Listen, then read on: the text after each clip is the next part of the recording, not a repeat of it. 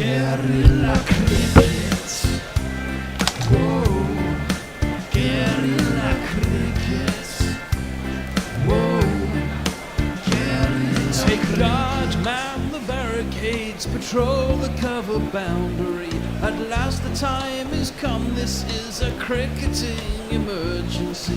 Hear this call to arms for every cricket revolutionary. Take up your bats and stumps for the test match insurgency. At first they tried to silence us, but we would not be silenced. They threatened us with lies, so we threatened them with violence. Che Guevara, Sangakkara, Joseph Stalin, Douglas Jardine, Robespierre, Darrell Hare, Vladimir Lenin, O'Brien Kevin, guerrilla cricket. It's not about the winning, it's about how many rules you break. Even in cricket commentary, this is the best advice to take. Pick guerrilla cricket, it's the finest choice you'll ever make. There's so much more to cricket than red counters and a slice of cake. At first they tried to sanitize us and clean up our act. But people like it filthy, and we know that for a fact. Fidel Castro, Lenny Pascoe, Carlos the Jackal, Umar Akmal, Mahatma Gandhi, Grant and Andy, Brendan Behan, Austin Ian, guerrilla cricket. Stick with us, cause you know we're not the kind of thing that you see on the TV and the radio. So vive la revolution. First they tried to buy us, but we would not be bought. Okay, we were, but then we ran away, and we will not be caught. Would not give up the ghost when they left us all for dead. They decapitated us, but we just grew another head. Chairman Mao, Jamie Howe, Ho Chi Minh, Asif Din, Václav Havel, Graham Saville, No Surrender, Percy Fender, Che Guevara, Sangakkara, Joseph Stalin, Douglas Jardine, Robespierre, Darrell Hare, Vladimir Lenin, O'Brien Kevin, guerrilla cricket. Good morning, good evening, good dawn, good dusk, wherever you are in the world. It's guerrilla cricket, yay! And it's the first T20. We're still in Bridgetown, still in Barbados. England are playing the West Indies. 5 T20s. Ooh, could be exciting. They were close last time. The one-day series, well, it wasn't close, but it was 2-1. England won really well and lost terribly twice. And now we're on to the T20s. Joss Buttler's back. Ooh! And to talk it all through, I have got Andy, who is somewhere up in Tottenham, and Mog, who's, he's in Melbourne. How are we both? Good.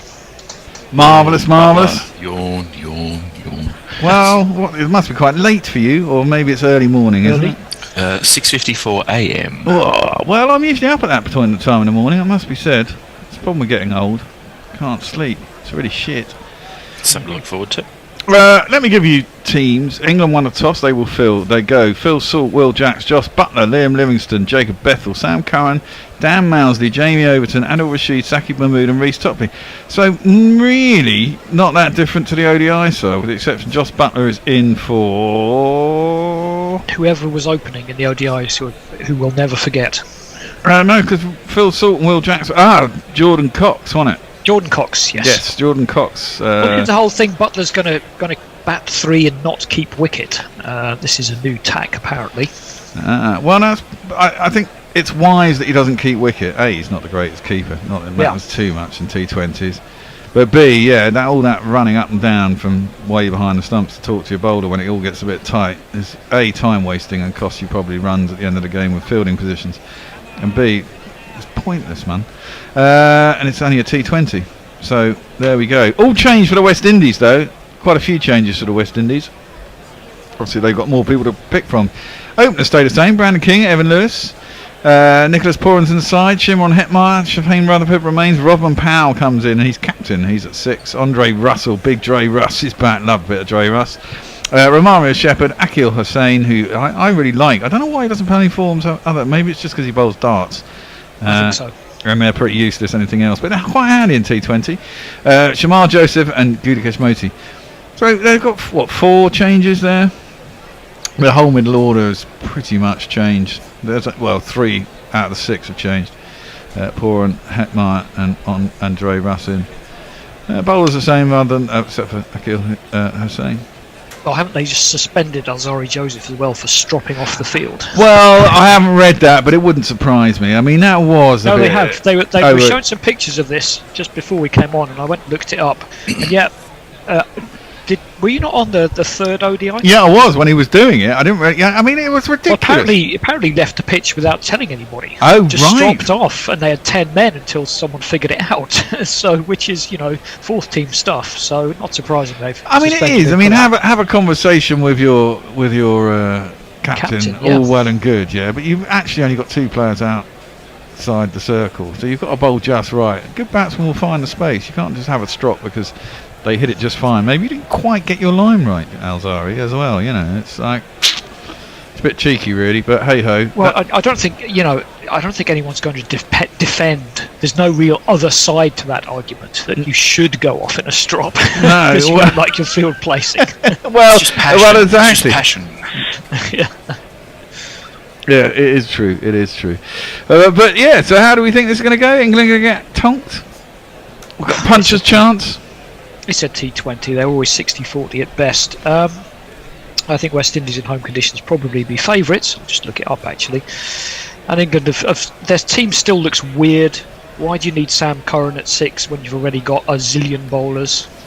Is Jamie Overton still playing as a specialist batsman? No, he can bowl at least now. Because he bowled in that last game. He actually bowled all right, which wasn't too bad. So he can bowl. But I agree with you. But then we haven't got really that many options out there. Mousley batted quite well the other day as well. We could have taken an extra batsman or we two. Could have. Well, we could have. Of course, we could have done. But I mean, this is it. I mean, the obvious choices that you want in that side are you probably go Duckett back into a short form side. I'd have him in there anyway. Harry Brook. Obviously, Josh Butler was injured, but now he is one of the players back. For T20, who else would you have in there? I'm trying to think. There must be someone. I mean, I don't know county cricket as well as most to know that who's next off the rank, but England don't do it next off the rank. Smeed possibly, yes. They could have given Cox another go, maybe at 6, see if that works. Yeah, further down the order. I think he was a bit unlucky in the last one. I mean, he's played some pretty poor shots, but the ball he got in that last ODI was an absolute snorter. It was an absolute cracker. Would have got many a better batsman than him out. It still looks like it's a bit of a fragile looking batting lineup for me. Yes, well it is, and that's what I mean. I think I know they're missing key batsmen, as you say. I mean, one and a half in 5, they bat really well and probably win. So I mean, I'm going 1.5. Yeah. So 30 overs out of 100. Yeah, basically, I'll give them that. That allows them to win. Slight favourites on the exchange, but not much in it. Yeah, I'd have them 6-4 on. Well, they're some 9-10 if you want to find them and back them. Well, first ball is bowled. I should play some jingles. Topley is going to open the bowling. He's bowling at Brandon King, and that was played out to cover. Point even, and there was no run. So we have England bowling with, I haven't got his jingle out, so I'll play some West Indians. Brandon King. Brand new Brandon King, never been king before. He scores runs just for fun in the Caribbean, somewhere nobody else has scored. Second ball down the leg side, and it's played square out into the deep. 2 men outside the circle for England, a long leg and deep square leg, which tells you It's going to be drifting it into the pads, maybe looking for a Certainly little bit of should be. swing. Yeah, certainly should be. Who's the bald dude? No idea. Who's the woman? Probably his father. I guess it's his mum and dad. It must be, yes. Ah, right, okay. Can't you see the resemblance? He's a bit taller than his mum and dad, but he's not quite Gary Barlow's massive son.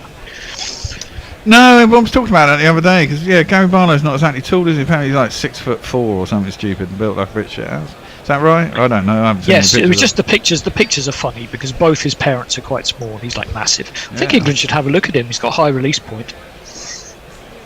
Gary Barlow, was he in a boy band or something? Take that. Take that. That's who it is, yeah. Gary Barlow and Robbie Williams. Were they not- and three other knobs. Were they not big in Australia? That's pulled and pulled well.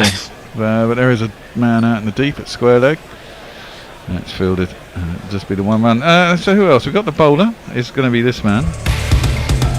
KB once tried to kill him, and AB smashed him off the park. Then Boyd Rankin shattered his hand. But Reece Topley is finally in the side.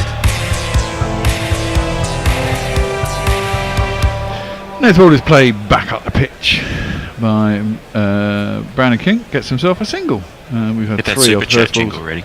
Oh, okay. We've got it ready. I'm going to play it now. Use your right super chat. Well, it's from Lockie VI 6, who didn't actually put any messages in the super chat of $2, but later said, "Words fail me." Ah, well, he just Well, loves actions us. speak louder than words. Absolutely, that's the one. Played up to mid wicket, and there will be no run. Just the 3 runs so far, and it's over. Now I'm missing one player. Who comes after Andre Russell? It's a Joseph. Is it a Joseph? The bloody teams went off my Crick Info page. Did you play Lewis's jingle and King's jingle? I missed them. I played Kings, but I've got your new Lewis jingle. I'm going to play it after this ball at the end of the over. Just for that. Mind you now, taking their time here. Again, there's a few people in the crowd. Looks a bit better. It does. Sparsely. It's a Saturday, I guess. Yeah, true. That's played up again towards mid-on by Evan Lewis. It'll be no run. I'm going to play Evan Lewis's jingle. Oh, hey, hey, hey, hey, Evan Lewis, what you trying to do? Hey, hey, hey, Evan Lewis. Wicked. We got any more social? So tell us Playing them very fast. Kieran Roseblade has joined us. Jonathan Shawland, Cornelius Davis, who's wondering where the beautiful woman I like to hear her laugh is. I assume he's talking about Fred. George McPherson, Rich Turner Music says good evening. Smash that like button. And Subscribe. Pirate Gotcha says evening, old salts and sea dogs. good evening. Oh, of course, the GPL is open. Just missed out actually by a couple of runs last time by Ombre. I think it's open for Is it because of 45. the boundary off the last ball? or It something? was the boundary off the last ball. If they'd have won by 1 run, he'd have won. If they'd have got the target they required, he was going to win. But then they smashed a 4, and the money was kept in the bank. Evan Lewis. Yep. First ball of the next over is slammed out through extra cover, and it is 4 runs. 2 + 2 is a number. 2 + 2 is a number. And it's this guy.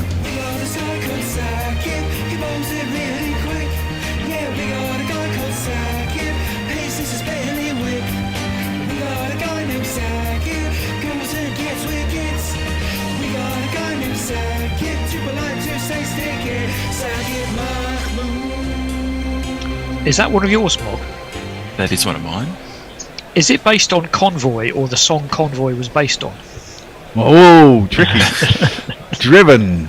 This time Well. beats the man at short extra cover, but it goes up all the way to mid-off, and there is just the 1 run. I like to say it's inspired by Of course, yes. C.W. McCall's Convoy. Chris Christopherson, of course, that was, wasn't it? Lost away No. recently. Yeah, he It was did. another guy entirely. You're thinking of another grizzled American trucker type. From memory, it was a complete fake. He's not a grizzled trucker at all. He's just a comedian. Surely you're not thinking of Burt Reynolds. That was a cannonball run. That's worked out to deep square No, leg. neither of us were. Oh, right, What the hell are okay. you talking about? And that's played out to deep square leg, and it'll be a single. I don't know what's going on there. So we've had everybody, haven't we? And now I'm just missing someone in the West Indies team. Robin Powell, Andre Russell, Akil Hussain, Shamar Joseph, Muti Godikesh. Who am I missing in that little bit in the middle? I've lost the teams on the thing. Second.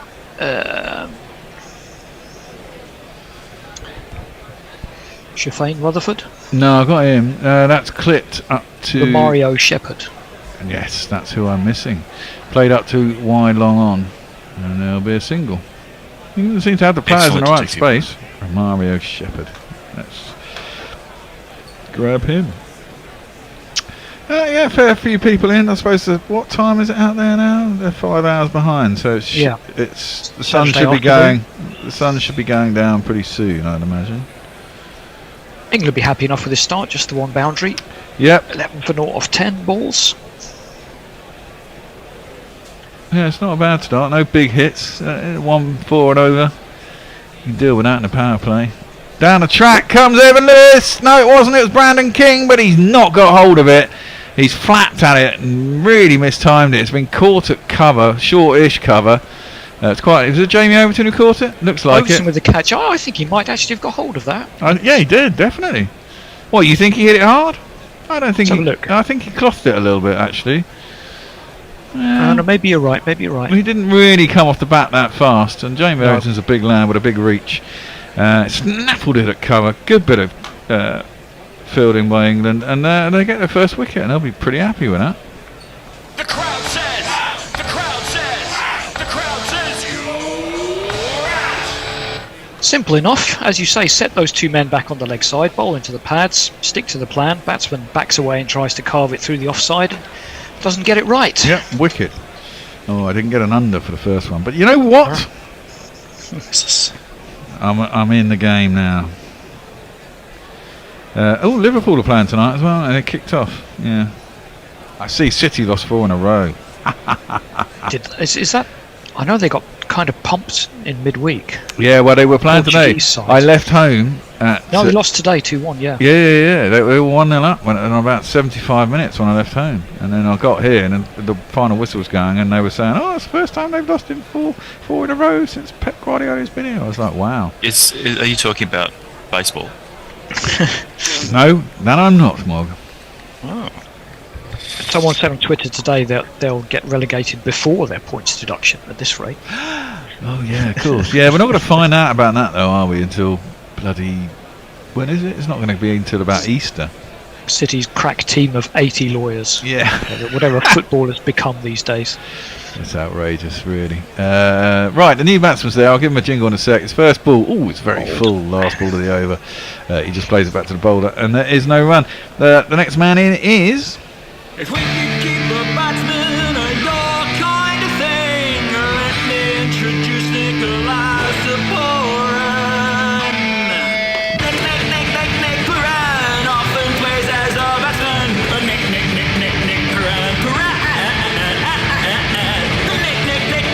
Puran. Okay. Enough of that, Mog. Jeez, that just fucking goes on and Yeah. on, doesn't it? The art of the 5-7 second jingle. I try that for guys in T20s, but he plays other forms, so you Yeah. can get fucked. All right, that's okay. Fair enough. I'll take Well, that. he's the classic T20 gun for hire, really. There's been a lot of talk lately about tightening it up, and which I think is good, and not letting players leave one tournament to play in another before the first one's finished. I think that's a very, very good idea. Well, Topley's going to continue. The ball's into the pads of Evan Lewis. Plays it out into the leg side, out towards mid-wicket, and they will get one run. The biggest problem with that is that you get paid the same whatever, so you actually have an incentive for your team to get knocked out, so you can go play another one. Well, The Sakib Al Hassan trick of yeah. going off to play one game for a One county of and then his one game many in the tricks. CPL. And Of course, Surrey would never take advantage of that. Surrey would never do anything so mercenary for money.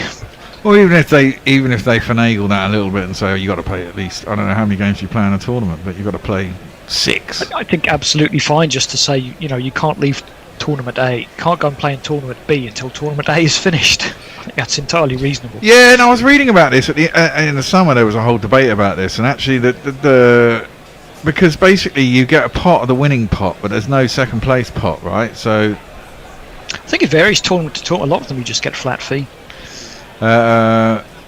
that's through to the keeper. A little bit of swing away from Poran. He lets it through to the keeper. There's no run. 2 dots to him. Can't have dots in T20. Wonder what sort of form Joss Butler's in. Bet he gets bugger all.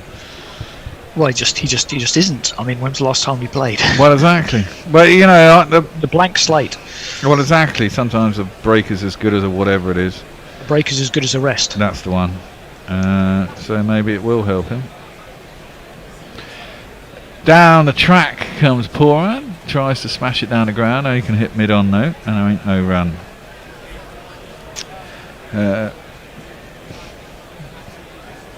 Ask you while you're here, Morg. I know there's not a great deal of modern music that I like, but how do you feel about symphonic metal? Symphonic metal. I'm not immediately opposed to it. No. Well, I'm going to see Within Temptation next Saturday. I'm quite looking forward to that. And Yeah, they're not too bad. Tarja Toivonen, who was the singer with Nightwish. Nightwish. She's on the bill as well, so I'm looking forward to it. Yeah. Oh, now that's gloved down the leg side, but it's gone over Salt, who's keeping. It ballooned off his gloves. It was going down the leg side. He had a flash at it. Fortunately for England, actually, it didn't go for 4. Could have quite been easily been out as well. But neither of those things happened. Ended up in a single. Symphonic metal sounds like people who are basically just going to play loads and loads of really fast arpeggios on their there's a guitar lot of that. with lots of distortion. That's what it sounds usually like a to me. keyboard or so too, playing some highly convincing string patches on his Lots little of keyboards, chord. very often operatic female vocalists. I think it's almost always female vocalists Yes. with a male grunting in the background. Attempted pull by Lewis, and that just goes nowhere and misses it. Hits him on the top half of the leg, and there is no run. I got to say, that sounds like the kind of thing I liked when I was probably about 15, 16, you know. Well, speaking of that, I've been trying to get to some more gigs. Do you remember Y&T, Morg? Y&T. The name is ringing a bell, but I'm not sure if I'm just saying that because you asked me. They were kind of classic early hair metal. They were almost proto hair metal. Ooh.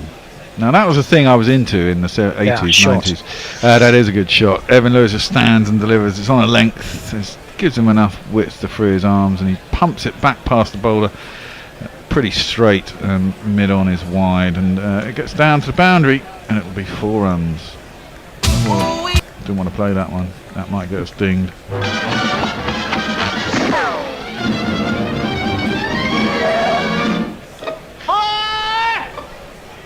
Anyway, I went to see them a couple of weeks ago. They were doing a 50th anniversary tour. A lot of old rockers in the crowd. I can imagine. One of the A lot of Grateful walking Dead died the frames other on day, didn't he? Surprised any of the Grateful Dead were still left. Well, yeah. I probably should do some of these things. Yeah. Kieran Roseblade says, is it Reece Topley that had been dating Gorilla's daughter and or niece? I'm aware this comment is quite vague. That one's new to me. That was new to me. Mark Zip says, with that seemingly permanent 5 o'clock shadow, Topley looks like Desperate Dan. Well, there's Desperate Dan, or the man from... I like to think he's one of the puppets. Oh, there's a big appeal for LBW. From Saki. Pitched outside leg. I didn't see whether he was bowling around the wicket or over the wicket. Where is Butler fielding, by the way? It still looks like he's fielding behind square on the offside or something. Does, yeah. Surely you're going to put yourself at mid. Oh, well, they're going to review it. Butler's got a big smile on his face. I think he's probably happy to be out on the field actually playing again. There's an appeal for LBW. We'll have a look. Didn't think so on first look. It's over the wicket to the left-hander.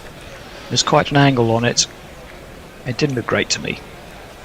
Well, We should have a look. Sometimes these things can deceive Yeah, you. I've been wrong. I got deceived quite a lot in the England series against Pakistan, I have to say. My eyes are getting worse for the LBW. I'm usually pretty good, I reckon.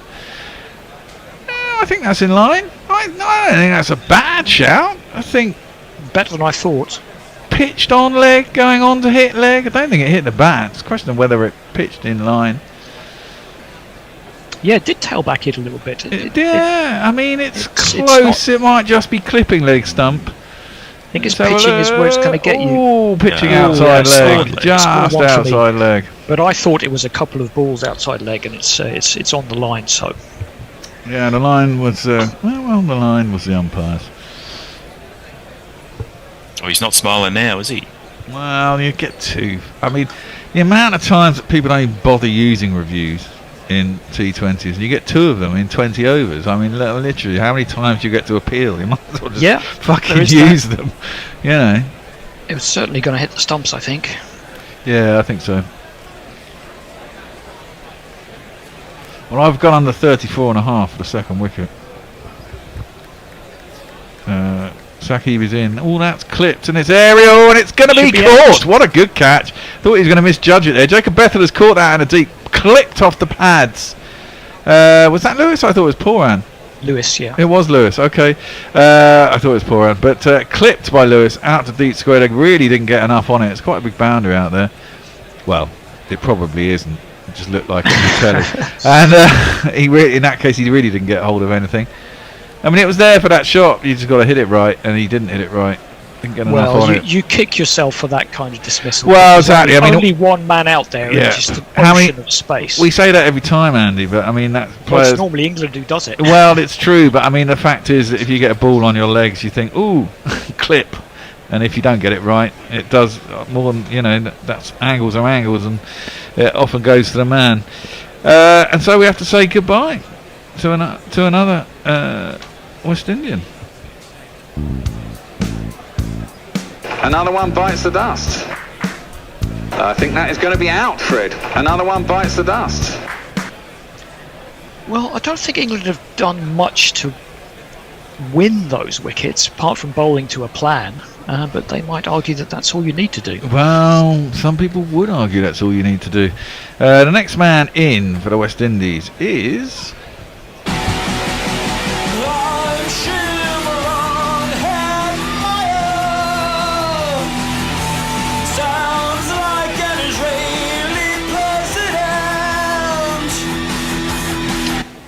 I think he did misjudge that catch a little bit. Took it well in the end. He's gone across when he could have come forward a bit more. Yeah, I think he thought it was going to carry him. Well, I'm wondering, is this one of those grounds with really big wind from one side and people get done? Do you remember Woody? It's on him quite quickly. Yeah, you remember last time we were out here, Woody dropped a couple of catches and couldn't understand how he dropped one, but it might have been going into the wind and he misjudged it, blah, blah, blah. Anyway, so Hetmeyer is going to face up. Saqib is in. Oh, that's edged. That's gone. That's first ball. Hetmeyer has just pushed forward. It's 3 for Saqib. It's 3 for 7 in 1.3 overs, and he's just pushed at that. Got an edge. Don't think it did much. Just. I think that's gone away from him a little bit. That one, I'm going to give the bowler credit for. Yeah. Hetmeyer didn't really do much in the ODIs. I seem to remember. Did he? Can't remember. I don't think he played, did he? Yeah, no, he played. I think he dropped a couple of catches. I do remember now. He didn't have a great ODI how much of an series. impact he made on me then. Well, yeah, he's just pushed at that one. Got a big edge and it's gone through the keeper. And Saqib's on a hat trick. I won't look back, 'cause by the time that I do, you'll be gone. And I can't play the hat trick jingle because it's actually 3 is the magic number by De La Soul, and I know that one always struck. gets struck every time. Those litigious bastards. I know. One of them died last year as well, didn't he? Are you killing him? What's going on? What do you mean? The curse. So these people dying, and you seem to be quite gleefully bringing up the fact they have died. Well, no, he was quite young actually. I mean, De La Soul. That was what I heard. Are you in a Deadpool or something? No. Right. Determined to win regardless. Oh, well, this is a change in the order. I had him at number 6, but it's this man. Power to the people. Power to the people. Right on. No. Why did I pick that one? I have to delete that. Find another one. I think it was after Chris Christopherson died. Someone tweeted to William Shatner, "I've got you next in my Deadpool," and he goes, "What the hell is wrong with you people?" Rightly so. It's quite humorless on the social medias, his old chats. Well, he's about 90. I think you're allowed. Well, yeah. And he must be feeling it. Oh, no, that's played out to the offside. They think about a run. It's not there. England are all over this. Run rate is 4.91. 18 for 3. Well, if you lose more than... There's 3 wickets in the first 6, you're done, aren't you? You never win. Isn't that... Well, not you never win, but statistically, you've only got a 10% chance of winning or something, haven't you? Or is it 20%? You can't say his musical output is humorless. Those are great. Oh, his version of Common People is genius. Which one do I let come? Forget You, that's CeeLo Green. I haven't heard that version one. of that, yes. Yeah. That's inside edge down towards the man on the 45. And they get a single. Needs to go the Christopher Lee road and do a few metal albums before he Christopher goes. Lee, what a ledge. He's shed the blood of Saxon men. Christopher Lee, the actor. He was Yes, everything. the actor. He was everything, mate. Actor, as Mog says, heavy metal album contributor. Special Operations Executive Super Spy during the Second World War. Wouldn't be surprised. Saki Mahmood in. Last ball of the over. Hoiked down towards long leg. There ain't no one down there. The man on the 45 is up in the circle. So Rodman Powell... No, sorry, Nicholas Poran gets himself a 4 to end the over. Right then. Leah says, "Hi, check your blue sky." Yeah, there's a T-shirt. And it says, "I went out and did it. I printed a proof concept shirt for BKB, aka Guerilla Deutschland." The colours are better with natural light. But who's the man in the middle? I don't know who that is. I presume he's a gorilla of Dravid, some description. Is it Dravid? Doesn't look like I Dravid to only me. vaguely looked at it yesterday. Ah, shit, it's fucking raining. Is it? Yeah, big drops of rain. Well, that's what it... It's sunny. Or is there a very big sprinkler somewhere? Maybe, yeah. That's true, it is sunny. Maybe that was earlier. Ooh, edged. But way past Salt. And along the ground, to be fair, wouldn't have carried to Salt. It goes down towards a very fine third man. And that will also be 4 runs. It doesn't look like it's raining. No. Maybe that was from earlier. Unless it's just one cloud on one half of the ground.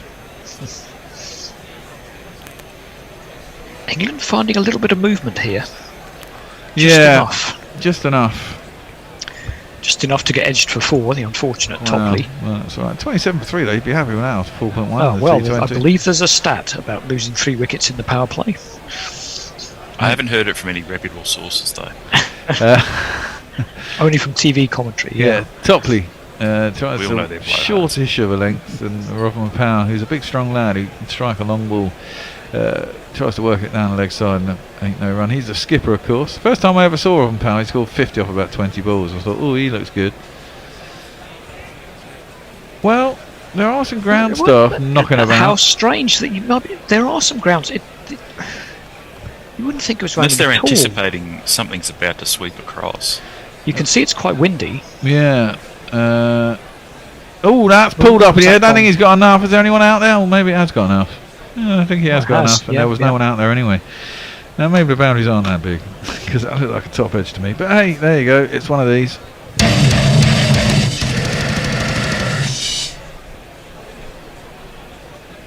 Probably ended up on the ground. Topley's fallen over. It's very odd. Some angles it does actually look like it's raining. Oh, look, his foot slipped in the foothold on the pitch. That won't make him very happy. That could have damaged him. Yeah, there seems to be rain coming over there and those people in that corner. And Topley's in a lot of pain. He looks in some anguish, yes. I think his foot slid, didn't it? It went sideways, and that must be... From the way he's squirming around like Lionel Messi, it must be more than a twist. Yeah, if he's swimming around like a Is it his soccer knee? player, it's Is it his probably not knee? a real injury. Is it his knee? Yeah, it's his knee. Well, it looks like he's That's what he's grabbed. He's got up. He's on his haunches. Is he going to continue? It looks like he is.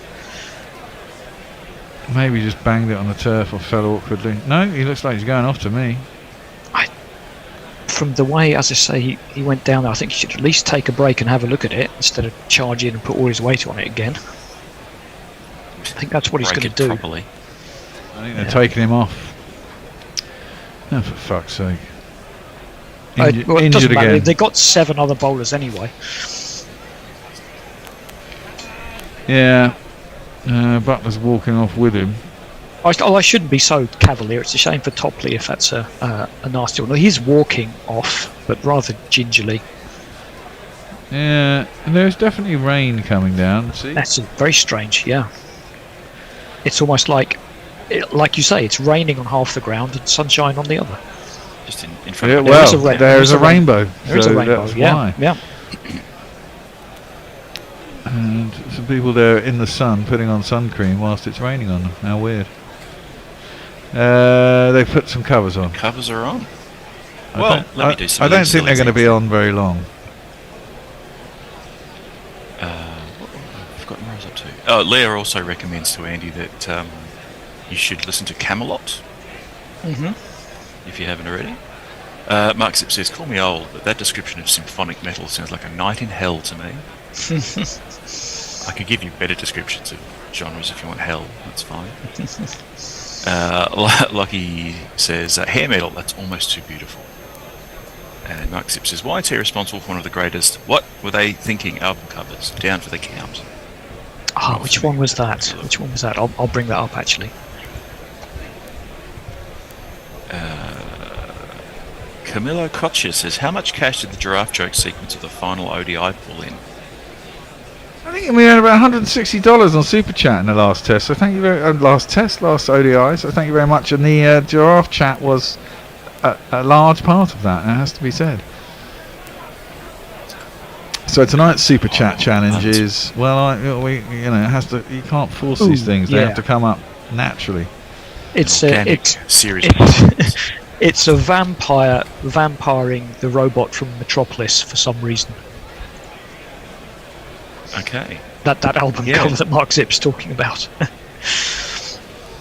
Well, there's a lot. Leah says, "Sorry, go ahead." Oh no, I was just going to say, it looks like a lot of dark cloud over one of the stands, and I don't know if that's coming in the direction. Well, yeah, actually, the wind seems to be coming Very from that direction. exposed, temporary-looking stand. Yeah, I imagine it's still quite warm though. Well, it's back end of hurricane season, isn't it, in the Caribbean? I'm sure the groundsmen know the local conditions, so Yep. they'll be on top of it. Or something. Leah confirms that is a picture of Dravid. And It's kind of like plans a to cross do, between Jarvis with an Elvis haircut there. Oh, I'd like to see that. If you had better light, apparently it'll make more sense. She also plans to do an Aussie one with Booney saying, "Was sollen wir trinken 30 Stunden lang?" in reference to what should we drink for 7 days. And Philip Shaw says, "Bear never sounded so womanly. Is it raining? Oh, an edge!" Yeah, sorry. You know. Excitement will do that too. I guess that gives me time to check out the footy scores. Does anyone know what's going on in the Liverpool game? Anyone keeping up with it? Let me have a look. In the meantime, Hattie the Mad Old Baddie says, "Still having problems with posting on YouTube, but at least I can listen." Oh, no, that's not fair, I would say. That's 1-0 to Liverpool. Ah, marvellous. That's what I wanted to hear, Andy. That's what I wanted to hear. Tell me it's Mo Salah who scored. Let's have a look. I don't care about your fantasy league, mind you. I do. And I can remind you that no one else does. Everyone does fantasy league. No, Darwin Núñez. Oh my I god. don't even care about the fucking sport. Much less your fantasy league, your little games. No, I'm not a big fan of those. Oh well. Yeah, fine. 33 for 3 anyway. It does look like it shouldn't be much more than a shower. No, let's have a look what Cricket Info say. They say shower. Right, rain starts play. Not due moment for Topley. He's walking off the pitch, but touched gingerly. That's what I said. Sadly, Messi's away from the cave, so we can't call on him for expert analysis. No, that's true. Well, what do? We could play a bit of a podcast. You're driving. Well, yeah, nothing's really happened in the series to talk about, has it yet? Because it's the first game in the series. Well, I don't know. We've seen Topley go down. We've seen Evan Lewis get out. Well, we've seen 3 wickets. Pretty It's good some rain. effort from England, it has to be said. I think we'll just put a podcast and hope that they come back quite soon. Fair enough? As you wish. Yeah, fine by me, yeah. It's quiz time, I think we were playing the last podcast. So we'll go back to playing that. Oh no, it's Cricket Beyond Borders. Oh, we were talking to Ricky Ponting. There you go. Big time. We shall be back when play resumes. See you in a bit. They want to make it fantastic to watch. That's their vision, and you have to have something for both bat and ball for it to be that. So I'm not expecting feather beds. I don't think.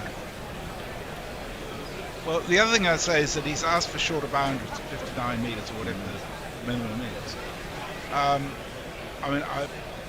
Two things about that. Firstly, I think that could actually favour Australia more than England, because England had no problem clearing boundaries last summer, and shorter boundaries would just bring them in reach of more of the Australians, as to speak. Yeah, you could shoot yourself in the foot from an English perspective.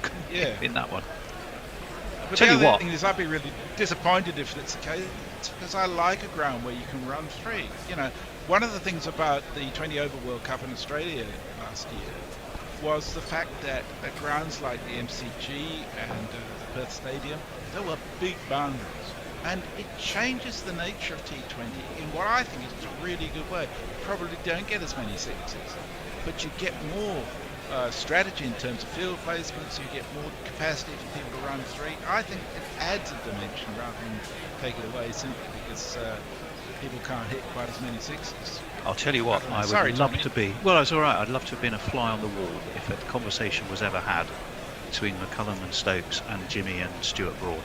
Well, Stuart, Jimmy, I know this is likely to be your last Ashes series because one of you's over 40, one of you's nearly there. So what we're going to do is have flat back, friendly tracks, and shorter boundaries. How do you feel about that? So somehow I'm not entirely sure that I think there's some kidology going on as there ever is. Going back to our conversation, it's not trash talk as such, but there's definitely a little bit of kidology involved in some of this chat. Yeah, because Tony, the point you make is worth noting about backfiring, because it is worth noting that Australian batters are in form. Like their top 6 averages 46 in the WTC, the second edition, comfortably 2 runs ahead of Pakistan, and people like Manas Labuschagne, Steve Smith, Travis Head all sit among the top 7, having aggregated 1000 plus runs at 50 plus average, and in case of Head also striking at 80 runs per 100 balls. So this could be a case of, as you rightly mentioned, shooting themselves in the foot by preparing featherbed surfaces if they are actually rolled out. Which of course was originally done to get out of doing something. I don't think England are trying to get out of playing in the Ashes, but yeah, it's come to mean something slightly different, hasn't it? Doing one thing that should be in your favour and ends up not being. I think they will be competitive surfaces. I think they will offer something for bat and ball. I hope they don't shorten the boundaries. The variety between pitches. At Trent Bridge, there's only so much you could shorten them anyway. Certainly on one side, So I hope they don't artificially engineer things. Too obviously, there needs to be an even contest between bat and ball, and I think there will be. I'd be slightly worried about the robustness of England's attack more so than Australia. I mean, that said, they've lost Hazelwood, Boland. It's going to be interesting to see how he goes. Whether Nissa does get a run, I think he will at some point because he's done so well in county cricket. I mean, there's selection conundrums aplenty on both sides, regardless of what the tracks are. They're not going to be playing it at Trent Bridge, actually, so they don't have to worry well, about it. that's probably why. Which And before we dive into the selection conundrums, I would just like to add to Messi's point about it is not always easy to change the conditions of the pitch overnight, even though it is coming from the top down. So, for example, Lucknow, if you remember in the recently concluded IPL, had wickets where only 120, 130 run games were conducted. And BCCI made their efforts. They pulled out all stops to change the conditions of the surface and create a high scoring venue. But in the end, it all came down to a bust because the average run scorers were around 130, 140 marks. So that's absolutely on spot that it's not possible to change the conditions overnight, even if you are passing the message from the top down and wanting that transformation overnight. That's exactly true. yeah, no, I would. It was a dreadful pitch back now. It really was. They should have been made to play all their games away. Well, yeah. I think you'd have to be playing test matches at Taunton if you wanted those. You know, the ball ragging square. But I don't think that's in anyone's interest in England, and probably why we don't produce quite the same quality of spinners as other countries in some cases. Well, it's an interesting question because I actually regard Australia's biggest weakness, as being against good spin, which will be really interesting this week at the Oval. I don't know if both Ashwin and Jadeja will play, but I think Australians struggle, particularly early on, against good spin. And there may be a sigh of relief that Jack Leach isn't playing, but they're probably not going to be facing a lot of turn on any of those wickets in the Ashes. Yeah, I agree. I don't know if Harry and you want to talk about that, but the Leach conundrum has opened up a number of, in a way, he was nailed on because he's England's leading wicket taker. I think he's about 58 wickets in the Bazball era. He's been terrific. He's been consistent, and he does give you the chance to tie down an end without, by and large, giving too much away, and that's exactly what he was doing against Ireland, as well as taking a couple of wickets. I appreciate Ireland's certain limitations due to lack of opportunity to be genuinely test match ready. But it means that if you've taken out, it's like you had your plans in place. You've got plenty of things from an England perspective you're already worried about. You've lost Archer. You've lost Ollie Stone. You had doubts about Robinson until sort of fairly recently. The one thing you were kind of counting on, inked in, would be Jack Leach, and then all of a sudden you've lost Jack Leach. But it's interestingly, he's bowled more overs by far than anyone else in the Bazball, let's call it the Bazball era, since last year against New Zealand. And therefore, perhaps it's not necessarily a spray. You just don't expect spinners to get stress fractures. But he's certainly been the most used England bowler, and quite, silent hero really. Everyone notices what the seamers do. The reality is, he's been an unspectacular but highly effective, consistent factor in the way England have played. I think psychologically, in some ways, it's a bit of a blow for them. And how they replace him, well, I don't think they'll go to Parkinson. Sorry to say for our friend Gary Naylor, but I don't think they'll go to Parkinson. I think they're more like they've put the call out to Moeen, who basically said, I'm done with Test cricket. Hasn't played any red ball cricket forever. And suddenly you want him to come in and hold an end, to do the Leach role. They'd have to rethink, actually deployed the spinner. Reason why you'd go, well, hang on, that's you've shot yourself in both feet, in a way. So I guess my gut feel is, I don't think Moeen will come back. By the time you issue this, they will have made an announcement, and I might be wrong. I think they're more likely to go for the more rounded option of jacks and or Ryan Ahmed. And a lot of this, the mystery factor that no one is fully sure about is, does Ben Stokes play as an additional seamer, or is he just batting only? Everyone who watched him against Ireland at Lords, every time he went to field, you thought, oh Lord, he's gone down, oh look at that, he's hyperextending, he's tendonitis in his knee, and all this kind of stuff. It was a heart and mouth moment every time he went near the ball in the field. First captain, I think, to win a test match ever without actually batting, bowling or keeping in the entire test match. So he's clearly looking after himself. Your selection of a spinner and who and how might genuinely come down to honesty, which I'm sure there is within the England camp. We're just not seeing it from the outside, as to what are the chances that Ben Stokes will actually be fit to bowl and how much.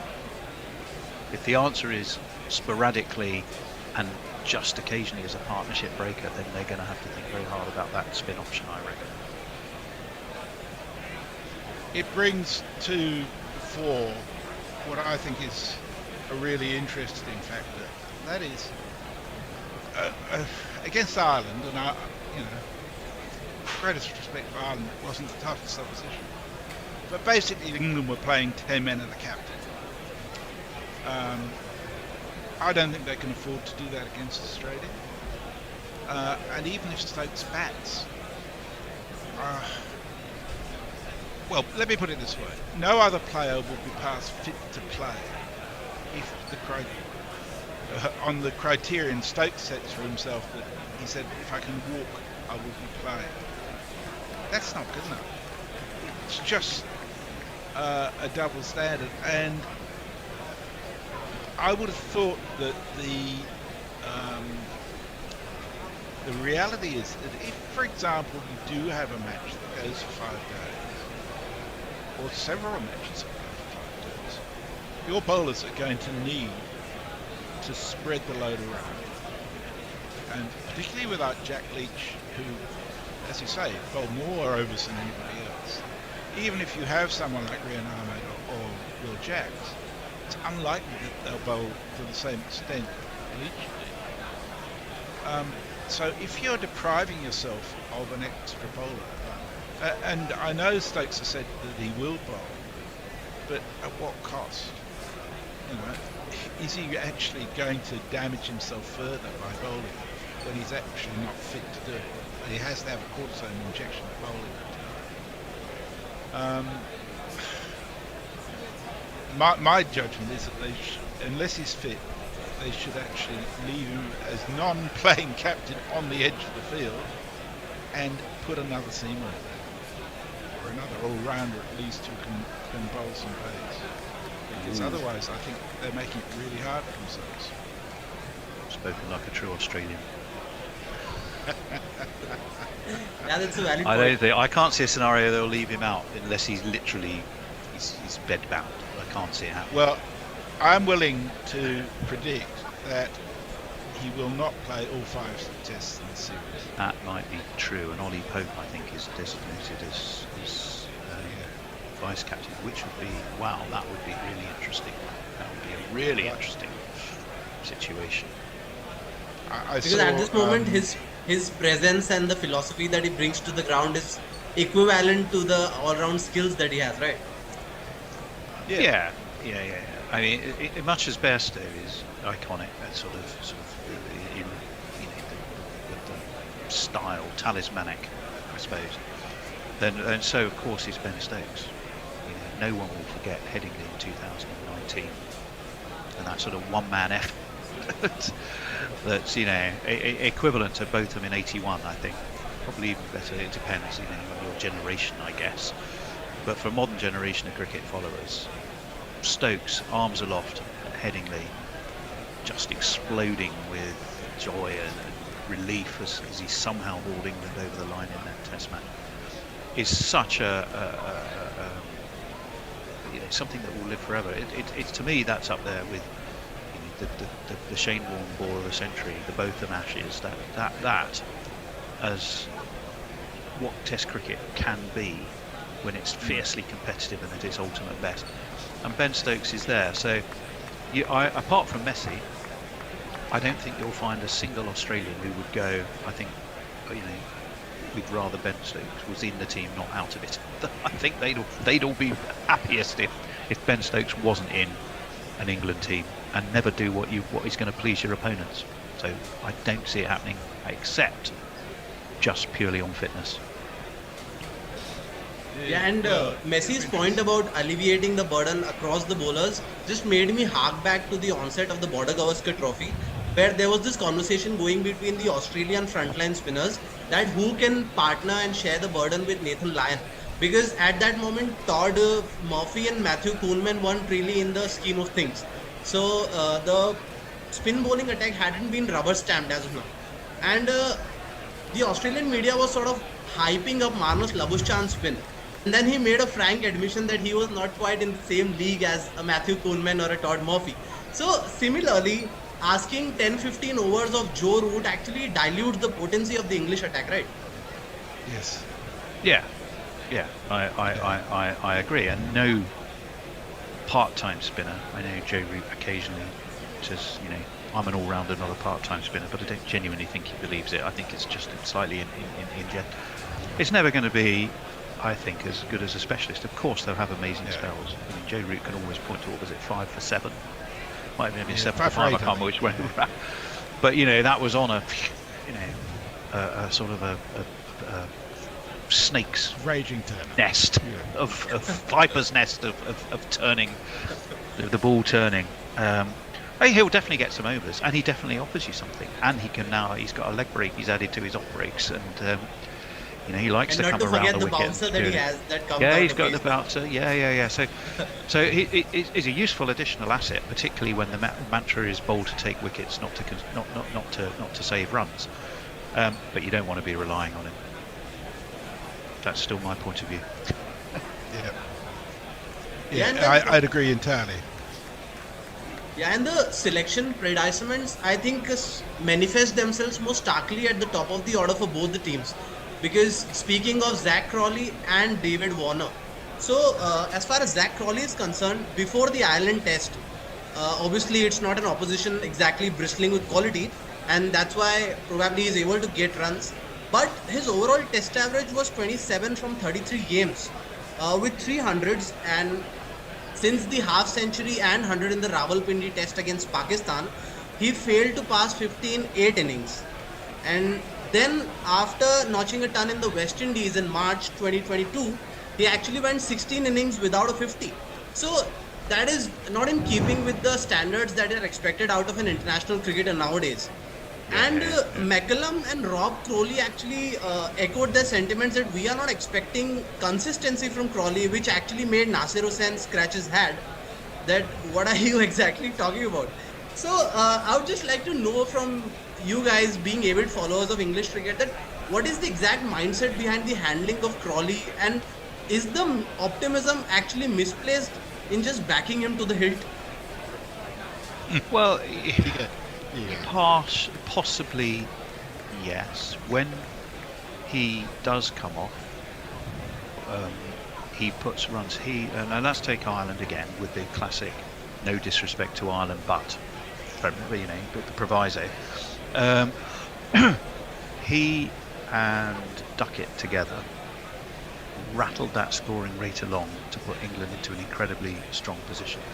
So what England crave and look to do is get the runs on the board quickly. Strike rates for England in the, let's call it the Bazball era, have been double ever anything under Joe Root. They want to attack from the off with the bat. They want to give their bowlers the maximum time to bowl the opposition out. Crawley, when he does come off, is well equipped to do that, as is Ben Duckett. It's why a Sibley or a Burns ultimately we went by the wayside, although I think we could argue technical issues with both. I think possibly they've been in previous eras 100%, Crawley would not be still there. I just feel they believe if he comes good once every 3 or 4, that still helps them to achieve that objective. So they want to stick with him. I reckon people will divide themselves into 2 camps. Dyed-in-the-wool traditionalists. I'm looking at one now, from where I'm sitting, and those who are slightly more adventurous. I think McCullum, and with him Ben Stokes, will take the more left field option on occasions if it's all about attacking. What can we do to be more attacking? What can we do to put sides more under pressure? And I think they see Crawley, although flawed, as able to help them do that. Fair And point, fair point. go Well- back to looking at the records with him playing, even if his own contributions have been patchy. Yeah, I think there's a couple of things at Crawley. From Stokes and McCallum's point of view, when they first set on this path, one of the things they sought to develop amongst the England players, and done very successfully, is removing fear from their agenda, so that if they didn't score runs, it wasn't going to mean that all of a sudden they were no longer likely to be picked. That they had some sort of future with the team, even if they got out for a low score, but they were trying to follow the agenda. And I think that's worked really well for them over the last year. But I saw McCullum being interviewed in the lunch break on the first day of the Ireland test by that short-haired bloke from Sky, his name I can't remember. But Ian Ward? yes, it may well have been Ian Ward. And it was...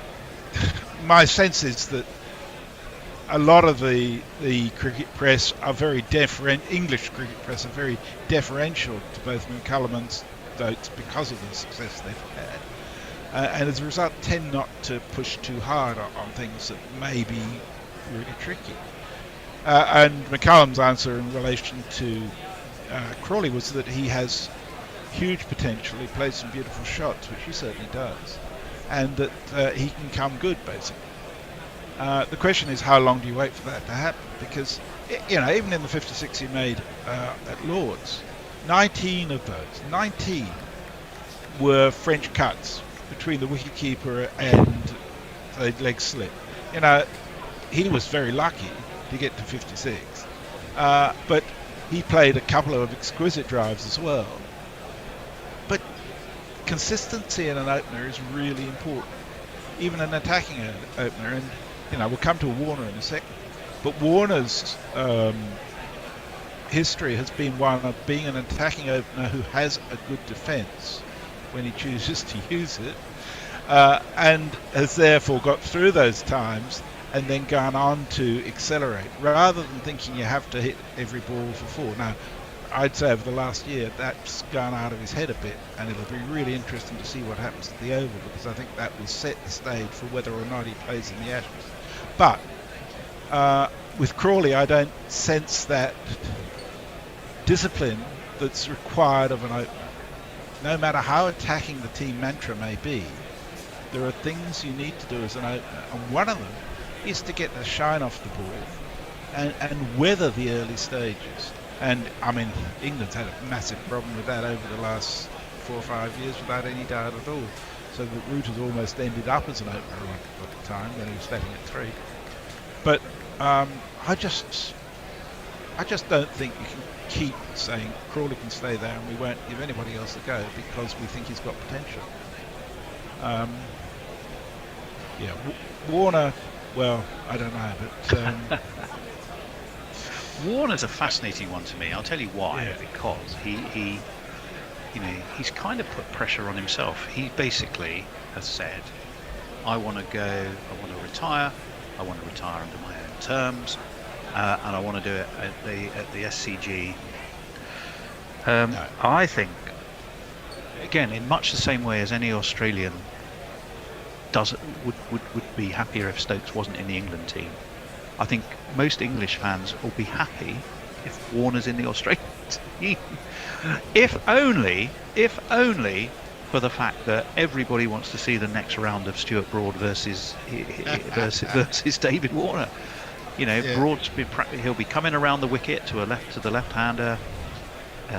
At Lords, which I think is the second test, you'll have the slope working either for or against you with that scenario.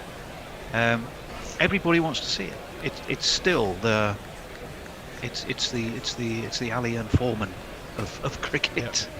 In their both in their latter years, is two old stagers slugging it out who've got previous history. Everybody wants to know how that's going to go. However, if you get some early failures, I say first two tests, I don't think Australia will be patient into the third test as far as David Warner's concerned, and he won't get his wish. Yeah, before the IPL, I thought Warner should be out of Test cricket altogether. Ironically, the way he played in the IPL, he scored a lot of runs in the IPL, but he didn't do them at T20 speeds. Although the last couple of games he played, he quickened up. But what he did was grafted. And as an opener, if you're not in touch, grafting is a really fucking strong attribute. Excuse my French. But I think it's really good that there is the WTC Championship for him to play in, because he can show whether he's managed to accept the discipline that comes with that position now, and not get out flashing in the second over to something outside the off stump that should have been left well alone. So, you can't deny that he's got a fantastic history, but he's got a dreadful history in England. Yeah, should he be there? I don't know. I think yes for the first two. Let's see what happens. Bit Crawley-like. He's the Australian Crawley conundrum.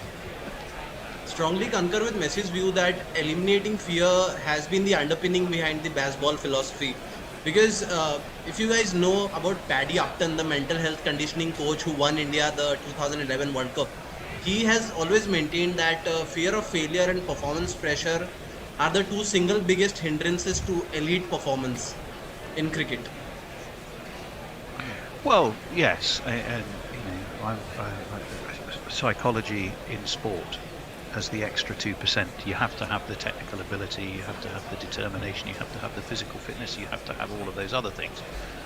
But psychology in sport is always a fascinating aspect of being able, the belief that you can do it is huge.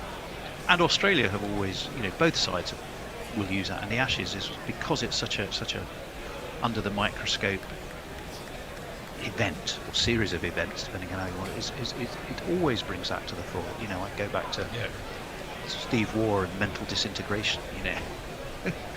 His whole approach over England was, at the end of the day, they're soft. I remember, I can't remember, Messi, who's got a longer memory than me. Who was it? Who said the England side who famously, somebody said they can't bat, they can't bowl, they can't field. And when they went to tour Australia and actually won, didn't they? Well, no, actually, that was Shane Warne. Well, he denied it, but it was about a player, Colin Muller, who was picked to play for Australia, who frankly wasn't great. And it was picked up by the stump microphone, and the claim was that it was said by one of the cameramen. Yeah, that's right, end of the seventh. About one of his colleagues. Right. Can't bowl, can't throw. Well, and also, I mean, which is the name of the podcast that Dan Leapke and Cat, Cricket Absolutely. Cat has. Absolutely. Well, you mentioned Shane Warne. I think. Okay, we can cut messages getting things wrong. Yeah, we can cut messages. I thought that was the bloody Ricky Ponting one, but it wasn't. Point. It was an Ashes something or other. Doesn't really matter. What was he getting wrong? I don't know. What was he getting wrong? He was conflating two different quotes. Right. Well, we're going to continue. They've gone 4.6 in this over, but it's been stopped by rain. Topley's going to continue, so they must have patched them up. His first ball, though, pumped Doesn't back hang over. about. No. Well, you wonder whether he feels confident about bowling into that particular bit. I wouldn't. It's been pumped back over his head, though. It's gone all the way, hasn't it? 6 runs. Yeah, he might not have been 100% committed to that one. Well, I wouldn't be. Smart of the batsman to be, smart of the batsman to be ready for it. Yeah. Well, he's a big unit. He's Rodman Powell. He's got 17 off 6 at the moment. It's not a bad little start by him. Who's left to come in for the Windies? So after him we've got Shafane Rutherford, presumably. Dre Russ. Dre Russ. Oh, I like a bit of Dre Russ. And then, well, Romario Shepherd can give it some Humpty. What the hell is that? Hopefully smash it, presumably on his way off before, throwing a plastic chair around. God, they're such children. I'd have been that serious if he's back out bowling. God. No, he's not. That's him going on. Oh, no, he's gone again. Okay, so it didn't work. So they brought him back on, and now he's not. And they bowled one ball and knackered him. Okay, good work. Okay, right, yes. Well, that's worked out to mid wicket, and there's no run. Rodman Powell is 17 or 7 now.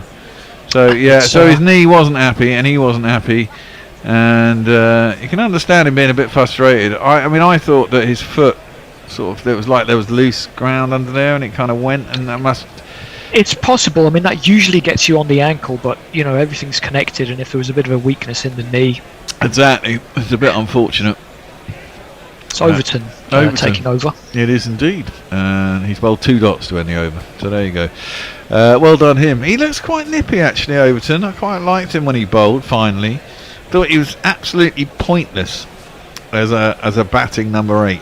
Yeah, I couldn't understand that one. I couldn't understand that. Well, besides the fact we were talking earlier, and there wasn't another batsman actually on the tour, so which is an indictment. They were doing that in England though. Yeah, they were. I know. It's fucking madness.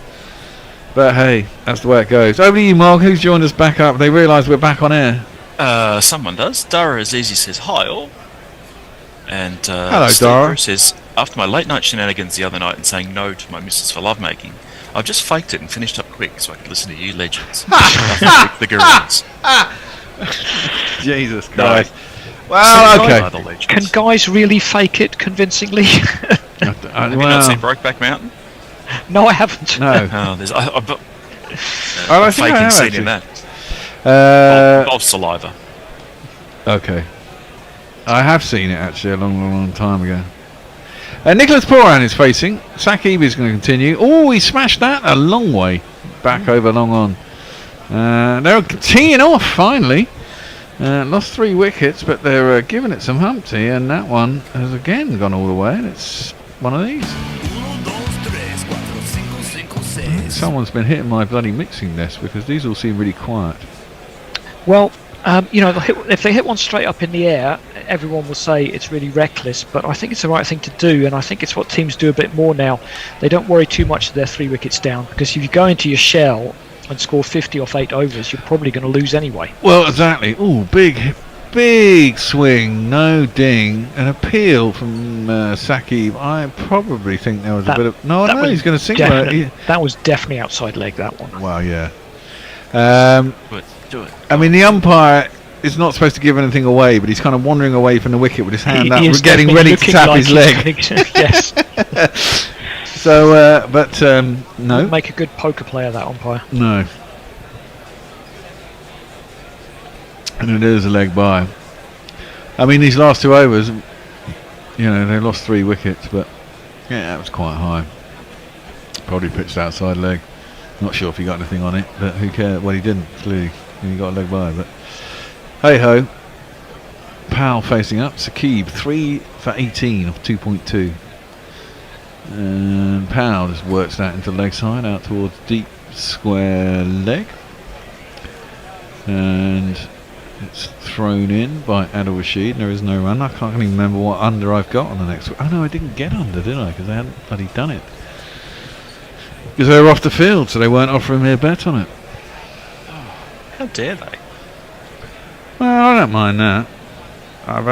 They've just scored, 20 runs in 6 balls, so I'd have probably lost anyway. Just hit a couple of 6s anyway, yeah. Get the super chat jingle ready. Oh! Okay, I've got it ready. Sort of. Played by Nicholas Poran, down towards third man. Yeah, inside the man down there, and it will be one of these. It's me, San Shi. It's me, San Shi.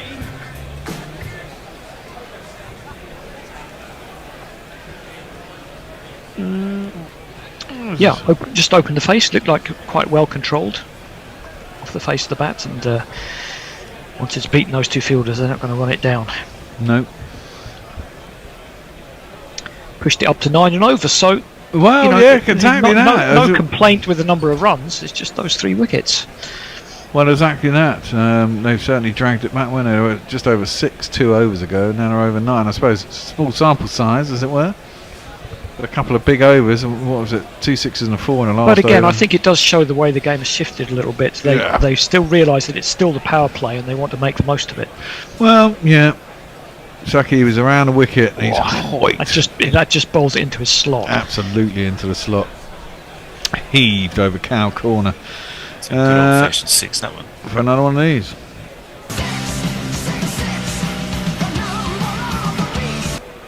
Yeah, once you do that, once you go round the wicket to the left-hander, even though that ball was, outside off stump, you're just angling it the way he wants to hit it, into the leg side.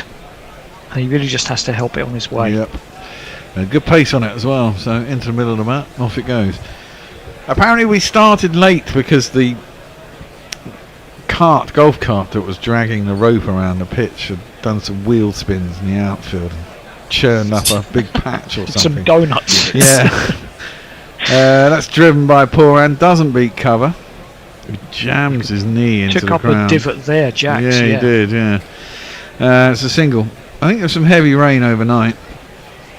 Well, you know what it's like in the Caribbean. It pisses down for an hour and then it gets really hot. Right, it's the end of the over. What do we got, Mark? Power play. It's the end of the power play.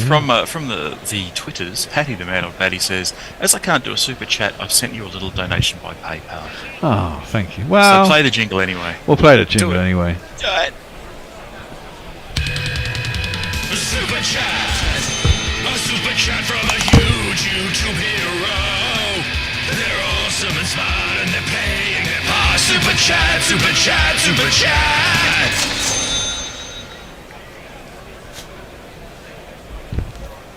Well, no major surprise. As soon as the power play is over and the seamers have been dispatched, sticks in the 9 balls since they came back on, they've gone for about 25, I think. Yep, they have. Well, we got a New England bowler, and it is.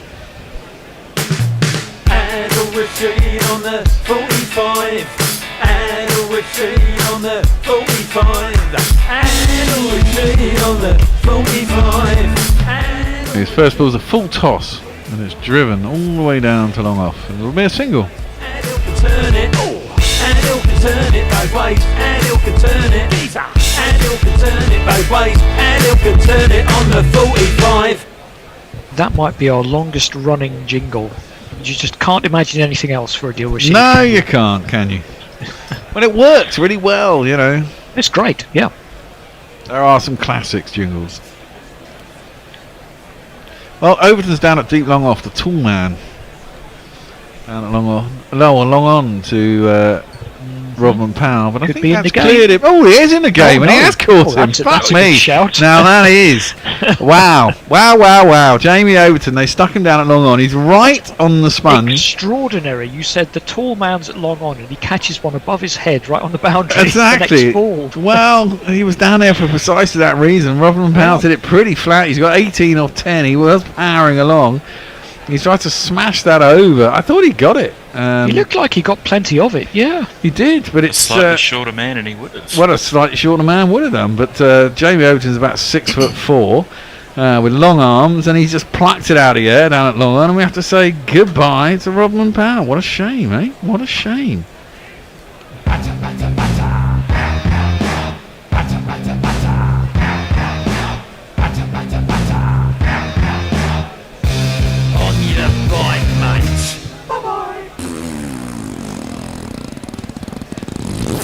Key question from Omar Nuevo, is the GPL still open? No. Shut at 1:45. Is he sort of... Yes. I think he's suggesting that the rain break might have come into play on the GPL. Well, yeah. I'm not sure anyone entered.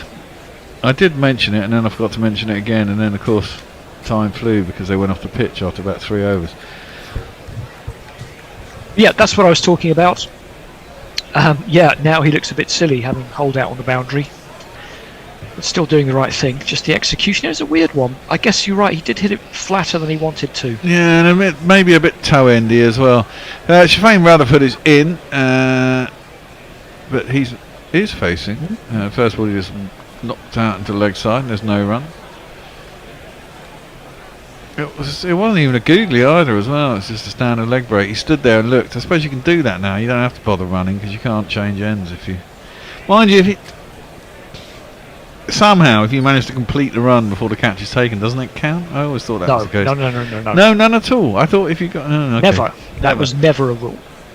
Okay.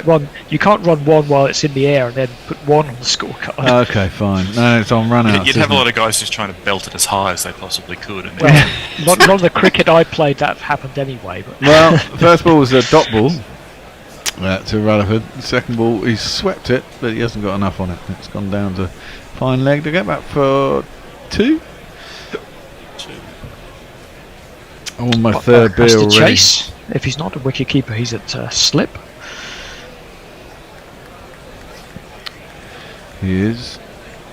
There's some of the wags in the crowd there. some of the yeah. Rutherford facing up to Adil-Rashid. Last ball of over. It's got a wicket and 3 runs in its over. Next ball is played out to cover. And there is no run. There's a bit of a shake of her head there. I don't know why. Anyway, that ends the 7th. And we're going to have a little switcheroo. Andy, you're going to take over on the old ball by ball. And we're going to say hello to our new friend Nick Brook is joining us. Is it Brook or Brooks? Brooks. I got an S off the end. It's Nick Brooks. He's joined us, and he put him in touch with us. Very nice. He lives just down in Nunhead, where TMS, Test Match Sofa was.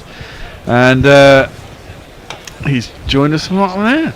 And it's very nice to see you. Hello, Nick. How are you, mate? Hello, Nige. Very happy to be here on a cold Saturday night. And well, the heating's on, which is a good thing. Yeah, we're warm in here, and it looks much warmer in Bridgetown, and it's been a pretty good first 7 overs for England, hasn't it? Well, it has indeed. Sure, yeah. And I thought we'd have Dan Mousley into the attack fairly soon with 2 left-handers at the crease. Feels like it's an important time in the game. Well, yeah, it does, and just getting Robin Power is good. Anyway, Andy's going to take us over to ball by ball. Oh, he's tried to bowl one of his 70-mile-an-hour Yorkers, and instead he's bowled a knee-high full toss that's been put into the stand over square leg for 6. Yeah, that wasn't a great first ball, was Wasn't it? a good start, no. And Paran is not going to miss out on that. Nope, let's have a little jingle for our man. Almost waist high. Ooh, he could go with bats and ball and he loves the T20. TANIELMOUSLY. Right, well that's a testing start. Let's see what he does with the next one. They're taking their time. Oh, he's done the spinner thing. Oh, I just bowled a waist high full toss. It's because I didn't rub my hand on the crease. That's what it is. Well, I got to say, I always used to get sweaty hands, and I used to like rubbing After my one hand ball. Well, no, maybe not. Well, actually, that's not true. Actually, in the start of the summer, I would start off by doing that. It's like putting sand or chalk on your hand if you're a weightlifter. It's the same kind of thing. Take the moisture out of the hand. Yeah, we know all the tricks. He's come round the wicket again. Again, he does bowl quite quickly.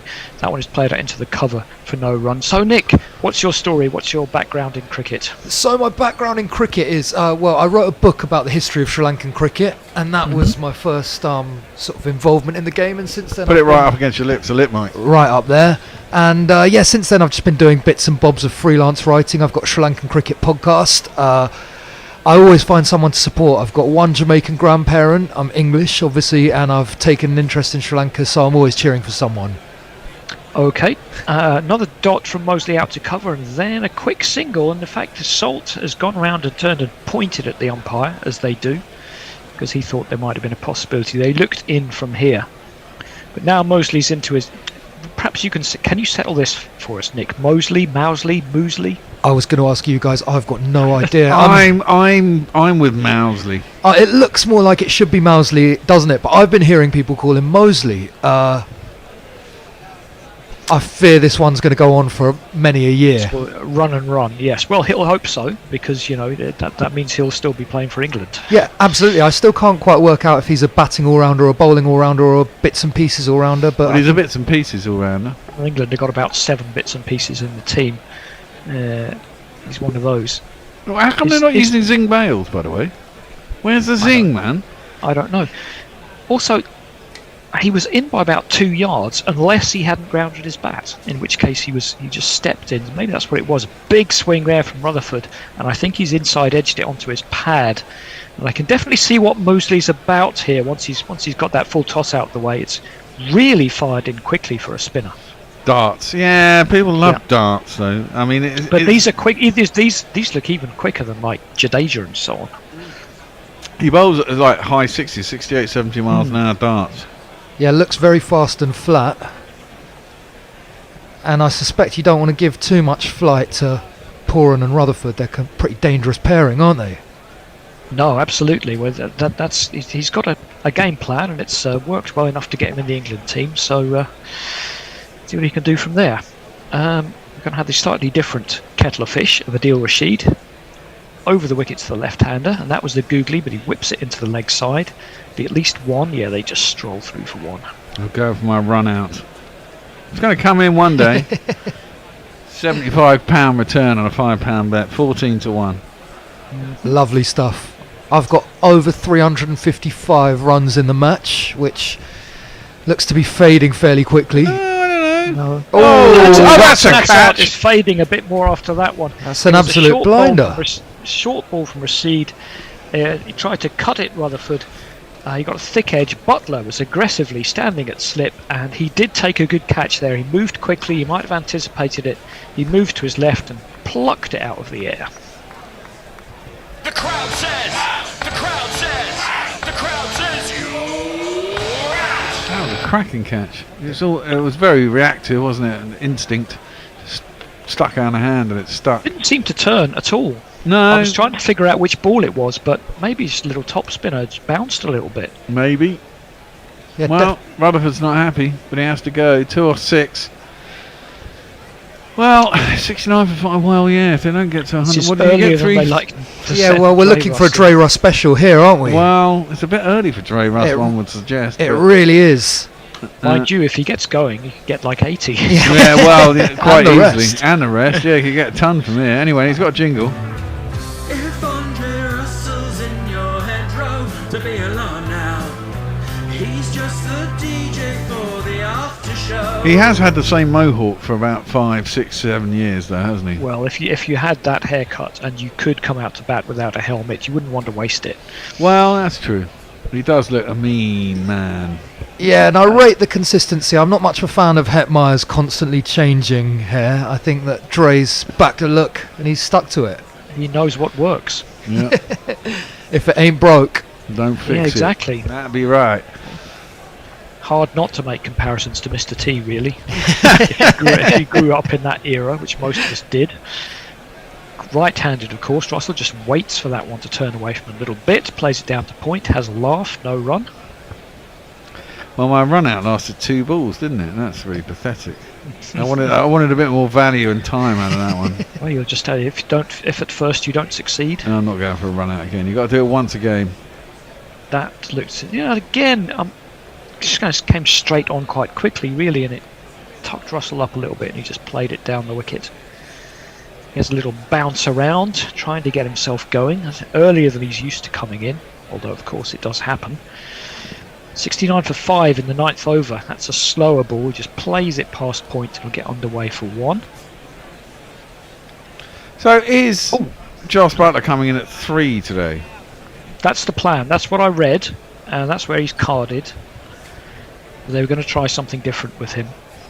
seems a little strange to me. I would have thought Jax was the natural choice at 3, but you don't need to protect anybody in a T20, do you? I mean, the longer you're out there, the more chance. I mean, that's why they went and put him in opener, wasn't it? I mean, I don't recall him batting 3 in T20s. No, I don't think really. I can ever remember him batting 3, and especially the way he's been batting over the past couple of years. He seems to have gone sort of more of an anchor role, which always seems to work with the ability well, to. It's the slow start, and maybe they feel if he's going in with one of these other guys, they wouldn't be going quickly enough to compensate. Anyway, played up to long on for a single, and which one of you fine gentlemen is on socials? Me.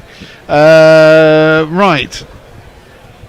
Where we at? On Brain Away says, sorry, took mini me to see big sky flashes, so missed the start. But that's good from his perspective. Yeah, it's getting better. Disinterested hand job, which is our man Mog, says, hello, new guy. That'll be you, Nick. Mudley says, can we send our Nunhead resident on a mission to check up on the Hound? A super chat task, maybe. I'm imagining, Mudley, that Hound of Nunhead died, unfortunately. We were there in 2010. He was an Alsatian that was about 5 years old already at the time. He'd be probably the world's oldest dog. We used to do it Carden Road in Nunhead, was where the flat was, and there used to be there was some guys across the road from where I used to live. Had a big Alsatian. Became known as the Hound of Nunhead. I could have no idea how to place Nunhead on the map, except it's in the wasteland of South London. Oh, fuck off! Fuck off! It's basically. It's basically Peckham. Okay, that was played out to point for a single. So still no sign of Sam Curran, who's I presume going to bowl 3 or 4 at the back end, but England looking a bit short of death bowling, so aren't they? many options. Well, the one less now. Topley's gone off, and Mahmood's had through 3, is he? Yeah. So it's going to be probably Overton and Curran at the end. Yeah, we should have a jingle for if that. we get Overton, there. Actually, Jamie Overton has a jingle. It's a bit unfortunate for Overton. He can only bowl 3.2 now.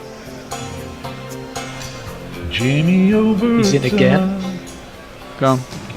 Down to long leg for a single. Less racist than his mother's other son.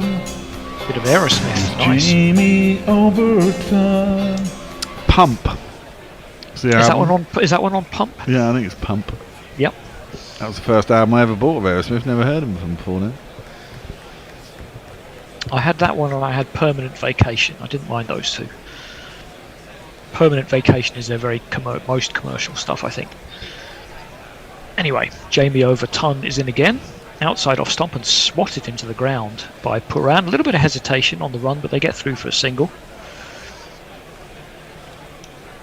Puran on 34 of 21 and Russell just a 2. 74 for 5 in the 10th over. We've had a rain delay, which seemed to discomfit England more than the West Indies, to be honest. Topley came back and bowled 1 ball after being injured before. And then Puran and Rodman Powell blasted a few sixes. Then Powell was caught on the boundary. Ducks to the side of that one, really, Russell. Didn't really get up that one from Overton.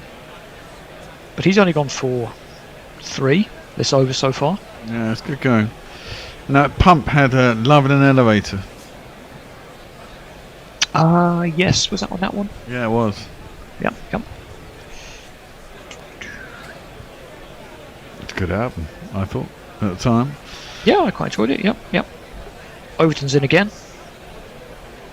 Swatted away by Russell. It's gone high. It's probably gone long. Yeah, it's well taken in the it's crowd. Gone long. That's a good catch over the rail, definitely.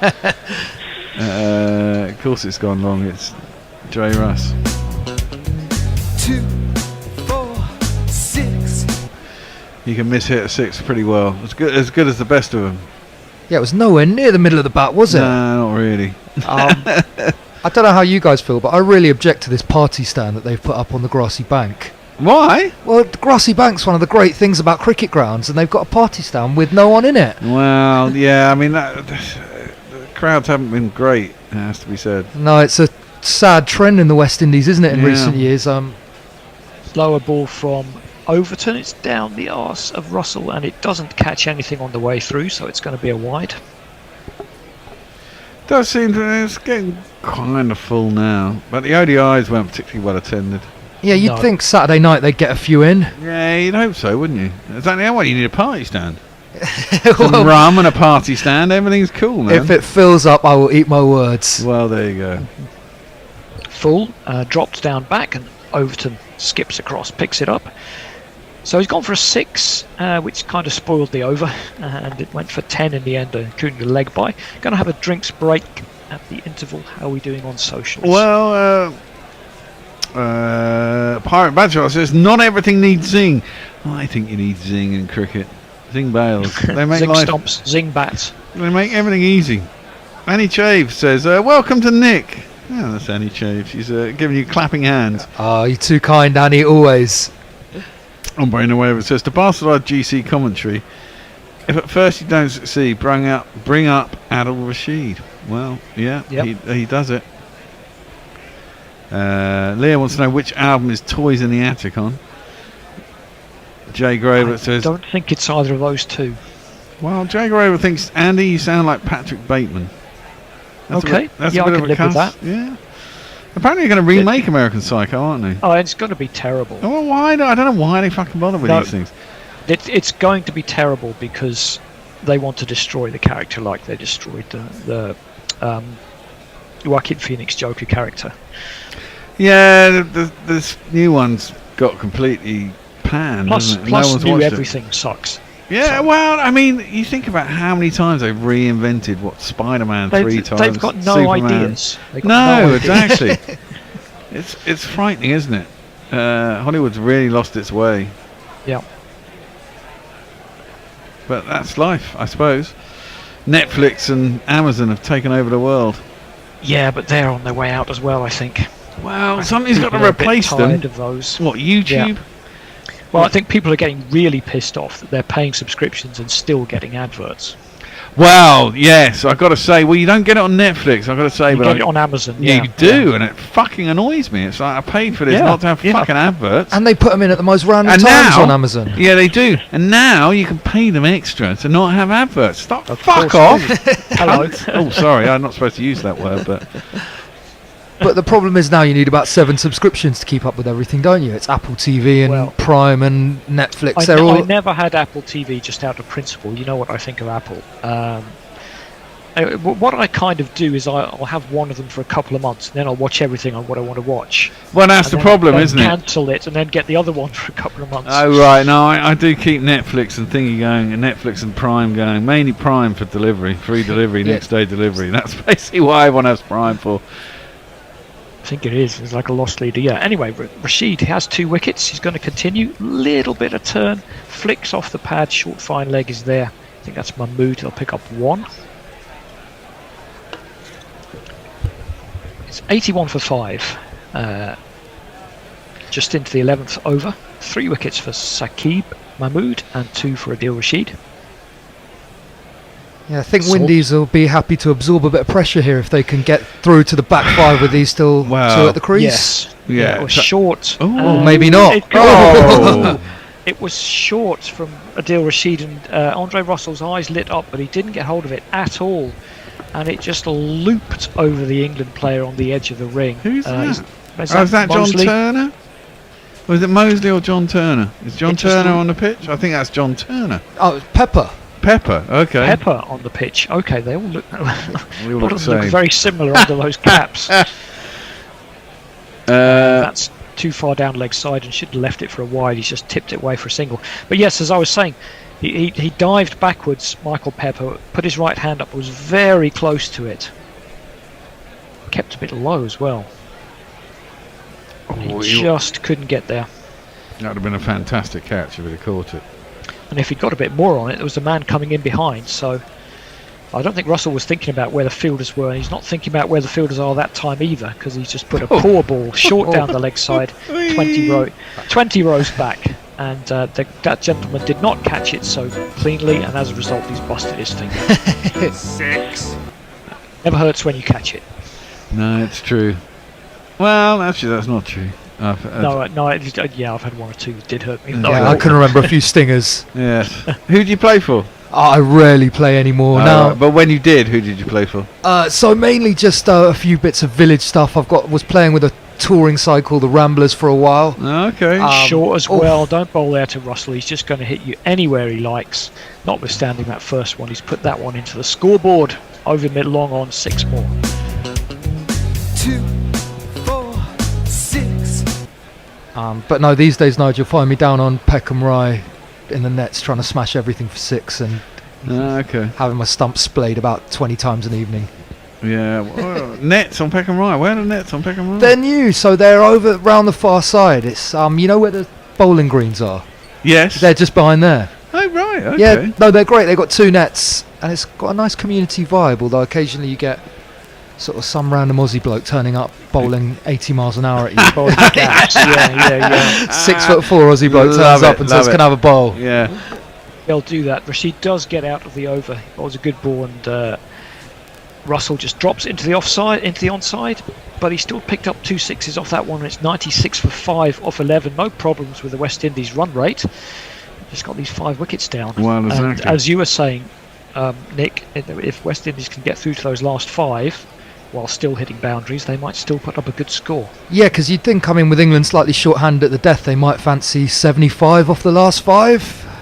With the right players in, yeah. I think England will be hoping one more wicket. That's But the these key, are their- isn't it? These are their 2 most destructive batsmen, Puran and Russell. But you can't just bowl short and give him 3 sixes. What? Barbados, the Kensington Oval capacity is 28,000. Barbados' entire population is only 208,000. Is that right?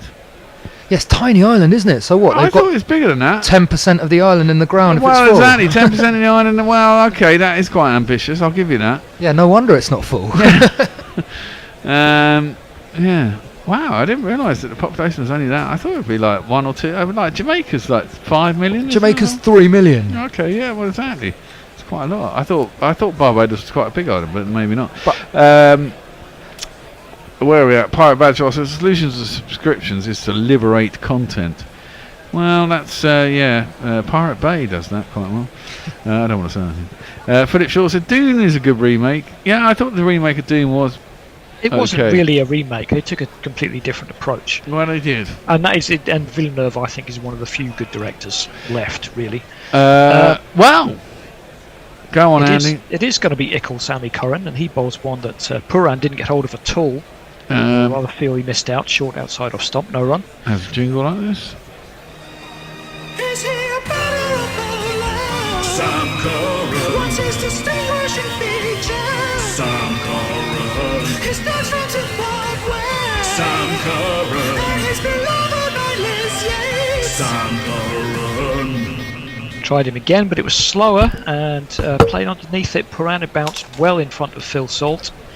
And he's mixing it up already, Curran. Yeah, it just seemed to die on the pitch a little bit, that one, didn't it? A few have, I think. England got a little bit of swing early on.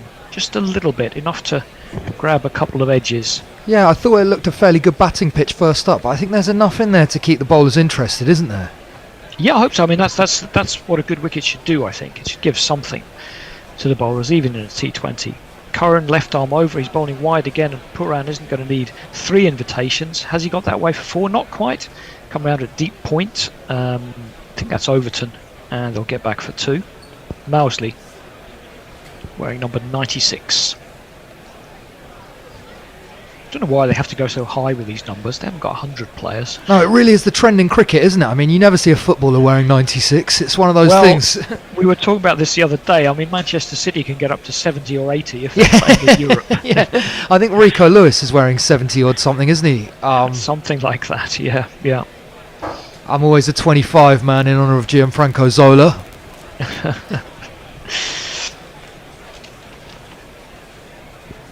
You are a Chelsea fan then, yes? I am indeed, sadly. Well, I had a missed opportunity today. I was thinking about going to a game. I didn't in the end. Curran's going to come in again. Left arm over is full that time. It's driven by Puran, and that gets through for a single. I was going to this game, which is a non-league game, but it's Real Bedford. You might have seen them in the news sort of last year because some people gave them £4 million. And anyway, for some reason, Gus Poyet and Mauricio Tirico turned up at this game to watch, and they showed pictures of it afterwards. Chelsea legend Gus Poyet. Good old Gus. It was pretty good. I liked Gus. So I could have been glad handing with Gus Poyet, which just goes to show you should get out of the house instead of sitting here all day. Mind you, I might not have got back for this. That would have been the problem. No. Curran's in again. He's short, and you wouldn't think Russell would shy away from the popgun bowling of Sam Curran, but he does. And in fact, I think he might have hit him, but it's just like, a table tennis ball to him. I think he got his head out of the way. Yeah, he's swayed a couple, hasn't he? always think of Dre taking those on, but he's obviously biding his time. In fact, it was quite well directed. It got up around the grill, even if it's not particularly express pace. It's always one of those cliches as well, isn't it, that Sam Curran's got a sort of sharper bouncer than you'd expect for someone who bowls. Wow. Well, if he can get out of this one, because he's only gone for 3 runs in 5 balls, here he comes. It's a good one. It's a Yorker, and Russell drops the bat on it, was trying to move away, and I think Curran followed him down the leg side. Just a single. Good over from Curran, just the 4. 100 for 5 off 12. Well, yeah. Mog says, don't forget these content producers penchant for randomly removing entire series, never to be seen again for no apparent reason.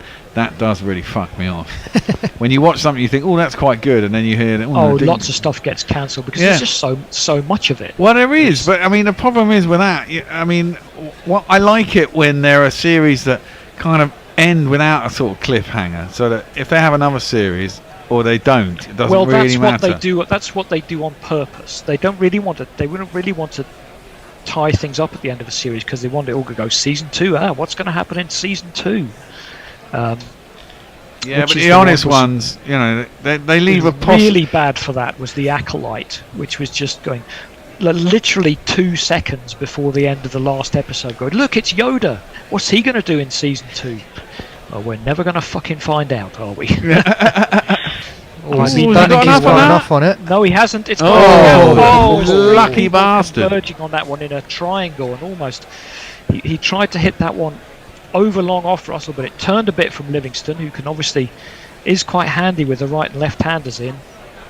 He bowled a leg spinner. He didn't get hold of it. Russell, it's gone way up in the air, but somehow he's put it right in the middle of 3 fielders. Well, it took him a sighter to get hold of Rashid, so it will do with this one. That's well bowled by Livingston, and Russell just drops it into the offside for no run. You don't want him there in 20 balls time. It'd be No, yeah. And they'll still get to 200 if that happens. And he's on 24 or 15 already, and it doesn't feel like he's done all that much. That's gone straight. That's gone a miles. Absolutely thumped it. It was a length ball. He just let it turn, hit through it. Not a particularly straight bat, but it went straight as a die, and didn't see it come down. No, I think it went over the top of the stand. Other side of the island, that one. It's gone miles. And Livingston's not averse to a big hit, but he was on the receiving end of one there. Yeah, did go out the ground. Yeah. Well, it's smashed another solar panel. Yeah, I think we'll be needing a new ball there. Yeah. Halfway up the solar, one bounce on the solar panels and off into the night. That was enormous. Yeah, that was a big hit, and it wasn't a bad ball. Well, it was a bit short. No, I don't think it was. I think it was length. Russell just didn't care, just hit through it.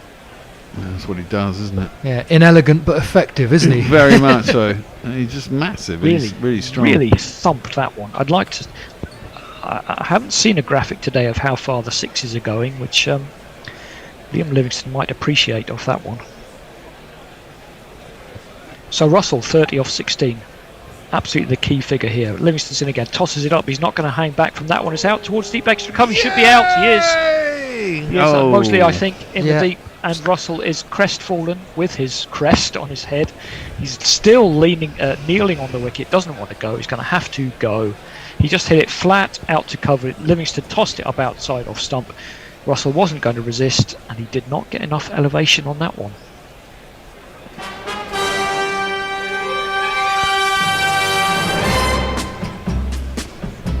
Can't believe he's done it. Look at those biceps. I know, he is enormous. Let me get some, while we're waiting for the next batsman. It was Mosley. I'm starting to tell them apart. Shit. Yeah. Sorry. I forgot to change something on the website. Thank you for that. I didn't know that. I should have known that, but I didn't know that. The radio feed says it's the wrong thing. So I'm going to change that whilst you two talk. And Romario Shepherd's a fairly big boy too, isn't he? I was going to say, he looks pretty stacked as well. These boys must be, I'm sure they're doing big competitions in the gym, who can press the most. Yeah, and I would have thought those two are fairly top of the pile. And I saw him go off in one, I think it was the 20th over of a match for Mumbai Indians this last season in the IPL. So He can hit a few sixes, but I think he would be wanting his entry point to be slightly later than the Be a 13th bit over. later. Yeah. Yeah, We'll very see much how so. he approaches it. Well, he has a jingle that goes like this.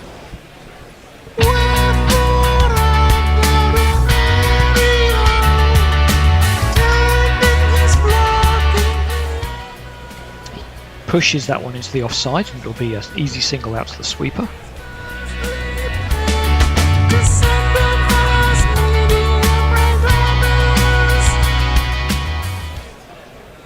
And really, Nick, anything that Livingston bowled into Russell's arc, he was going to try out. He hit a 6, he hit one in between 3 fielders, and he was caught. Yeah. Well, yeah. Absolutely, no, he was going to go for everything, wasn't he? Which I have to say, I think was maybe the slightly wrong game plan. I think if he'd waited for the pace, there were runs to be had, and now the West Indies look in a really tricky spot, don't they? They are, and they've only got 109. They can't really afford to dig in too much. That turns a bit from Livingston bowling the off spinner to the left-hander. Well, there is only 7 overs left after this. You might as well just keep going, I reckon. Yeah, no, we've only got the 4 wickets left. Are we changing now or the next one? No, what's it say? 1 to 13. Yes, the 14th over is the next one. Basically, Will is in hospital. So if either of you two want to hang in there for... Why don't you hang in there, Nick? And Do you want to hang in, Nick? Sure thing, yeah. Cool. Yep. You just carry on doing what you're doing then. Perfect. Mog will come in and take over from Andy. You can have a little break. I'll take over the ball by ball. West Indies 109 for 6, only 4 extras, ain't so bad. 13 overs done. Well, Reece Topley's injured and he's off. England have got enough bowlers to cover it. Jamie Overton is in. Of course, it says 1.2 overs because he finished off an over for. Does that mean he can bowl 4.2 overs, or he cannot bowl a? No, I think he's only going to be able to bowl 3.2. Okay, right. That's into the pads of Romario Shepherd. It goes down, drops down. Salt comes across, tries to field it, and there is no run. And we've got one more from Rash, one more from Saqib, and then a couple from Curran. We've got Mousley. Mousley will probably have another. Maybe. Haven't possibly. seen any of Bethel, but. Bethel can possibly bowl as well, can't he? Yeah, so there's plenty of options. They've only got to find 1 over then, potentially, from another bowler. Well, Mousley's already bowled 1 anyway, hasn't he? So they can probably get away with Overton only bowling 3. Is Jofra rested or injured? Do anyone know? I think he's rested. Oh, now that's flat and that's out. That's a good catch. Very well taken Poor by Anne. Joss. Finally, 38 off 28. He's batted quite well.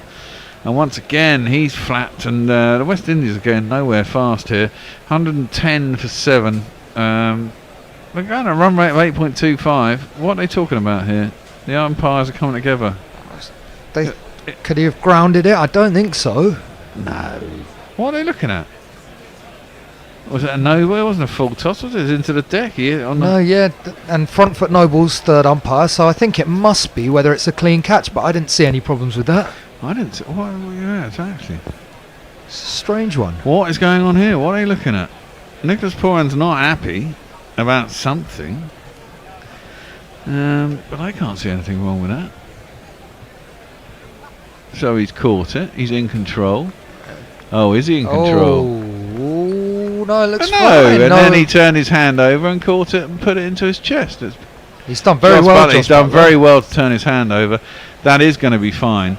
I can see what they were doing. They thought he might have turned over and grounded it, much like Mitchell Stark, which was so obviously not fucking out. I mean, how he tried to think that was a catch, I mean, slammed it into the ground and put it. It's unfortunate, but that's life.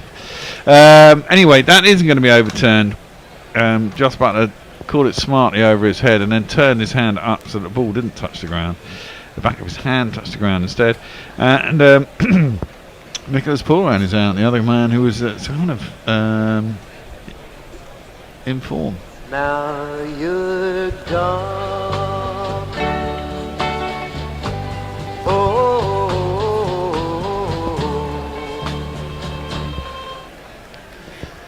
Fielders seem to be getting better at that hand turn post Startgate. I thought Roston Chase's one to get rid of Bethel the other day was really sharp.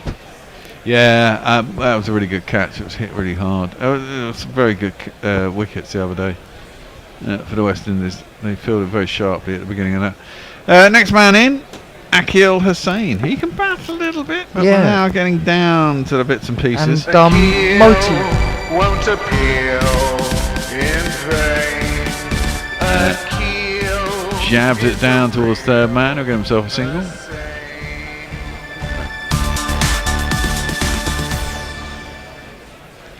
Just didn't hit that very well, did Paul? And he was trying to turn it into the leg side, and it was too wide, and that sort of broke at his hands and just flew off the top half of the bat. Good catch, Butler. really clothed it, didn't he? And there have been a few where it seems to maybe, I don't know, just held up in the pitch a bit. And there's a bit of that, isn't there? But yeah, still a bit of batting to come for the Windies. I was very impressed with Gudakesh Moti's batting in Sri Lanka. I didn't know that was a string to his bow, but he took one of the spinners down for an over of 20 odd. Well, don't give him the spinners. Talons don't tend to like pace, do they? But they're quite happy to hit it through the arc on a. But I think from here, West Indies would probably be pretty happy if they can get up to 150 plus. Yeah, we've got 6 overs left. 6, that'd be 36. Yeah, I think they could still potentially get 170. 170. I think 170 would keep them in the game. I think it probably would, and considering they've lost all these wickets, that wouldn't be bad going. It's 4 runs anyway.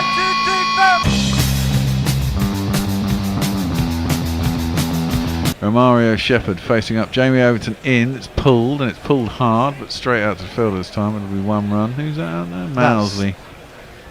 I'm going Mousley, not Mosley. No, I agree with you, Nigel. I'm on Mousley. It's basically Mouse without an E. It looks like Mouse, doesn't it? Yes. So it must be Mousley. Where are you, Mog?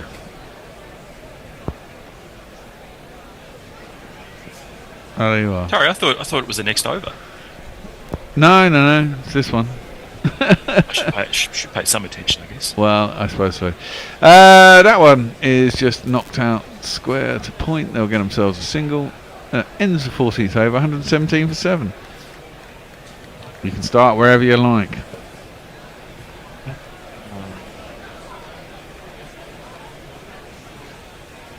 There's a lot of talk about Doom. I don't know what we're up to. Yeah, a lot of people talking about June. Pirate Badger was slandering David Lynch's greatest ever movie. And, I thought the original. Disgusting. I thought the original Doom was okay.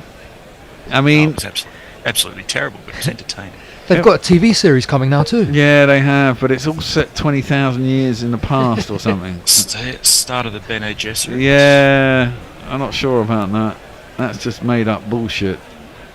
It's all made up bullshit. Well, it is, but at least it's already set down as made up bullshit in the books. It's all that shite's in the books as well. What? The not much beloved prequels and shit written by his son and various other trash cans. Oh, okay, fair enough. I haven't read them. Although I don't know if this show is based on any of the books specifically. Well, Adil Rashid's going to bowl his last over. He's got 2 for 20 and 3 so far. He's going to bowl at Akil Hussain. Tosses it up. He just knocks it out to cover, and there is no run. Guess they're going to just look for the bad ball and try and hit a boundary 2 times an over or something like that. So they get 8 and over from here. What, 6, 8 to what? 48. Got to get them 170. 170 and a few. Yeah, it would do. It'd be interesting to see whether that's competitive. That one is slashed out to cover, and there is no run.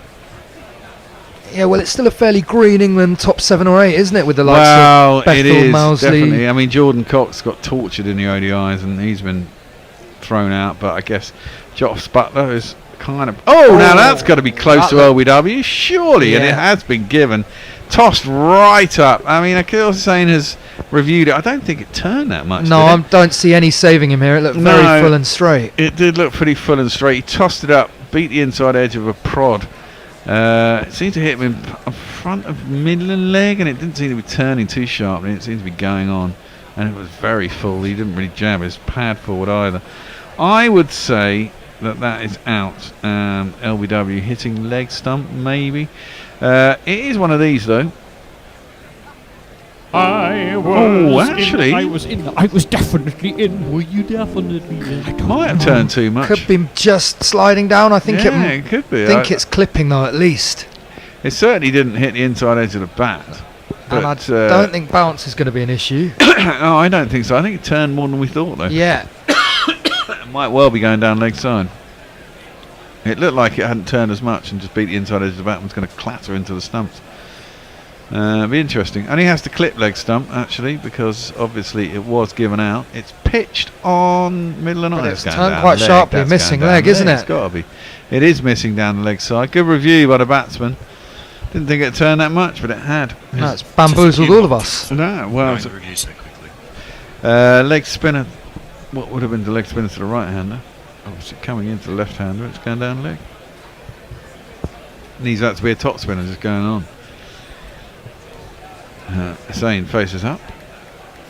Tossed up again. Oh, no, that's a better shout. Surely. That one's also been given out. You're going to review that one too? He is going to review it too. I think it's second time lucky for Rash. I think so. I don't think that turned as much. I think it was a bit further across towards off a little bit. And didn't turn as much. Got a big smile on his face. I think he knows. Yeah, I think he knows on that one. Akira was saying doesn't look happy. And it was back pad, wasn't it? It's always... Was it back pad? He was just very much on a crease. Let's have a look. This one's tossed up. Pitched outside off. It's hit him in line. Now the question is this time, I think that's going on to hit the stumps. I think so. The angle isn't as acute as last time on the spin back. It's further across towards off stump. It's definitely hit him in line. The question is, has it got a little tickle on the inside edge? It's close to the bat. Yeah, the gloves are there or thereabouts, aren't they? I don't think he knows for sure. It did look like it deviated a tiny little bit. Did you think so? I didn't think it deviated. Well, I'm going to have a look here. And there isn't anything. So it's not hit anything. And it hasn't hit the front pad. So it has hit the back leg. In which case, he's stuffed, is my bet. Hitting in front of middle and off. There ain't no saving on that one. That's middle and leg. That one is out. So he got one review. Next ball, he didn't get a review. And Adil Rashid has him. It's he has 3 for 20. Another wicket is down. Well, it was LBW, so we'll give him that one. LB, LB, LB,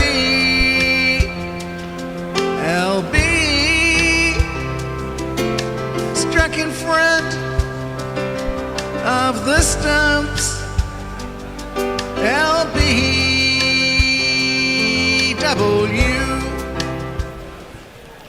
Lovely. It was LBW. Now, Gideon Moti is coming in at number 9. So only 2 wickets left, which means Jamal Jovis is coming in at number 11. Bridgetown, Guyana, where he had his first nets, to his debut against Bangladesh. He ain't no kid, but his face is fresh. An island boy named Gudekesh, who took his chance when spinning the ball in his second test, got a 13-hole. Go, go. Go, Moti, go, go, go. Go, Moti, go, go, go.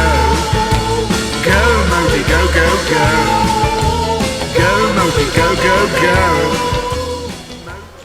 Tossed up and hit hard. It's a big swing. It has, and he's got all of it. Moti has got a 6 off his first delivery. And he smashed it way back over long on. Likes a bit of well, you were saying earlier.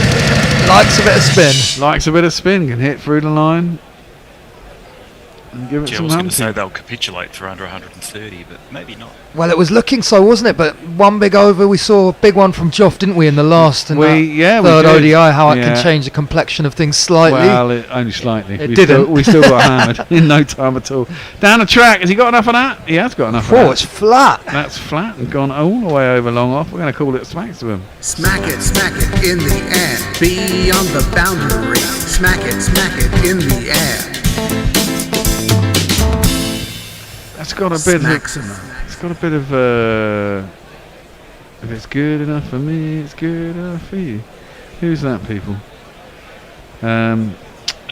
You've done such a good job of conveying it, I have no idea.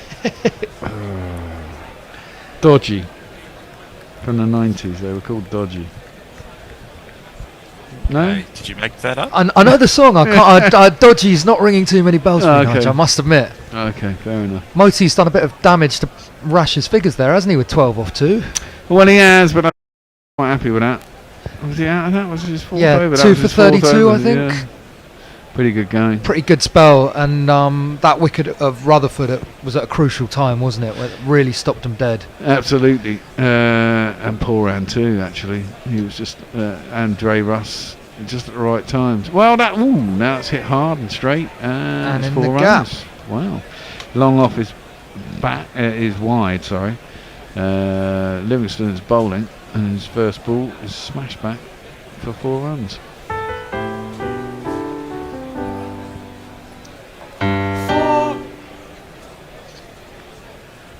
Next ball is a little bit straighter, still reasonably short and on the back foot. Romario Shepherd. And Romario Shepherd has hit very fast, quick, big runs. Yeah, absolutely. And we saw actually during the tests in England, didn't we, in the summer, that Shamar Joseph can hit a few too. So they might still carry a little bit of hope for 160. Well, they might do it. Just they've got to bat out the overs for that to happen, haven't they? But they've still got to. I mean, to be fair, you might as well carry on going. They can all hit a long ball. Yeah. You're better off getting 6 and out than 3 and in 9 balls or something stupid. I think they'll look back and rue those soft early wickets. Yes. They got such a powerful middle order that you just got to give them a platform, don't you? You do indeed, and that's that's why you've got to get early wickets if you're Oppo, aren't you? You know, and they did today. Next ball just played out in the offside, and there was a single. Moti's back on strike. 12 off 2 for Moti, 11 off 8 for Shepherd. So I mean, strike rates are never a problem. It's just staying there long enough. Livingston's around the wicket. Presumably he'll just bowl. Yeah, he just bowls the off break. That doesn't matter because he's driven it wide of long off this time. Joey Overton's down there, but he can't make it around. It'll be another 4 runs. Moti looking a nice touch, isn't he? Yeah. 16 off 3. Over 400% strike rate. He's not hanging around. He ain't. Livingston tosses that one up wide. Probably given as a wide as well, and it has indeed been given as a wide. Tossed it too far wide. We've got 8 boundaries and 11 sixes. 8 4s and 11 sixes in this innings. That's the way they do it, isn't it? They love hitting sixes, they the Windies. That one's worked into leg side by Moti. He wants 2, and they're going to get 2, I think. Yeah, it's not cleanly fielded by the man running in at deep square leg, which allows them to get through for a clean 2. Maybe the party stand's getting going. Yeah, it's speckled, isn't it? A few people there drinking their rum. Over on the YouTubes, Diana Patterson says, "Hello, Mark." Hello, Diana. I seem not to have noticed this game is going to happen as life is happening here, but it's nice to see you all and everyone's dedication. Yeah, life is happening. I'm sure it is, Diana. Crazy life over there, but hey. What, in Canada? Well, yeah, but it's still just across the border, isn't it? And I'm sure it's just a shit show. A shit show, yeah. But hey, crazy Americans voted that way. They're entitled Democracy to in action. Democracy in action, as you say. Problem with democracy is that people are fucking stupid. Well, it's a cruel beast. I didn't want to say it, Mog. I didn't want to say it, but you know. 141 for 8 after 16 overs. And little Sammy Curran is going to bowl. He's got 4 off his first over. Bowled pretty well. He's going to bowl at Romario Shepherd. Another big unit with big biceps. He can hit it a long bloody way. I reckon he'll fancy a bit of Sammy Curran with these short boundaries. Yeah, you'd have thought so, wouldn't you? If it's anywhere straight, it's going. Ooh. He's bowled it across him. Did he take any pace off that? I'm not sure he did, actually. He did. 112 Ks. And he mistimed it, missed the cut, missed the edge, threw it to keeper. No run.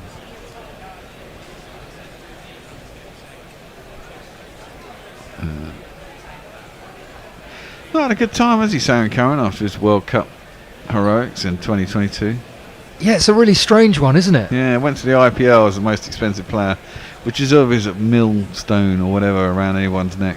Yeah, and he seems to be one of these players who gets big contracts year after year in the IPL, but never really lives up to them. Well, it was a 2-year contract, wasn't it? So yeah. He got picked up straight after the World Cup, and then that's him sort of for 2 years. 1.2 million a year or something for 2 years, wasn't it?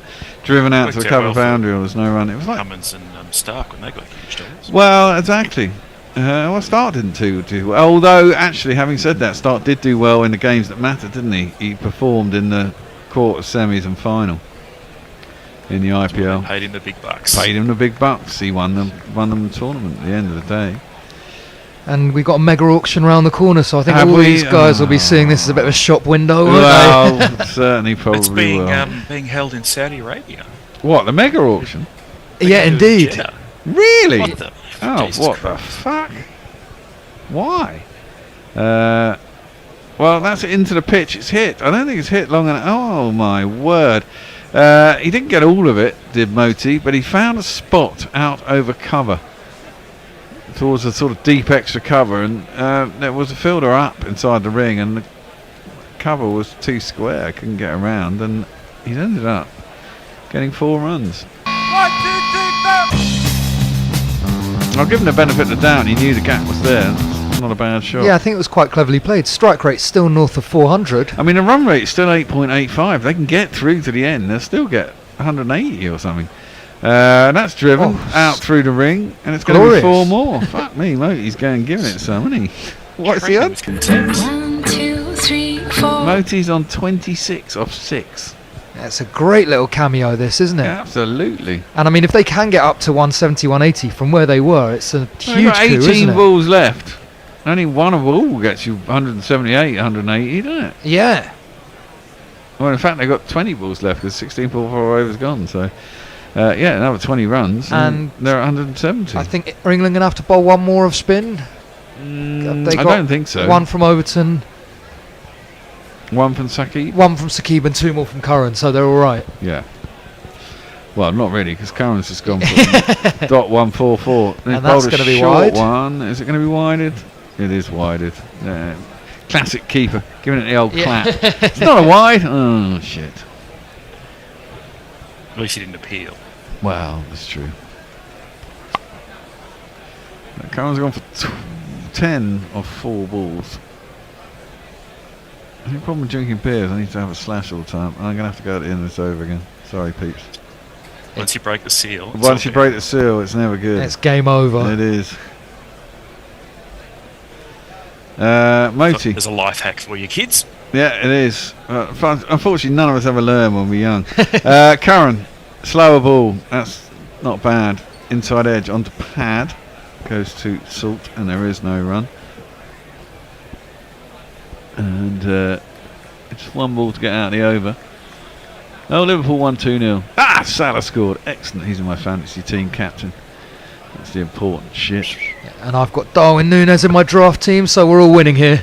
And Liverpool 28, 5 points clear at the top of the Premier League. Well, who'd have thought that with a new manager at the beginning of the season? Sammy Curran bowls another slow ball. It's played up towards long on. It will be a single. Moti 27 off 8, Shepherd 12 off 10, 152 for 8 after 17. Give us some socials, Mog. Lockie says, the Gorillas have my sympathy for having to spend time out of their lives on this walk of a match. Wait, no, he meant wank of a game. Okay, fair enough. Let's see if anybody's polluted their lives with Twitter. And the answer to that is, fortunately, no. Well, I don't know if you agree, Mog, but I think this T20 series has got a bit more about it than the ODIs did, with some of the Windy stars back, Butler back. Yeah, I don't know. I'm clutching at straws here a little bit. And that's going to be 4 more, isn't it? Off the outside edge from Moti, but it runs away nonetheless. Just threw the bat out there and away it went. Yeah, and they're tickling their way up towards a decent score here, aren't they? I suppose it depends which version of England shows up. Yeah, well, it's going to be interesting. I think it's a big series for Will Jacks, who hasn't quite done it for England in T20 cricket, and be interesting to see what England do with their batting lineup. I mean, Sam Curran hasn't gone well at 6 or 7, but Livingston seems to have made that number 4 spot his own for now. Well, hoping that Butler kicks in and makes himself useful. I thought Sammy Curran. Actually, I mean, I'm I used to be a fan of Sammy Curran. I think he's on the edge of the periphery, but as that one is guided down towards third man. It'll just be a single. He's kind of there or thereabouts anyway, isn't he? It's just the fact is he's really not quick enough as a bowler. If he was 4 miles an hour quicker and batted like he did, he'd be a very useful player. Oh, he'd be a totally different proposition, wouldn't he? Yeah, but he's not. And if he was also about 4 or 5 if you're on inches the edge taller. of the periphery, does that mean it's the periphery? Well, I don't know. Could be. So, he's batted all right in those ODIs. To be fair, that's clipped nicely and clipped square by Romario Shepherd, and he gets himself 4 runs. They're certainly cracking on here. 1, 2, 3, 4. And as Andy said, they just carried on going, and this could be a competitive score. Yeah, that 350 I've got is looking yeah, back in play just about. Yeah, it is 175 aside. Was it just over, isn't it? Yeah, it was over. Yeah, just over. So it's 355. So I think I probably need about 180, don't I? Yeah, minimum. 177. Yeah, one. If it's over, if it is, I presume it's over 355 and a half. Yeah, I think you're bang on. And so you'll probably need 178 as a score, and England to win on that. By the way. Yeah. Well, Moti is just motoring along. How many boundaries has he scored? What's he on? It's 32 off 10. I think there are 5 boundaries in there. Well, Mario Shepherd facing up though. He cut that only as far as point. Sammy Curran fields. That's a dot ball. Run rate's 9.03. I mean, it could be competitive. It really could. I don't know what the scores are. I see Tech Tony and his stats. Well, I was reading this morning that I think 170's been the sort of par score at Bridgetown in recent times. Well, there you go. So they're not doing too bad. England 8 minutes. Well, okay. Well, that's heaved into the leg side. It's fielded out. And you still wonder if they might have cow. one big over in them and could get. Well, they could. It all could collapse in a heap, isn't it? You are down at the tail. Yeah. I see, Mog, that we have. Super chat. Super chat. It is from Lockie, who gives $2 and says, "Make stop. This game is over and me needs sleep." This game isn't over by any stretch of the imagination. We've had a rain delay. No, I don't think so either. A couple of early wickets, and West Indies, I think, still right in this. Yes. And pigeons, etc., etc. I mean, this is it. England just don't have a particularly deep batting lineup, especially for T20. You need some power hitters, and who have we got? I mean, let's look at Mousley at 7. Saki Mahmood, Joffre's not in it, is he? Adil Rashid, who else is Overton cracks a fairly long Jamie ball. I guess if Jamie Overton comes in at 8 in a T20, it's not so bad, is it? Depends when he comes in. Well, I guess. Well, Reece Topley, who gives a shit? If you get down to Reece Topley, they're probably not winning anyway. That one is bumped down too long off and there's no run. But will he be able to bat?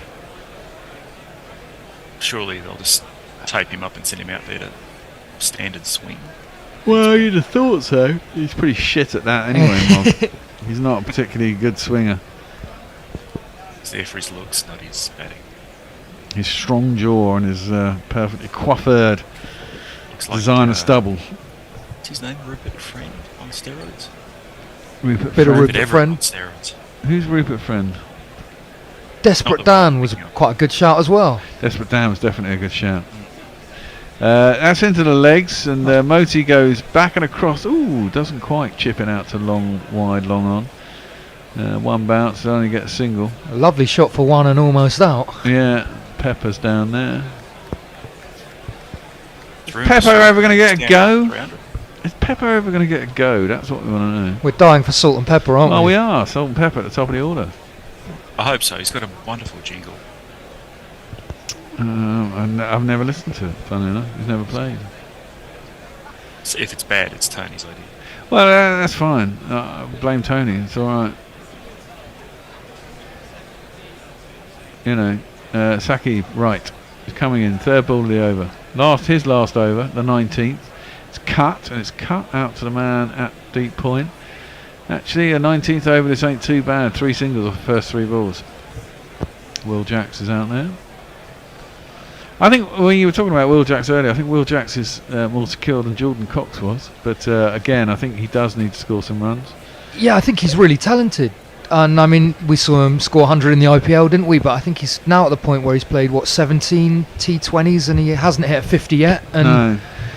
you do wonder how long they can keep persevering with players. Well, I think if you get 20s and 30s at the top of the order in double quick time and you get through to the 4th over, it's not the end of the world. Oh, you're quite right, Nigel. If you're striking at 150 and you're getting 25 regularly, then you're doing all right, aren't you? This is it. I mean, we judge 50s and stuff. I think it's just you can't expect to get to 50 even every time. I mean, if you're trying to slog from the top, the odds are quite a few times you're going to fuck it up. As I said, even the best batsman. You're up against the best bowlers with a newish ball. Slashed at by Moti, wide of his off stump. It's not a wide, and it's gone through to the keeper. So 3 singles and a dot in the 19th over. It's a good over from Saqib so far. Moti 33 off 12. Run rate dropping all the time. Shepherd's 19 off 16, and the West Indies have lost wickets at the wrong times, but shows their potential actually in the side if they get it right. Wickets in hand, you think they 240s in danger, isn't it? Exactly. Well, that should be a wide. Is it going to be a wide? It is a wide. Yeah, it's dropped short, and Moti tried to tap it from over his head. He didn't get anything on it, but it went through to the keeper. It'll be a wide. Pardon me. Hipping you up, you know what, Mog? It's getting towards that hour, isn't it? In this life now, from being a night owl, as I explained the other day, I regularly fall asleep in front of the news at about 10:20 in the evening with a laptop on my lap, reading a news article, and the next thing I know it's 2 in the morning. Which is very strange. It's very disconcerting actually as you get older. Slashed out again by Moti. This time I don't think it is a wide. He has got away with that one. It's going to be a dot ball. Slowing into the pitch.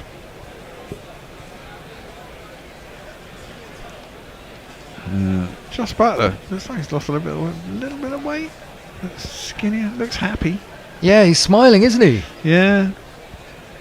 I heard an interview with him today where it sounded like he took McCullum's comments to heart, and he was saying, "I'm going to have a big smile on my face." He's got hold of that, Moti, but has he got enough? No, he hasn't. Moti has gone, and there is the 9th wicket. Slapped out the cow corner, but that's a great innings from Moti at number 9, essentially. Number 10 even, isn't he? He's coming at 10. He's got 33 or 14. And a lot of boundaries and some big hitting. And that's just what his team needed. There's only 1 over left after this one. They managed to get through to the end. You got if everyone can hit and you've got 11 wickets, you might as well use the 10 that you can get out. Yeah, it shows the value of batting deep, doesn't it? Yeah, it does indeed. And we have to say goodbye. The crowd says, the crowd says, the crowd says you're out. And the last man in is another man who can hit. It is this man. Jesus, Mary, and shame our Joseph. Who's this coming up out in the lists? Is it a warrior of times gone by? By Christ, it's a West Indian quick.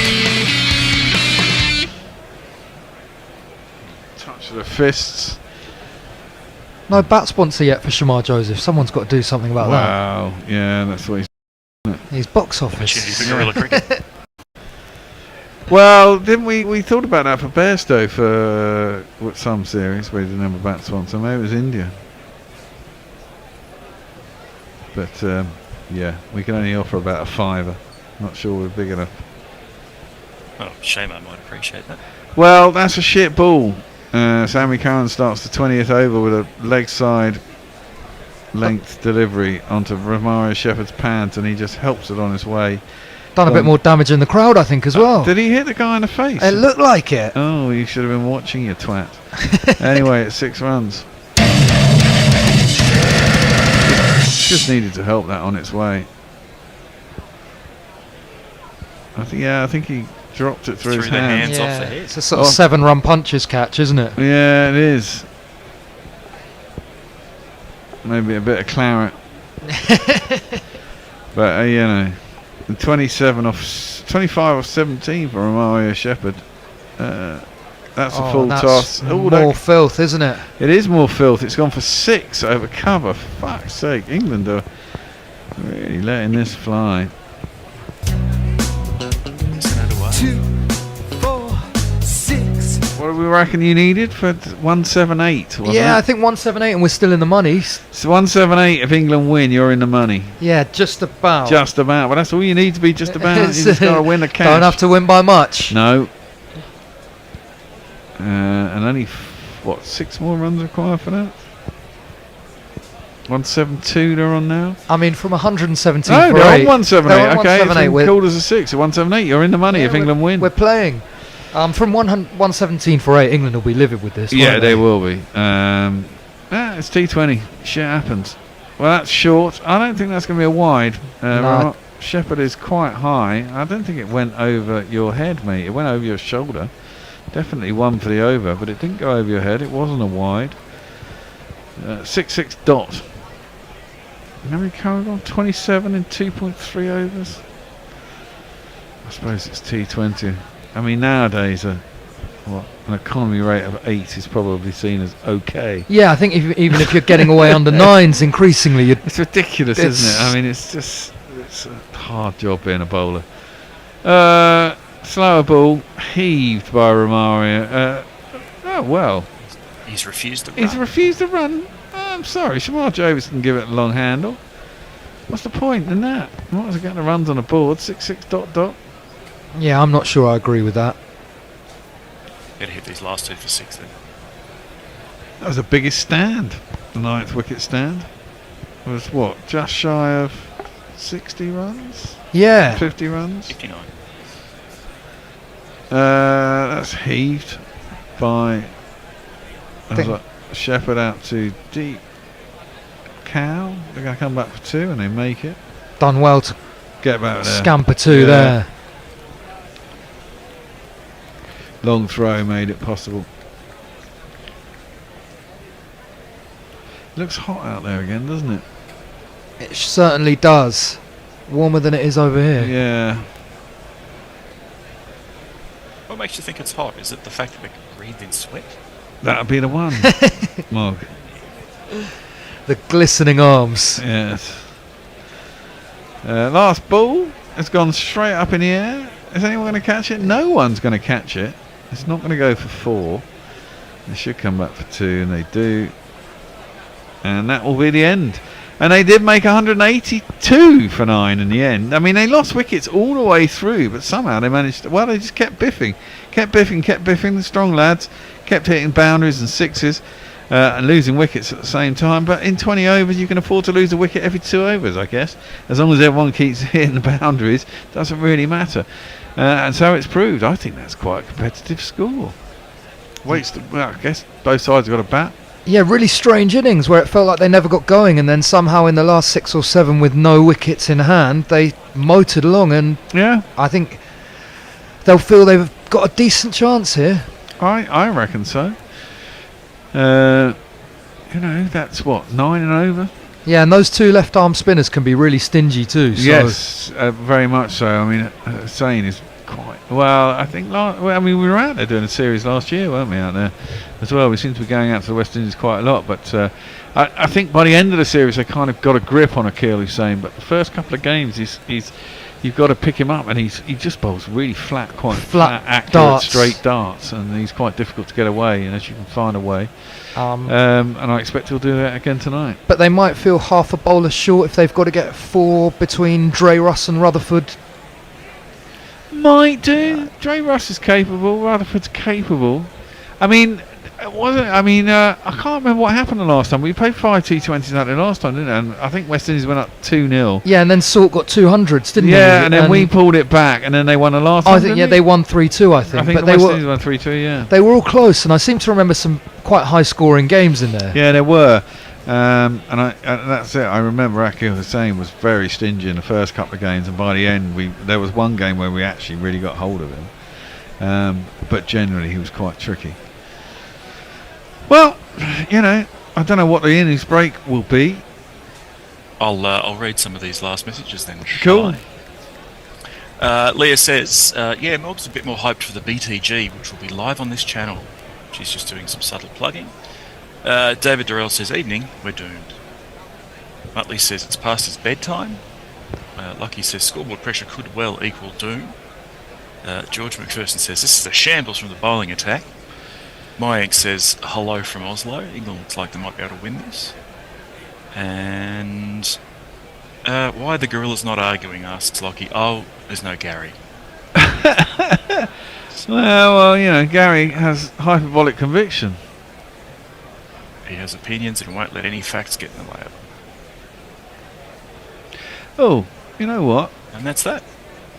There you go. As we're doing T20s, and we've got a whole back catalogue of fucking thingies. Here's a time when we were doing highlights, and this is the World Cup 23 T20 final. India versus Australia. Ahmedabad. Oh, no. This is this is the World Cup final that didn't go the right way. Anyway, enjoy. We'll be back. You won't get to the end of this anyway. It's 44 minutes long, but it's quite fun. We'll see you when they come back.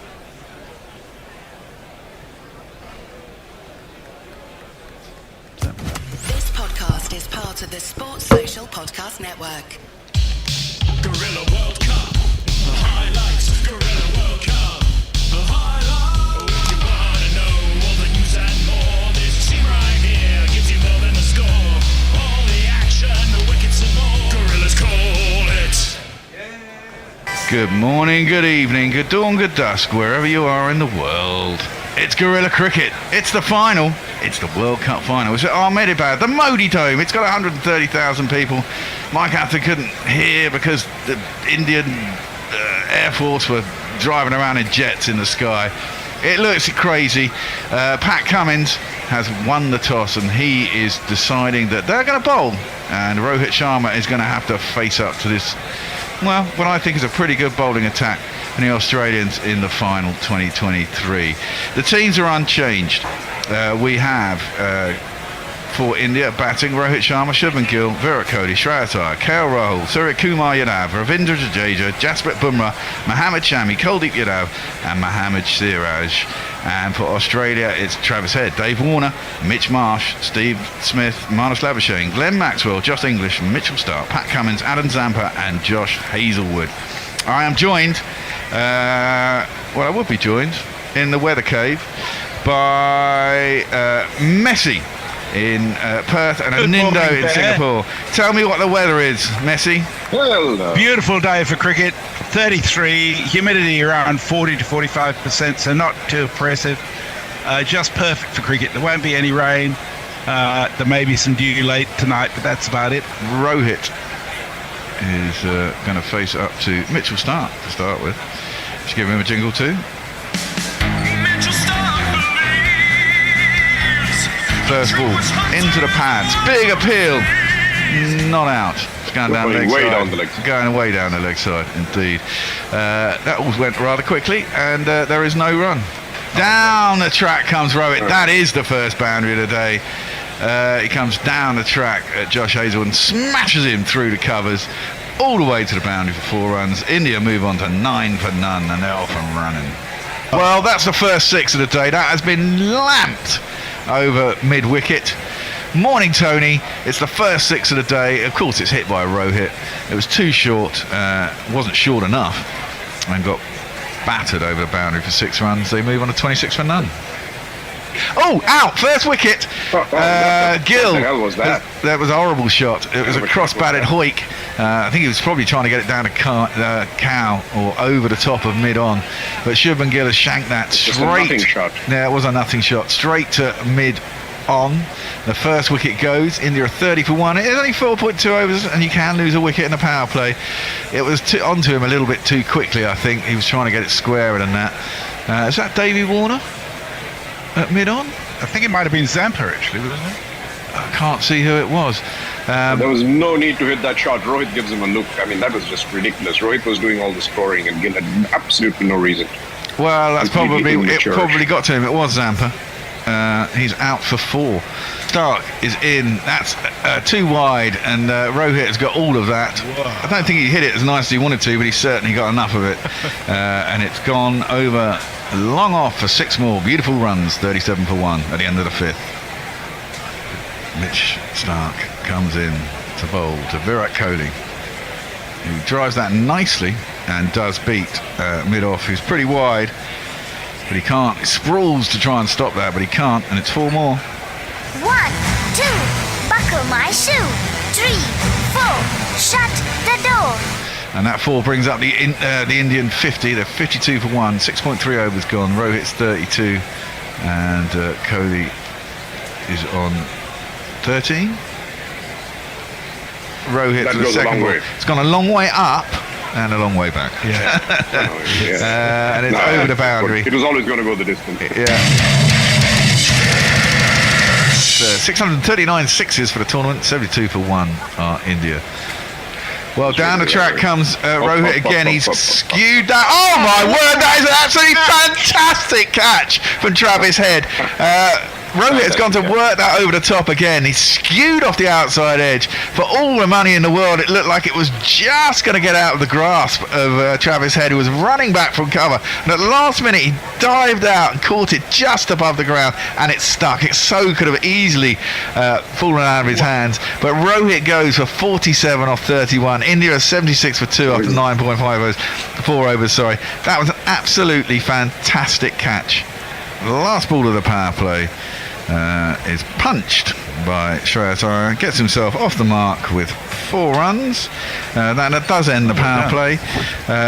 India are 80 for 2 after 10 overs. Kohli is 23 off 20. Shreyas Iyer is 4 off 2. And going on nicely. 20 overs. Oh, Cummins is in, the keeper's gone up, they like it, and the umpire, well, I don't know if he likes it, but he's given it out. Shreyas is caught behind. We'll wait and see. The Virat just turned his back on him, saying, don't ask me, mate, on your way. And that's another big wicket, and suddenly, in the space of 4 balls, this game has flown towards Australia. Shreyas is out for 4, and it's 81 for 3. Punched up to long on by Kohli off the back foot. That's going to bring up 100 for India. They are 100 for 3 off 15.4 overs. Kohli is 34 and KL Rahul 9. That one's clipped into the leg side, but it's a good over from Marsh. Still nothing but a single. No boundaries in our 10 over stint and no wickets, and just not much happening. But India advancing the score by 35 runs in those 10 overs. They're 115 for 3 off 20. Zampa is going to bowl. It's a rank long hop, which Kohli smashes only as far as long on.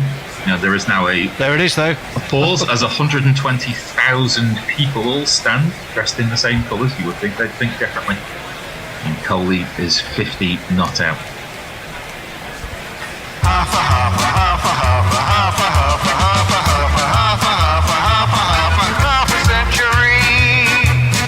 Ninth time he's reached 50 in this ODI tournament.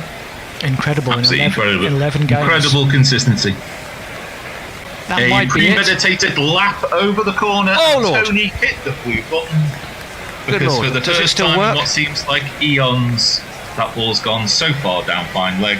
That's 4 runs. So many choices. I'm going to play this one.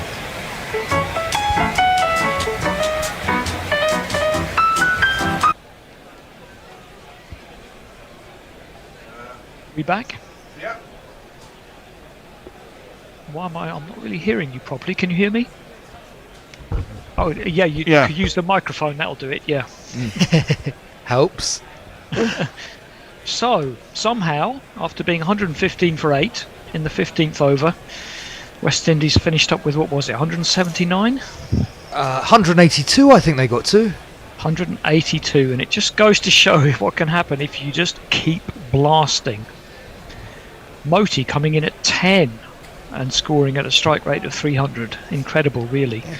And a pretty shocking last over from Curran didn't help. So England, after looking completely in control of this game, suddenly have a fair bit to do. And looks like we're going to get Akil Hussain with a new ball here. I think that's a good ploy from the West Indies. I think Phil Salt especially would rather be facing a bit of pace first up. They often do with the right-handers bat. Well, Jax is left-handed, isn't he? No, I think they're both right-handed, these two. Yeah. Quite a right-handed, very right-handed top order, isn't it, with Butler and Livingston coming in next. Then a couple of... Right. That's been the case for England for quite a while, and it's been a bit of criticism of them. But then you've got a couple of lefties in Bethel and Curran, so I wonder if we might see something a bit funky with the batting order. It's a possibility, but you've got to figure that kind of... Well, in advance you've got 4 right-handers at the top. But we'll see. We're not super sure Butler's going to come in 3, but we're assuming so, especially he's not opening. So, do you want to jingle him up, or are we going to just... Well, he's going to bowl this ball anyway. Hussain, he's got to slip left arm around the right-handed Salt. It's short into the pads and seemed to go through everything. And Salt's maybe a little bit lucky. That one didn't hit him on the pad and bounce onto the stumps. Well, yeah. I shall play some jingles. Don't know what he's appealing for, mind you.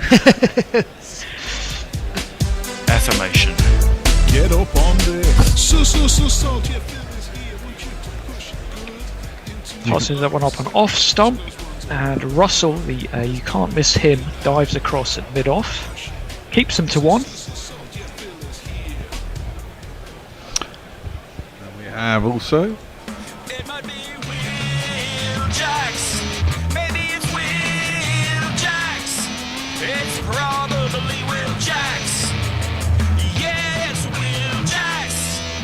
A kill won't appeal in vain.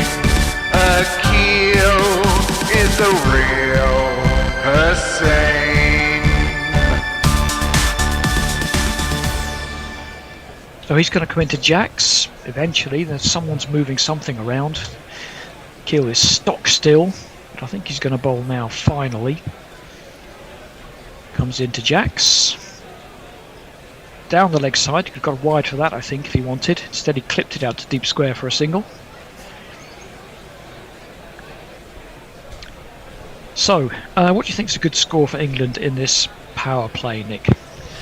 I think wickets in hand's got to be the focus. I think if they can get to even 35-40 for no wicket after 6, they'll be feeling very happy. I think the danger is if you lose 2 or 3, 180 can start to feel quite far away, especially with a fairly inexperienced lower middle order coming with the likes of... Oh, he's given that one a clump Salt, and that's a poor piece of fielding at long on. He rather ran past the ball, whoever that was. I think it's... No, I'm not quite sure who that is. Rovman Powell down there, I think. Yes, it's another one of the West Indies big units. Big unit, and I heard he runs the 100 metres in about 10 seconds. Well, he ran too fast that time. He ran right past the ball. Gone right off his shin. But yeah, I think if they can keep wickets in hand, they should be able to control this chase. I think the danger is if you can expose the likes of Mousley, Bethel, Overton too early, things could go haywire. Defends that one, Salt, back to the bowler. He certainly got hold of that previous one, hit it very flat. Catchable height, but it was past the bowler's right hand. England 6 for no wicket, 183 the target. Hussain to complete the over, tosses it up, back to him, slightly inside out there from Salt. End of the over, 6 for naught. Did we get any socials coming in over the break? We did. A couple of people made comments on the stuff that was being played during the break, which is very embarrassing, and I don't want to name names, Philip Shaw. Extra Cover K says, tough chase for the English. And Lockie says, can you feel the doom tonight? It's enough to make gorillas and vagabonds fully shite. Interesting scorecard for the West Indies, 182 for 9. Top score was only 38. 4 batsmen in the 30s, but all at a good rate. In the end, Saqib Mahmood, England's best bowler, with 4 for 34. Always nice to see Saqib Mahmood with an England shirt on, isn't it, after the injuries he's had? Yep, and for the West Indies, it's going to be Dre Ross. Like I say, can't miss him. I think Shakespeare used to call that a coxcomb he has on his head. So big, you'd have to try pretty hard to miss it. You would. He's going to bowl to Jax. onto the pads, hits the pad, they get through for a quick single. It's a good one. Fine leg, not quite in quickly enough. And bowling at decent pace, Trey. There was a time a couple of years ago when I thought he was fully in teams as a batting finisher, but his bowling seems a little bit resurgent, and he somehow tends to pick up lots of wickets. He's certainly a canny bowler. It's more shoulder. He's almost ambling in. It's all shoulder. He's got a big shoulder to bowl with. Yeah, he's got enough of them. Yeah. I wonder what he can shoulder press. It's about 4 times as much as me. Your body weight or how much you can either. That one's flicked up in the air by Jax, but he's got that over the fielder at mid-on. It's plugged a little bit. You can see that ground has been softened, and he'll skip through for 2. Do you reckon Marcus Stoinis watches this and goes, geez, I wish I could get arms like these guys? Probably. Is he in the picture at the moment? No, for Australia? I haven't seen him showing up in any Shield games either, so... No, I haven't seen him on a cricket field for a while. Maybe he's been in the gym. Quite probably. Changing the field, they're bringing third man up and dropping mid-on back to long on. So those 2 men are out on the leg side, which does imply that Russell is going to fire this one in towards the body. No, outside off stump, and he gets the treatment as a result, though it hasn't really gone all that far. Fielder chased after it, was never going to get there, and has managed to sort of knee the ball towards the boundary. It was never going for 4 otherwise. He was chasing back to try and catch it. It bounced up, it hit him in the leg, and suddenly zoomed towards the boundary, and he was just able to make up the ground and undo it with his foot. God, that was the kind of fielding I used to see in the 4th team. Yeah, it's a couple of village bits of fielding in these first 2 overs, aren't there? I mean, that's the classic, when the ball isn't going to go for 4 and then the fielder boots it so that it then is. He somehow end up booting it over the line. Yeah, seen that a few times. It's a move straight off the rugby field. I saw a guy once tried to do one of those forward sliding catches where you dive underneath it about 10 yards in from the rope as Russell comes in onto middle stumps, flicked away nicely by Jax, down to deep square, get a single. You know what I mean, where you dive underneath it. Yeah, I'm always terrified of those, that's going to sort of come up and knock my teeth out. Well, I wouldn't do it. What happened was it hit him on the thigh and bounced over for 6. It was going to bounce like 10 yards in front of the rope. He was quite a fat guy, obviously. He had a bounce off the hip, off the thigh.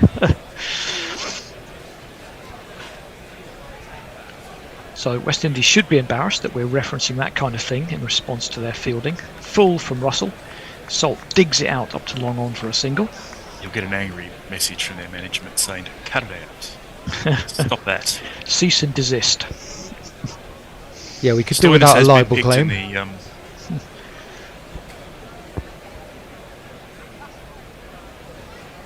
I know. It was difficult to get hold of the... one of us in England, one of us in Australia, but we'll get there. The timing can be difficult. That's carved away over point for 6. Why is Russell bowling out there to that field? Answers on a postcard.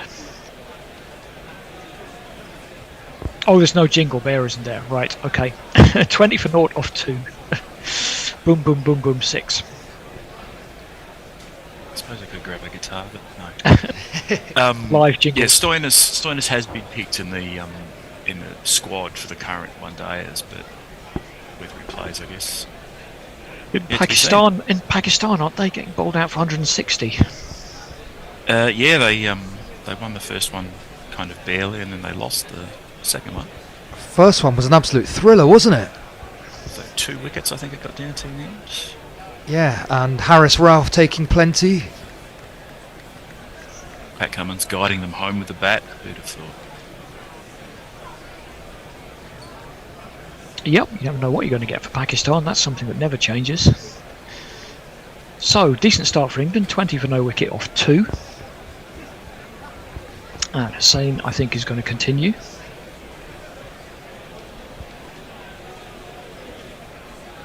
Oh, we've got measurements on the 6s now. We seem to have... I don't think that was a 6 he hit, though. it seems to be showing us a different 6, or it just always puts it in the same direction. I'm not sure if I trust that graphic.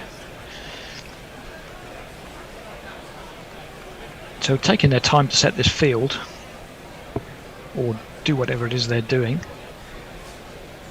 Now we can't see anything because someone stepped in front of the camera, but we'll finally get there.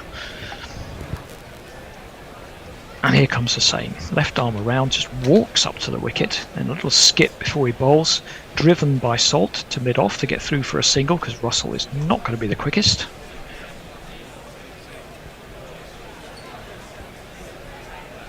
Salt really does stay leg side to these spinners, doesn't he, and looks to hit everything through the offside.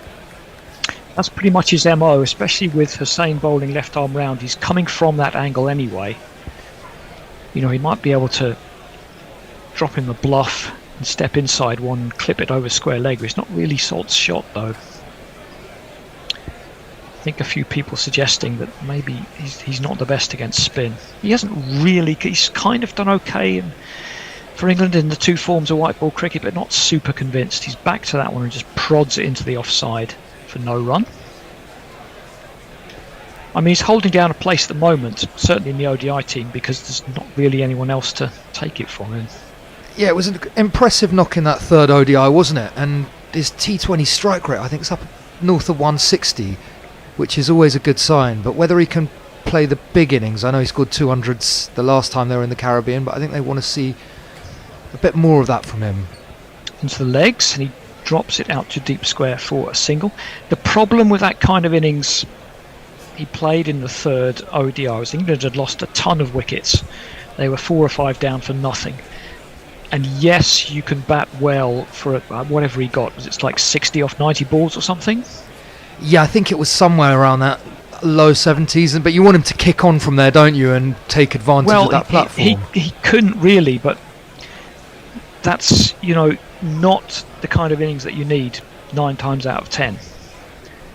And it's often the kind of innings that doesn't win the game anyway, as exactly what happened. West Indies cruised it. Plays that one back to the bowler for no run. So it's sort of good in the circumstances, but it doesn't say a lot for how he fits into a winning ODI team, if you see what I'm saying. Yeah, no, I do. It was sort of a bit 90s, wasn't it? Well, it was the innings for the situation. Nothing wrong with that. But he's got to be putting in ODIs. You know, your openers have got to start putting up hundreds. That one is played into the offside, into the ring, picked up at extra cover. Hasn't got away this over. Just the 2 so far. 22 for no wicket. Hussein's been quite tidy. Puffs out his cheeks, walks into the wicket. And that is up in the air from Salt. It's long enough. The fielder was right there, but it was 3 yards over his head, and that's 6 over long on.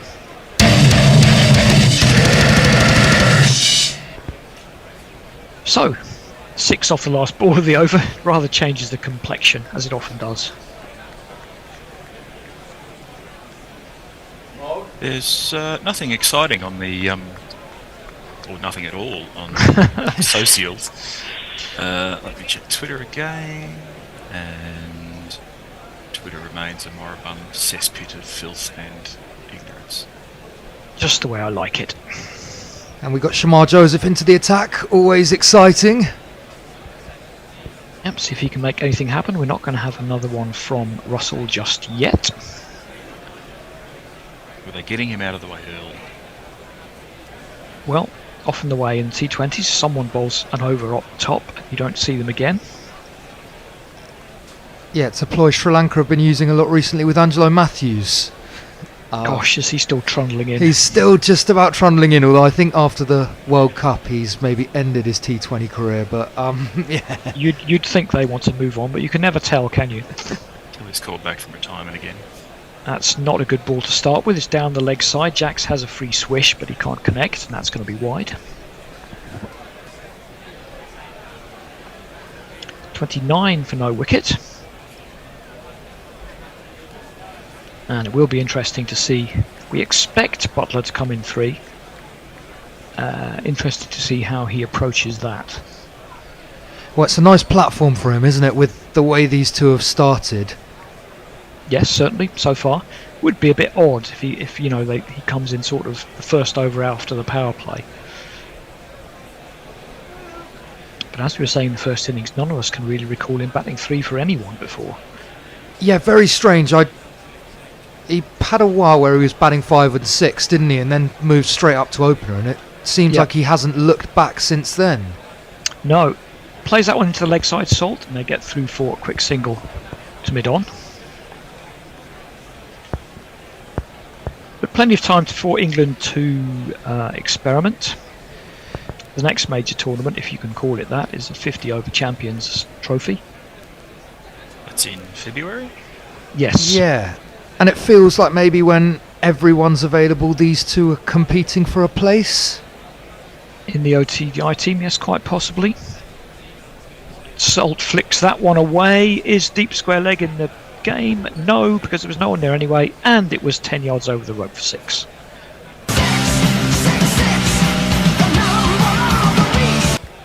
Yeah, he doesn't really look comfortable, like say, playing to leg, Salt, but he managed to shovel that one away. It was an ugly shot, wasn't it? But it certainly was effective. On these short boundaries, I feel like you don't need to get it quite out the middle of the bat when it's coming at high pace. No. Going back to Champions Trophy, of course, we say it's in Pakistan, but India have said nope. And instead of like any other sport in the world going, okay, well, you're not playing then, cricket is going to bend over backwards and host them in the UAE or something. Absolutely ridiculous. It's carved away into the offside by Salt again. There's no one out there. Might be 6 more. That might have just sneaked over the line at backward point.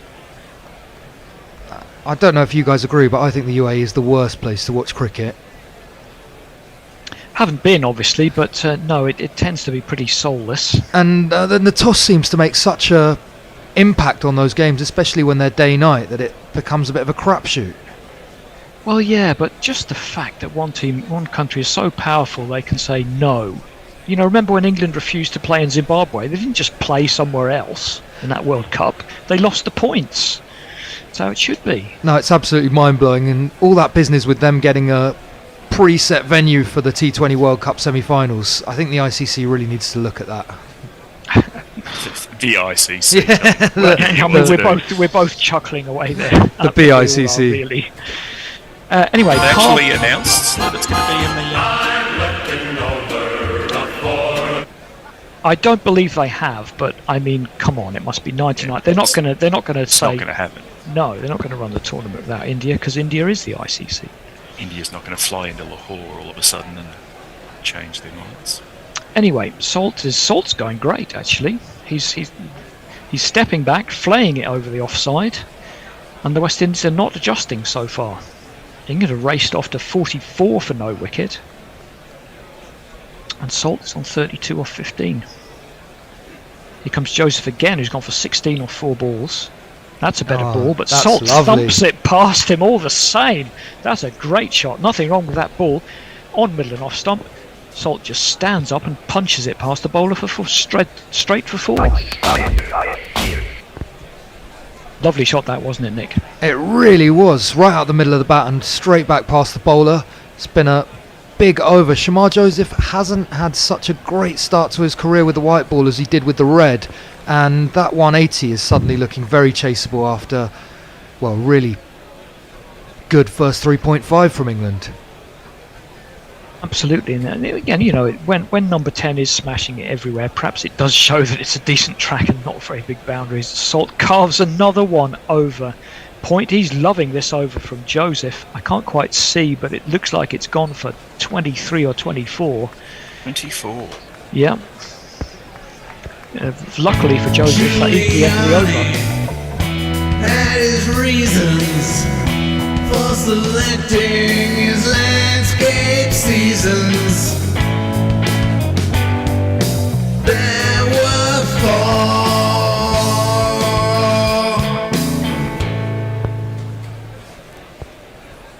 Anything else on the socials game? Okay, catch us up, Twitter, YouTube, all the usual platforms. Wake up, you bastards. This is the first crucial T20 of this 5-game series. A game that will be long remembered. Right. Well, Hussain is going to continue. He's kept it tight enough. It's what's been happening at the other end. It's a concern for the West Indies. Also, Jacks is just there on 10 off 7, so this might be a bit calmer. Indeed it is. He just pops it up towards mid-wicket. That's a very careless piece of fielding. Dives to his left. Should have cut that off. The West Indies starting to look a bit rattled. Yeah, they've been sloppy in the field, haven't they? Which you can't afford when you're defending something which looks like it's less than par. Yeah, it is. And it's the kind of thing that can be very annoying as a bowler. One batsman is flying, you've got the other one on strike, and then someone misfields it and you have to bowl at the guy who's smashing it again. There a few times. It's Salt. Let's see what he can do with the spin of Hussain. He just punches it into the covers and one fielder jumps over the ball. But because his mate was right behind him, and I'm not sure Salt saw that, he was able to dive back in. He'd gone quite a few steps down the wicket. I think he made it back. Yeah, he had to get moving though, didn't he there, Salt? He put the dive on. Yeah, because one fielder dived over the ball, but that might have obscured his view slightly of the second fielder, who was set back a bit behind extra cover. But no damage done. Except to his dignity. Except his dignity and a bit of a laundry bill for his shirt, I'm sure. Scrape the tattoo off his arms on that abrasive pitch. Here comes Hussain again. And a similar shot, but Point gets down to it that time, and they do get through. No, they don't. He gets sent back again. That was good fielding that time. Yeah, a couple of good bits of work. Like should have been a run there though. Showing a bit too much respect to the field. I think so. He's on the floor, and well, he might have turned around and pinged it in. Salt at the moment trying to step away and pierce that offside ring field. Is he going to try and go over the top this time? Nope, tries it again, and Point dives across again and picks it up. So West Indies keeping a grip on it with this plan anyway. With all this leaping and diving, we might have the West Indies' newest gold medalist in gymnastics or something. Or indeed, yes, synchronised diving or something like that. Yeah, is that Evan Lewis at Point? Ball seems to be following him like a magnet at the moment. Well, that's certainly Salt is keeping him busy in there. Now, is Hussain going to try and do anything different?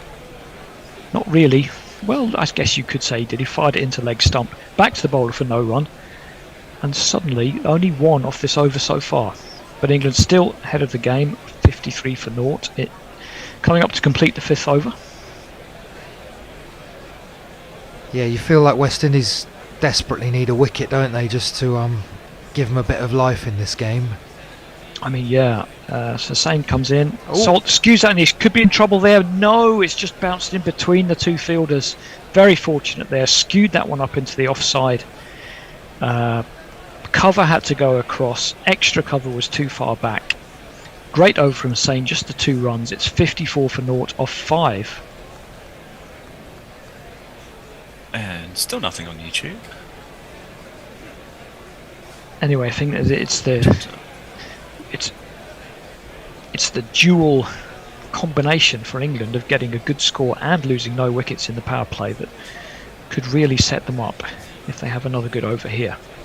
I don't think it's going to be the very memorable bowler who bowled the previous over from this end. Shamar Joseph. Shamar Joseph. No, I think he'll be removed. He'll want to forget it, yes. So we got Moti coming in. Interesting, yeah. Another Salt's left already arm got spinner. the highest score in the match. He has, in the power play of the second innings. From Georgetown, Guyana, where he had his first nets, to his debut against Bangladesh. He ain't no kid, but his face is fresh. An island boy named Wicket, who took his chance when spinning the ball in his second test, got a 13-hole. Go, go! And he looks like he's going to come into bowl, and he stops. You can see why West Indies have gone for this. The left arm spin was working from the other end. Not so much from this one. Salt has clubbed it up over mid-off for 6.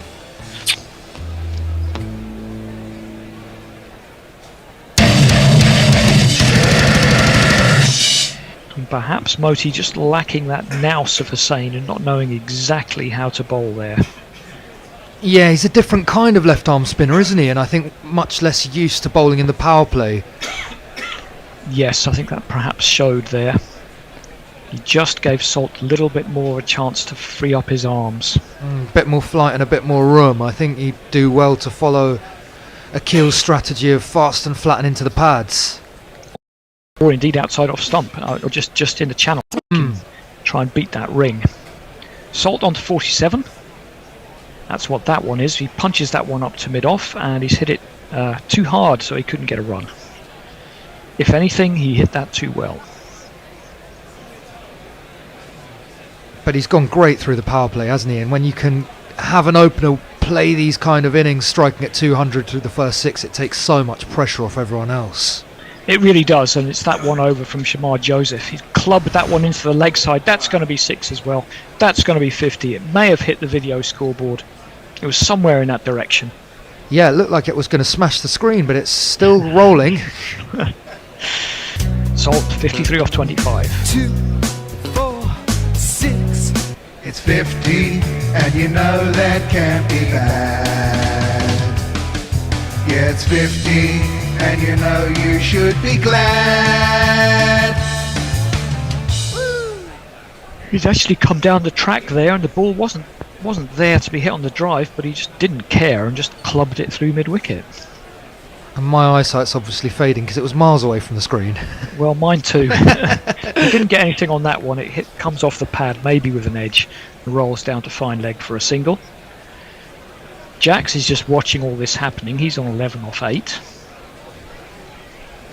And if you get him out, you've got Butler to come in. So, problems for the West Indies to solve. Yeah, looking very ominous for them, isn't it? And I've got to say I was surprised they didn't include Matthew Ford. Yep. Jax gets going. He's hit that one over mid-on, encouraged by the fact that mid-on was up, and in fact it's gone all the way for 6. The number of the day really hops and kicks. The number of the day is 6. Someone there was wearing an absolutely classic England 1982 football shirt with those red and blue bars on the shoulders. Yeah, it's a proper football shirt, that, isn't it? It really is. They don't make them like that anymore. No. 1 ball to go in the power play. And England 73 for naught, absolutely flying. Oh, and he's bowled him. Jax went down to sweep. It wasn't really there. He's not quite sure what happened. He's still 1 knee on the wicket while Moti's picked up his cap and is walking off. So, 1 for 19 for Moti off 1 over, which rather shows you how this power play has gone. So what actually happened on that wicket, Nick?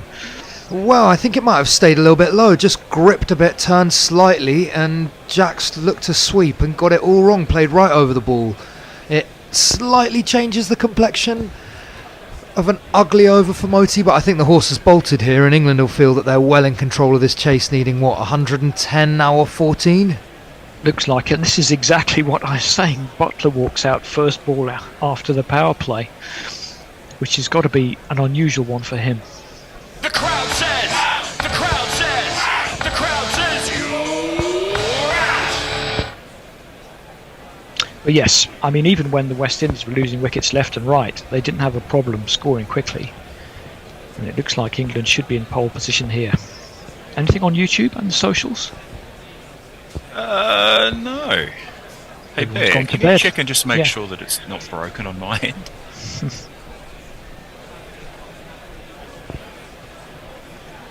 Anyway, just as soon as you got a wicket and you think things are going your way, out comes Jos Buttler.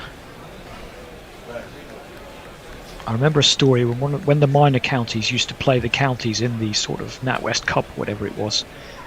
One of the minor counties are playing Worcestershire, and the bowler's doing his best, and they're sort of 30 for naught off 7. There's not much going on, and he gets a wicket, and he starts celebrating. Yeah, I got a wicket. And no one's joining in the celebration. You're going, why aren't you celebrating? Oh, you bloody idiot! Hick's going to come in now. And Graham Hick came in and smashed them everywhere. As long as it wasn't in a test match, that's he was pretty good in county cricket, yeah. Right, we're going to have Romario Shepherd. See what he can do. Phil Salt with his helmet strap hanging down loose. I think he always does that actually. And he has a big swish for that one. And he's seeing it so well, he's played that massively early. Didn't get anywhere near it.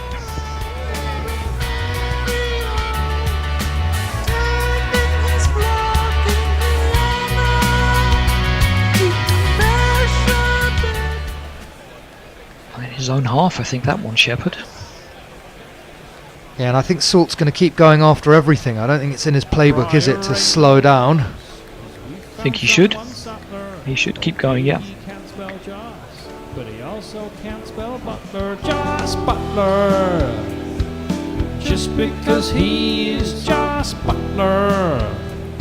One S and two T's. Joss Butler. A little bit of sawdust going down there. We did have that shower of rain earlier on. And we did have Reece Topley slipping in his delivery stride and hurting his knee, which then coming back on to bowl one ball, and it evidently didn't work out. Shepherd's in again, cut hard by Salt. There's a dive by cover, he can't get there, but deep extra cover can. Good work by the sweeper, he reels it in just about, and they'll keep them to 2. Yeah, right out the middle of the bat, that wasn't it? And he's timing it beautifully, Phil Salt. Crunched it, yeah, and that's 1,000 runs for Phil Salt in T20 internationals. As you said, Nick, a very healthy strike rate of 167. Yeah, if he can keep going at those, England will be pretty happy, won't they? Very good indeed, that strike rate. He may have felt he should have scored a few runs, but nothing wrong with the strike rate. Clubs that one up in the air. Oh, it just doesn't carry to Andre Russell, and he's maybe not the quickest at long off. He really didn't get hold of that one, Salt, and as a result it rather dropped down into no man's land, and Russell couldn't get up from long off quickly enough. Yeah, it was absolutely cloth, that, wasn't it? One of those where you hit it so badly that you get a reprieve. Yeah, with his slower ball, it probably stuck in the wicket a little bit. I think he feared the worst for a moment, Salt, but the expression on his face was, oh shit. He got away with it. Right, Butler's going to face his first ball. England are 76 for 1. They need 183 to win this game. We're just into the 7th over. We'll have a change at the end of this one. He carves that one down towards third man. Oh, what a catch! What a take that is! He didn't really get underneath it, just stuck up a hand, the fielder, and just grabbed it out of the air left-handed. It might be Moti. No one can quite believe it, least of all the fielder himself, least of all Joss Butler, who's gone first ball. Oh my God. Moti it was. Stop being shit. Just really flapped at that Butler. Yeah, that was...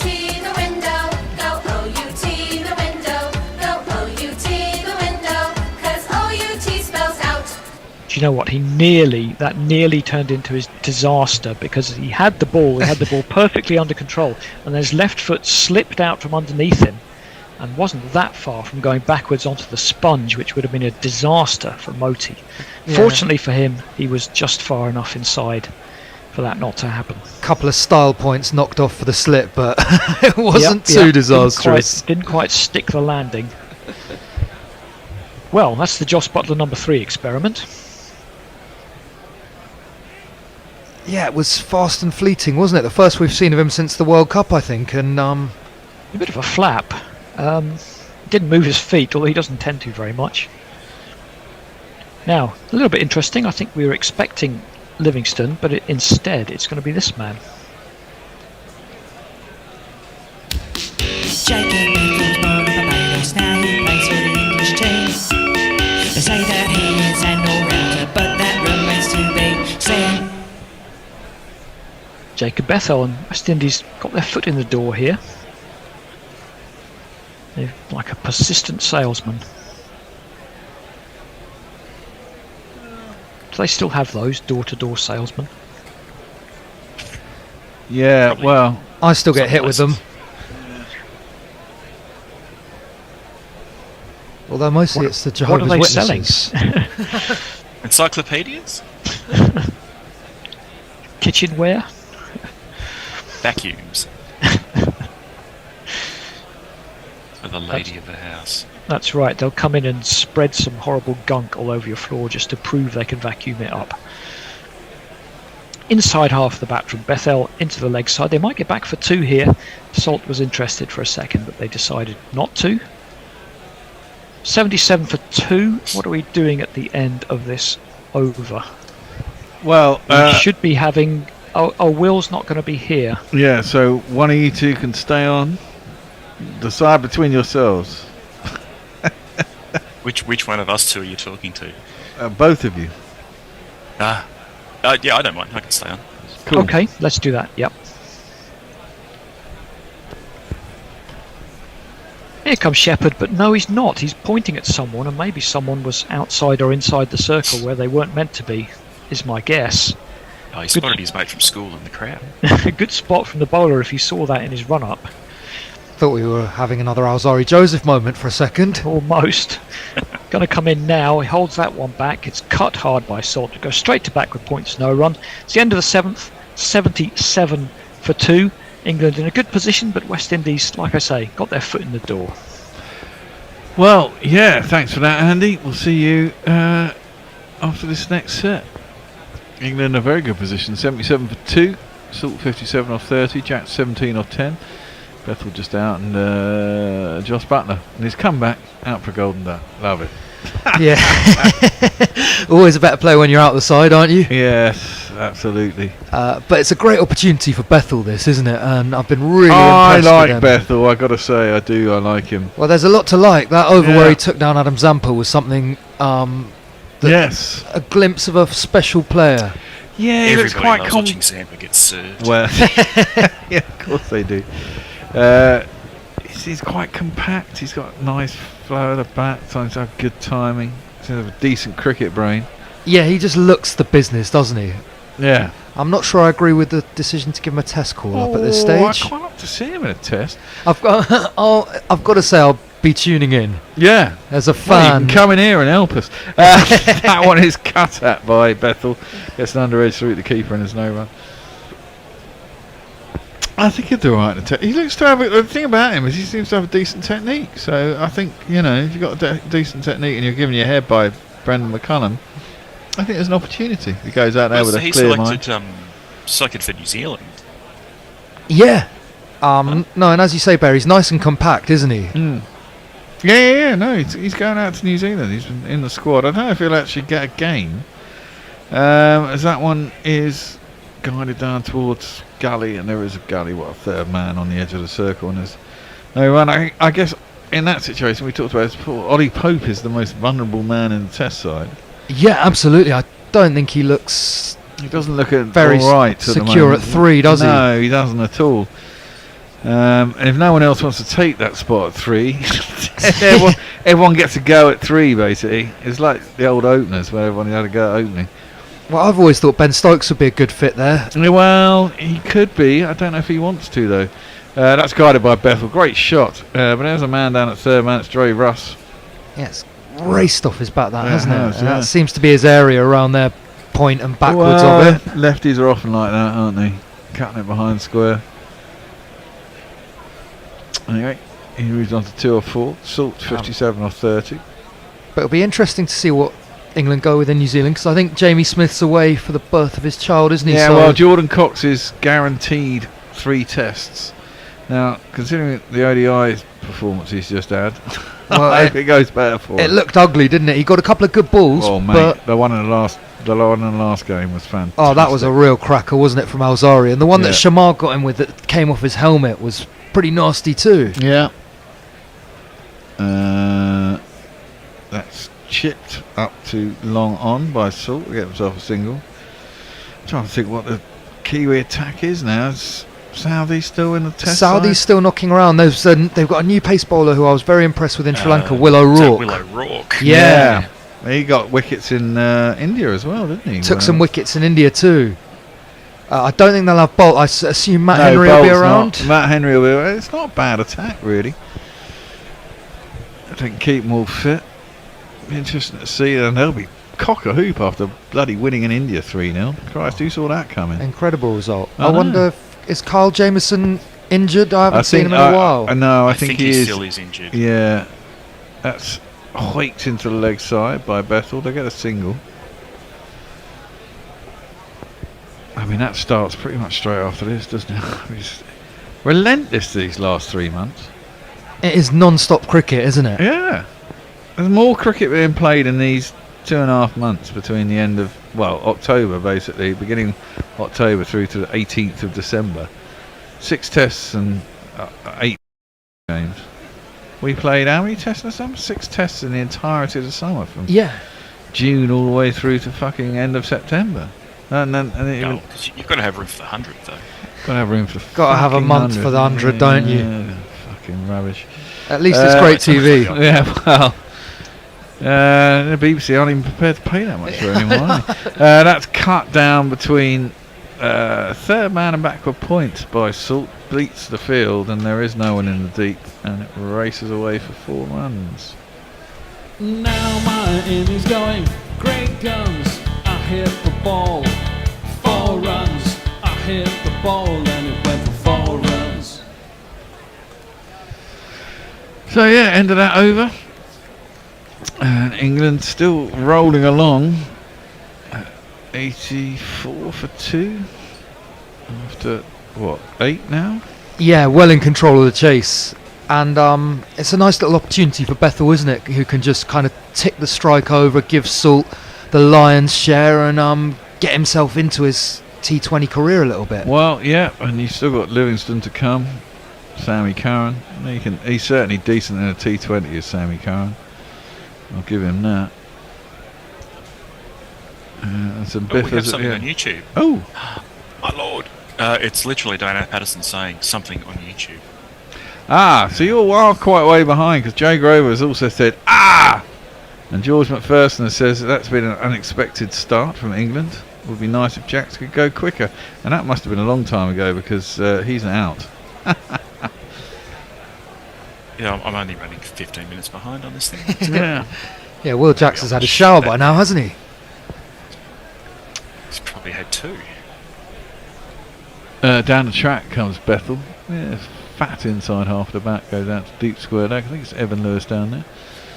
It'll be just the 1 run.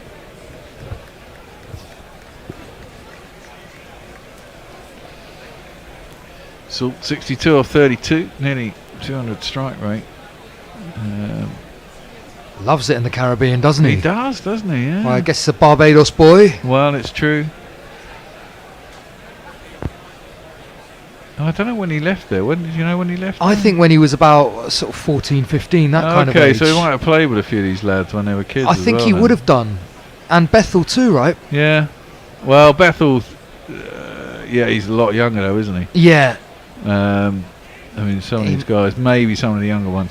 Little lap sweep by Salt, very fine, down to fine leg. Hetmeyer comes around from probably long leg or deep square, and they'll get back for 2. Just 96 required from 69 with 8 wickets in hand. You think that was doable? Yeah, I think West Indies are going to need a flurry of wickets, aren't they? Something extraordinary to change the momentum of this match. Well, that's always possible with this England side. Absolutely, you wouldn't rule it out if they lose No. 3 in the space of 10 balls, and then they're right back in the game. Pessimists. Yeah, we don't have the Australian way of always believing we're going to win. We always believe we're going to lose, Mog. Unmitigated arrogance is, I believe, what you call that. Well, yeah. Heaved into the leg side. What a shot. Really got a hold Salt of is that. really getting it out in the middle now. That's gone down to Cow for 4.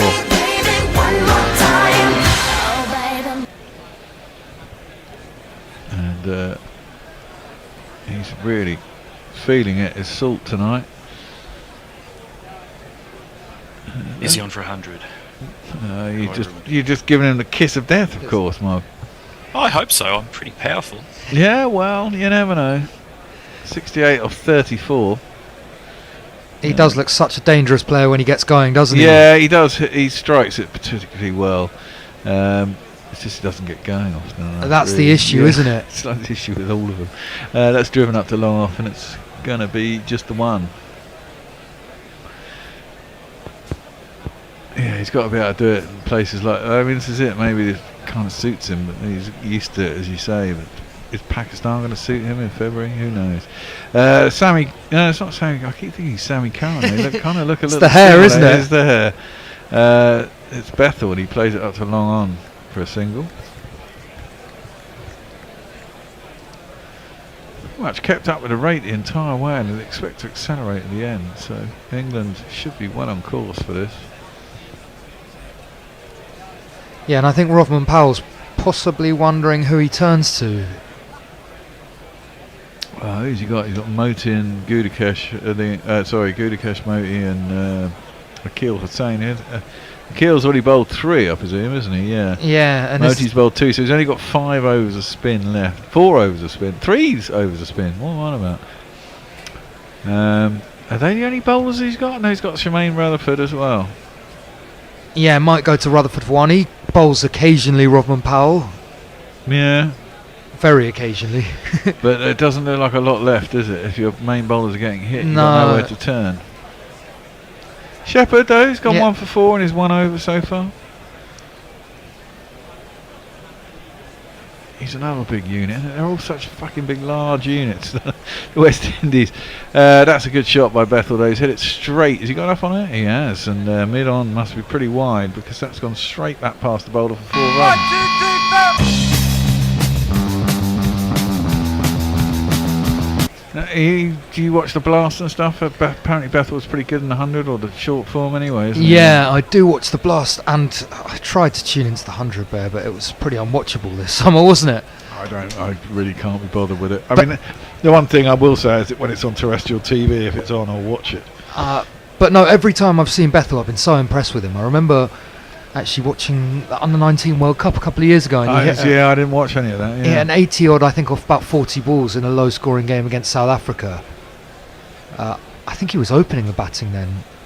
But, hugely impressed with him every time I see him.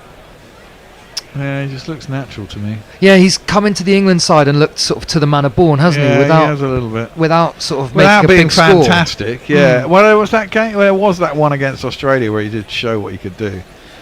Was that the one we won in the middle there or something? Yeah, and I think he got 40 odd, didn't he? Yeah, and he looked really good getting it. You know, can have a career on that kind of thing, you know. Salt.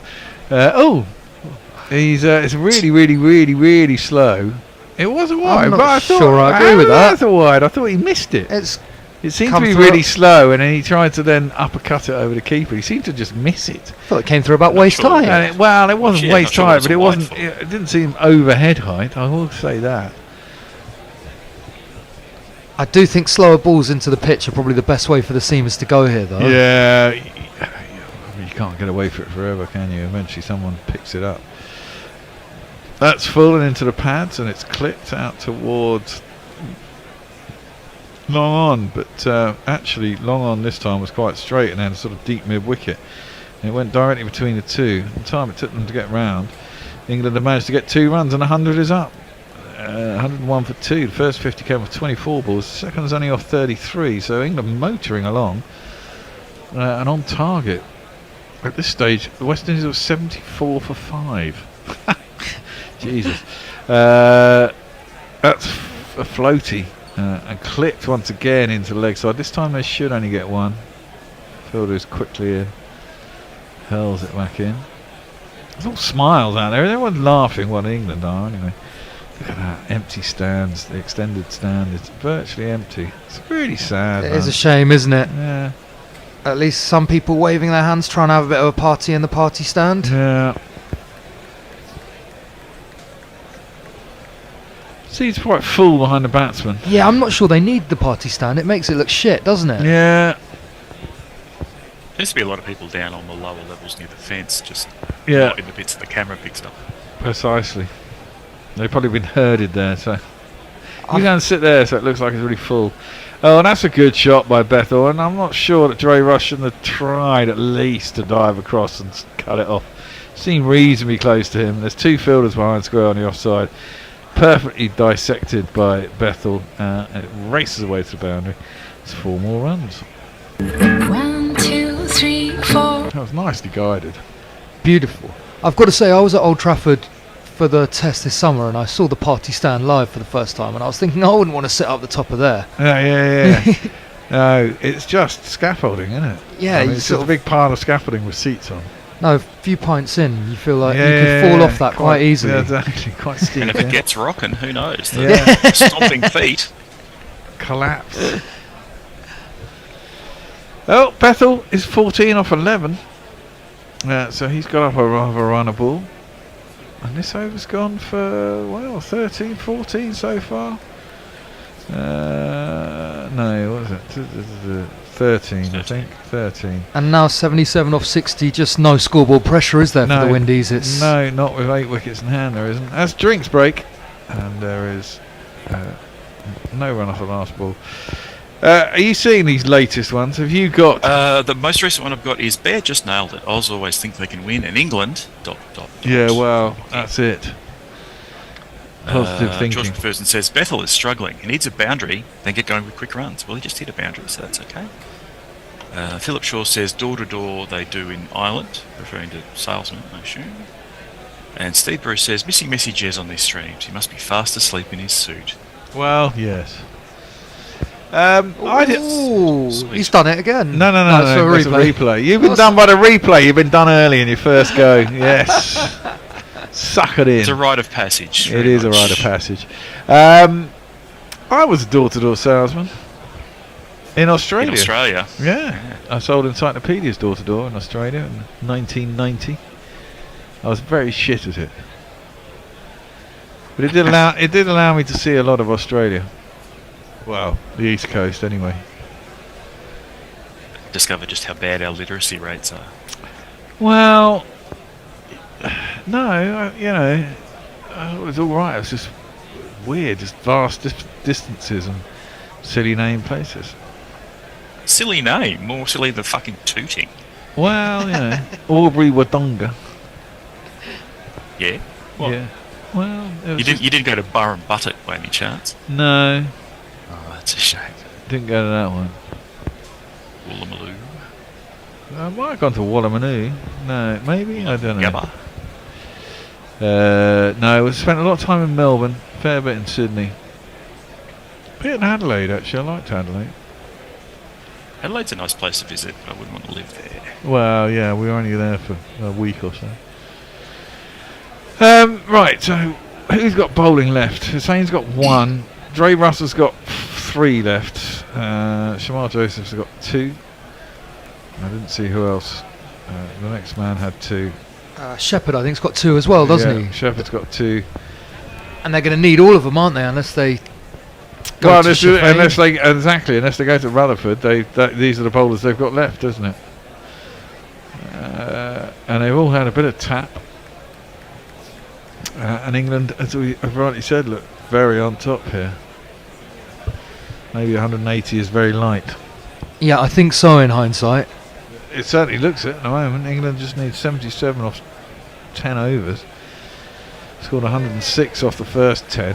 And you'd think you'd accelerate in the last 5. No, absolutely. But it was funny, wasn't it? In the third ODI, it looked like batting got a lot easier after dark. And it's looked slightly like that tonight, that they've just seemed to time maybe it's the old dewy thing. The ball skids on a little bit. There's a bit of moisture in the air.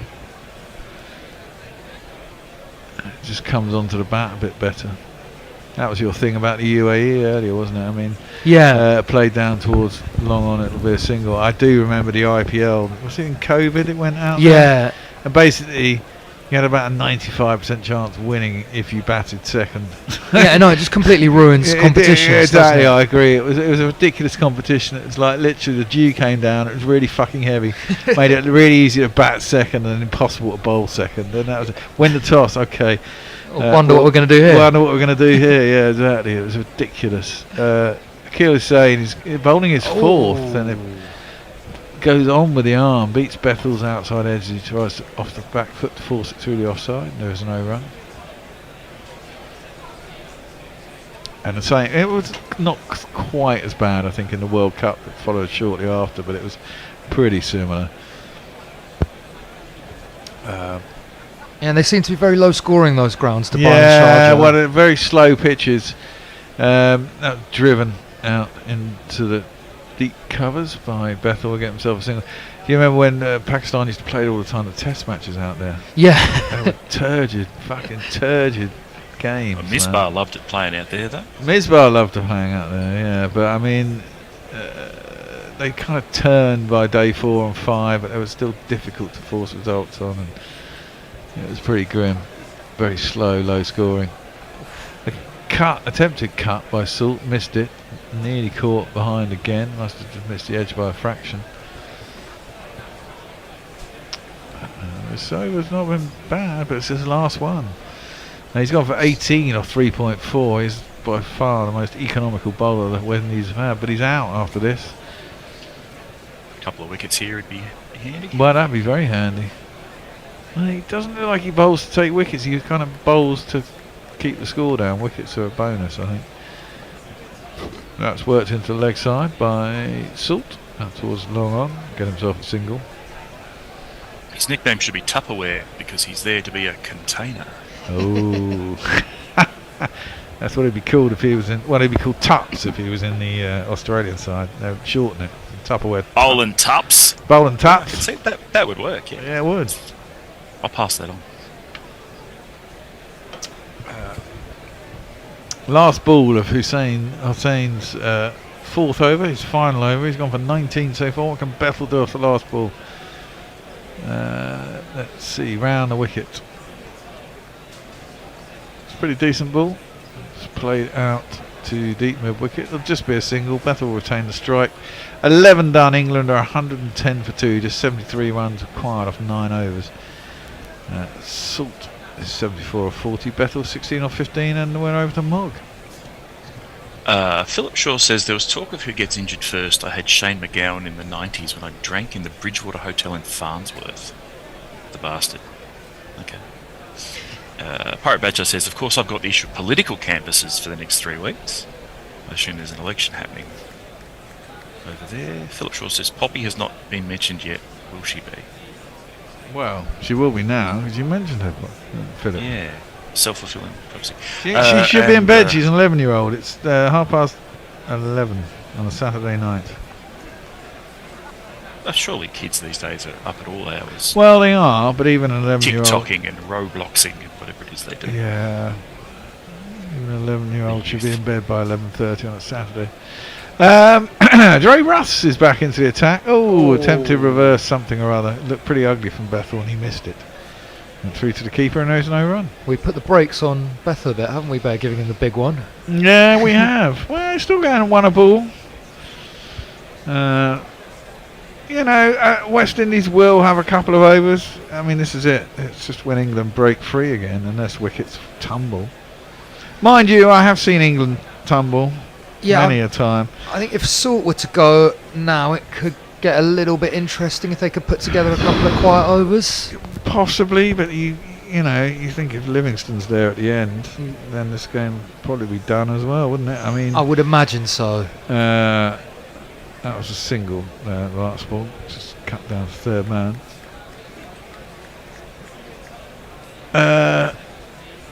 I think England have gone too far with too many batsmen left and not enough time for the West Indies to truly rein it in. You never know, but that would be my thoughts on this. And if England get another 20 or 30 with... Jesus. That should have been a wide. Did he end up hitting that for 6? I think it's gone straight into the advertising boards. Yeah, it has boards. gone straight into the amber coin horns. It was 6. It was down the leg side. Somehow Salt managed to catch the bat up to the ball because it was quite far down the leg side. And he's managed to get a bat on it, haul it over the man short on the 45, and it's gone all the way for 6. Pretty flat. Just about managed to get the toe end on it and help it on its way. I mean, it was a horrible pie. It was a terrible pie. It was not a great delivery. 80 or 41 now, Phil Salt. Having a cracking time. And Dre Russ is in. It's on his pads again. Beats the man at 45, who's up inside the circle. Beat him. and it's always going to be 4, and so it proves. The number of the day. Who could ask for more?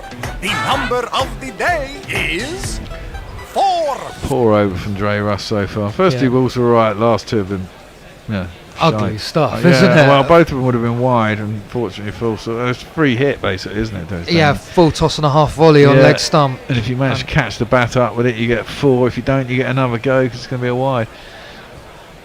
Phil Salt has scored. Yeah, some very far halves. 119 off 57, 109 off 56. Versus Pakistan 88 off 41. Versus the West Indies another 88 off 41, and this is 84 off 42.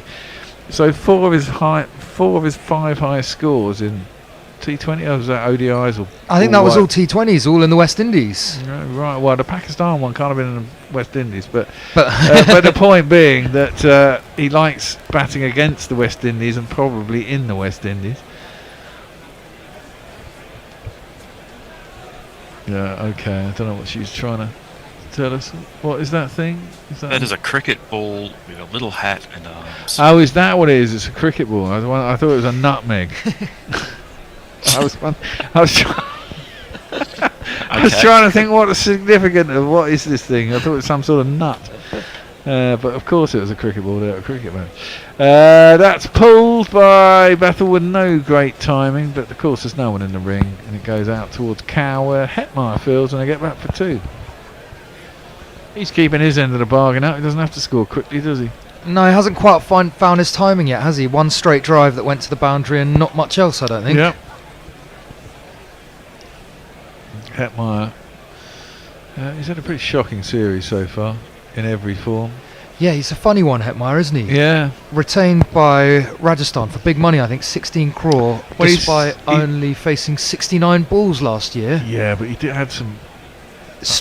He did have I remember watching him spank 29 off about 10 balls. Oh yeah, he strikes big at the back end, doesn't he? Yeah, and I think that they're so data focused now in the IPL that they just want him to do that. It doesn't matter that he faced 69 balls. No, absolutely. If he faced 69 balls and scored, I don't know, 180 runs, then they're happy. It's ridiculous, isn't it? You can get paid all that money for face 65 balls essentially. He's not a great fielder.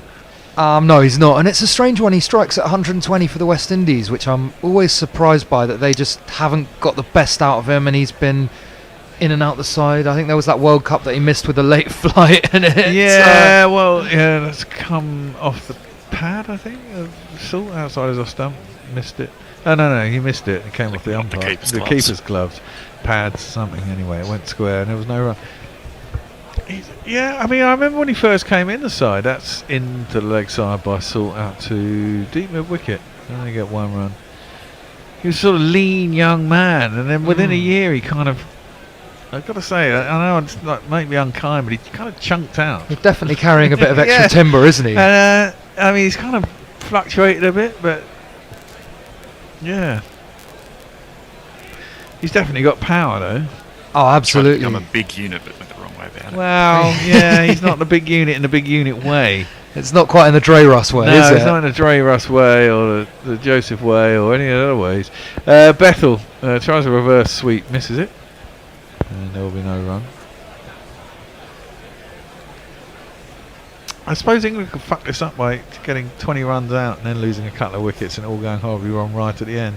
Seen that happen before. You have seen it happen. Oh, now, was that Byes? Did he get bat on that? He's come down the wicket. There's Bethel. I think Moti saw him come and shoved it wide outside the off stump. Oh no, it must have come off. A little bit of bat on it? I thought it. A little bit of under edge, which took it. No, I don't think he touched it, but hey, it might have gone under the bat. The umpire's given him the benefit of the doubt and said he's touched it. I think that's to save the blushes of the keeper because it was a really shit ball. It was wide, it was very full, and in the end it sneaked down the third man for 4 runs. Bethel comes down the track again, clips it out to deep mid wicket, Hetmeyer fields, and there'll just be the 1 run. There's been 6 off the over with 1 to come. Partnership 54 of 38. Yeah, game's just slipped into a bit of a lull phase, hasn't it? As they kind of. But you can afford. The thing is, if you're England, you can afford this. If one over's slightly off and then you hit the next one for 20, it doesn't matter, does it? Absolutely. And when you've got, that would have been a wide, but it's cut. This man just behind square, man sort of short third man, and a man just in front of square. So they're hanging it out there for that. That's all. We do a change now. Yes, I think we are. Are you taking it through to the end here, Andy? I think so, yeah. Looks comfortable for England at the moment. Never quite be sure in a T20, but you've got to be very happy with 53 needed off 42. 8 wickets left. Phil Salt on 86. Aye. And plenty of batting to come for England, so everything's lined up. Yeah, it's looking quite easy for England from here, isn't it? George McPherson, however, says that Bethel needs to get a move on. He's holding England back. At this rate, England will fall short. Okay, yeah, it could happen. That's some powerful trolling right there. We're currently going along a healthy 10 and over. That's Dre Russ hobbling off up the steps. Not sure if he's done for today, but he's off for now. Clubbed away by Bethel over cover, but sweeper is round. It bounces off him. They should get back for 2. Is there a bit more moisture in the air again? I don't know. I think they've probably had a bit of drizzle. Yeah, so it seems to be that they. I mean, look. Are they a tropical island? Is that what you call it? I don't know, but I mean, there seems both the grounds where did they start off? Antigua, wasn't it? Very lush outfield. They're either watered and very hairy, or they get a fair amount of rain at this time of year anyway. Well, would be a million ahead on DRS. Not too bothered about that. That's not really where Shepherd should be bowling, because he's just thrown it so wide outside off stump. Bethel. That's an absolutely free hit, and he just lifts it over extra cover for 4. Very much off the toe end, wasn't it? Well, definitely a wide, but if you're going to hit it wide, make sure you hit it for 4. Yeah, and he did. He's doing fine, Bethel. 30 off 23. England are getting closer and closer to a runner ball. Yeah, at which point, well, even now, you'd say. You wouldn't think it would be a problem. A wicket can change everything. A colossal stumble for him to lose it from here. It would. This time he's full, and he's driven that to mid-off. That's a good stop. Diving stop by King. Yeah, Just get through for 1. Doesn't matter. 7 off the over, 7 off the first 3 balls. Yeah, all we have to do is pick up another. Excuse me, 2 or 3. Yeah. I mean, I'm in the same camp as Fred. It doesn't really matter what you've got off the over. If they bowl you a 4 ball, hit it for 4. Yeah, absolutely. I just keep going as well, but it's just nice to get 7 off the first 3, isn't it? You know? Salt certainly having a nice day out. 86. He's carved that one into the leg side, and he may have taken it, but he went over the rope, the fielder. He didn't take 6 either way. Did he not take it anyway? No, he tipped it over the bar. It was going to be 6 one way or the other. And it is. He's knocked over the advertising hoardings. That's the biggest crime of all.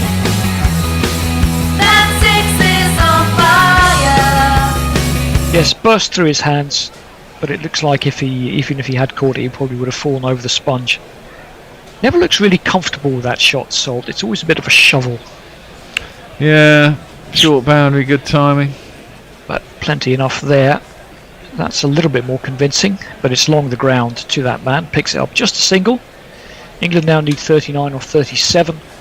And, well, games have been lost from here, but not many. Not many. Probably the ones that have been lost by us. We're good at that. Or some dodgy Malaysian T20 league games, maybe. Well, yeah. How dare you? Sorry, I shouldn't impugn the citizens of Malaysia like that. The fine cricketing tradition that is Malaysia. Nick Vickers says hello. Hi, Nick. And Lockie wants to know, is Doom gone? I suspect there's no more Doom. One more ball to go in this over. I thought it was the end because they seem to cut away. It's wide, it's driven. He's got a bouncing down to third man. Fielder gets down, picks it up, just a single. 145 for 2 with 6 overs to go. Yeah, England could win this with what, 2-3 overs to go? Could be over. Certainly, yeah, certainly. It's sort of from here. Anyway, anything, Mog? There isn't anything, is there? I'll just go check the Twitters and see if that has anything. And West Indies fan page says the man from Berbice, Berbice. Not quite sure what that means. Who's that? Is it Salt? Is Salt one of the ones who was born in the West Indies? Because a couple of them were. Yeah, Salt was. Born in Bethel Barbados. was. Yes. Maybe it's him. Ooh, hello. Kind of carnival time. Yeah. Why are we just seeing this for the first time?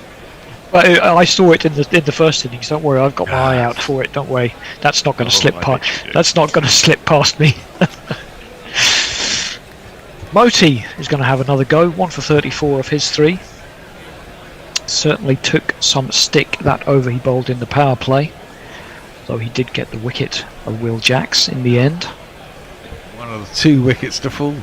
Yep, and the other one was a golden duck. Yeah, so everyone else has scored runs. Butler, that was West Indies' one chink of light they had in this innings. That's a horrible full toss outside off stump. It's not a great shot. Bethel gets a thick edge down to third man for 4 anyway. There's not one boy for me, I must have 2 or 3, I need 4. Just a big wide full toss outside off stump. That's pretty rotten. Ball's getting a bit wet, maybe, if we want to make excuses for the bowler. Well, they don't seem to be drying it on a rag, so no. Not giving him Powell's that. Powell's got a rag sticking out. Yeah, he has, but he's not using it particularly. Is he using his shirt now instead? Using his shirt instead of the rag.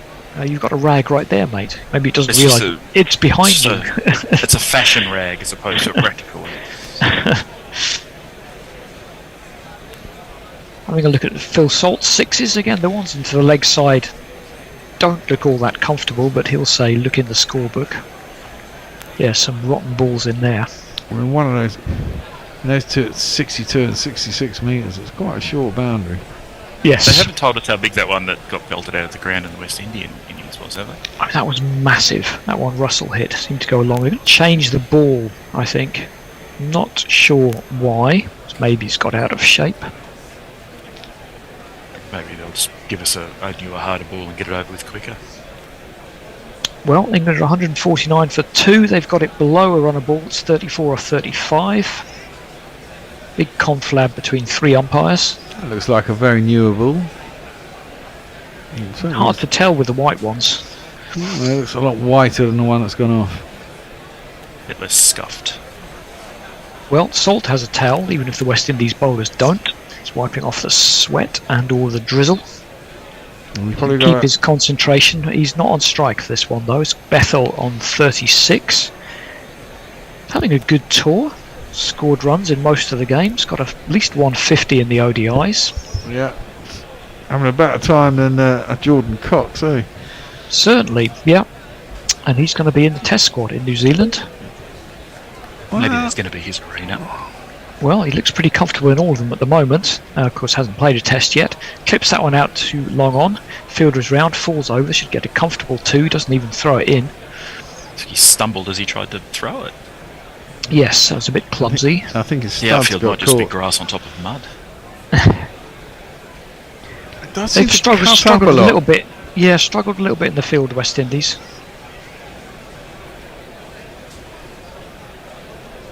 Again, might be a bit wetter than it was in the first innings. That one's pitched up onto the leg stump and it's clipped into the leg side again. Again, they might be looking for 2, or did they just agree 1 there? I think so. Back with Salt on 93. He's had a little bit of a break. He hasn't faced a ball for a little while. See if he can keep his concentration. Steps away and has a look around. Well, now we need less than 1 a ball now, don't we? Crikey. Yep. Life is good. 93 or 48. Has he got a T20 I100? Yes.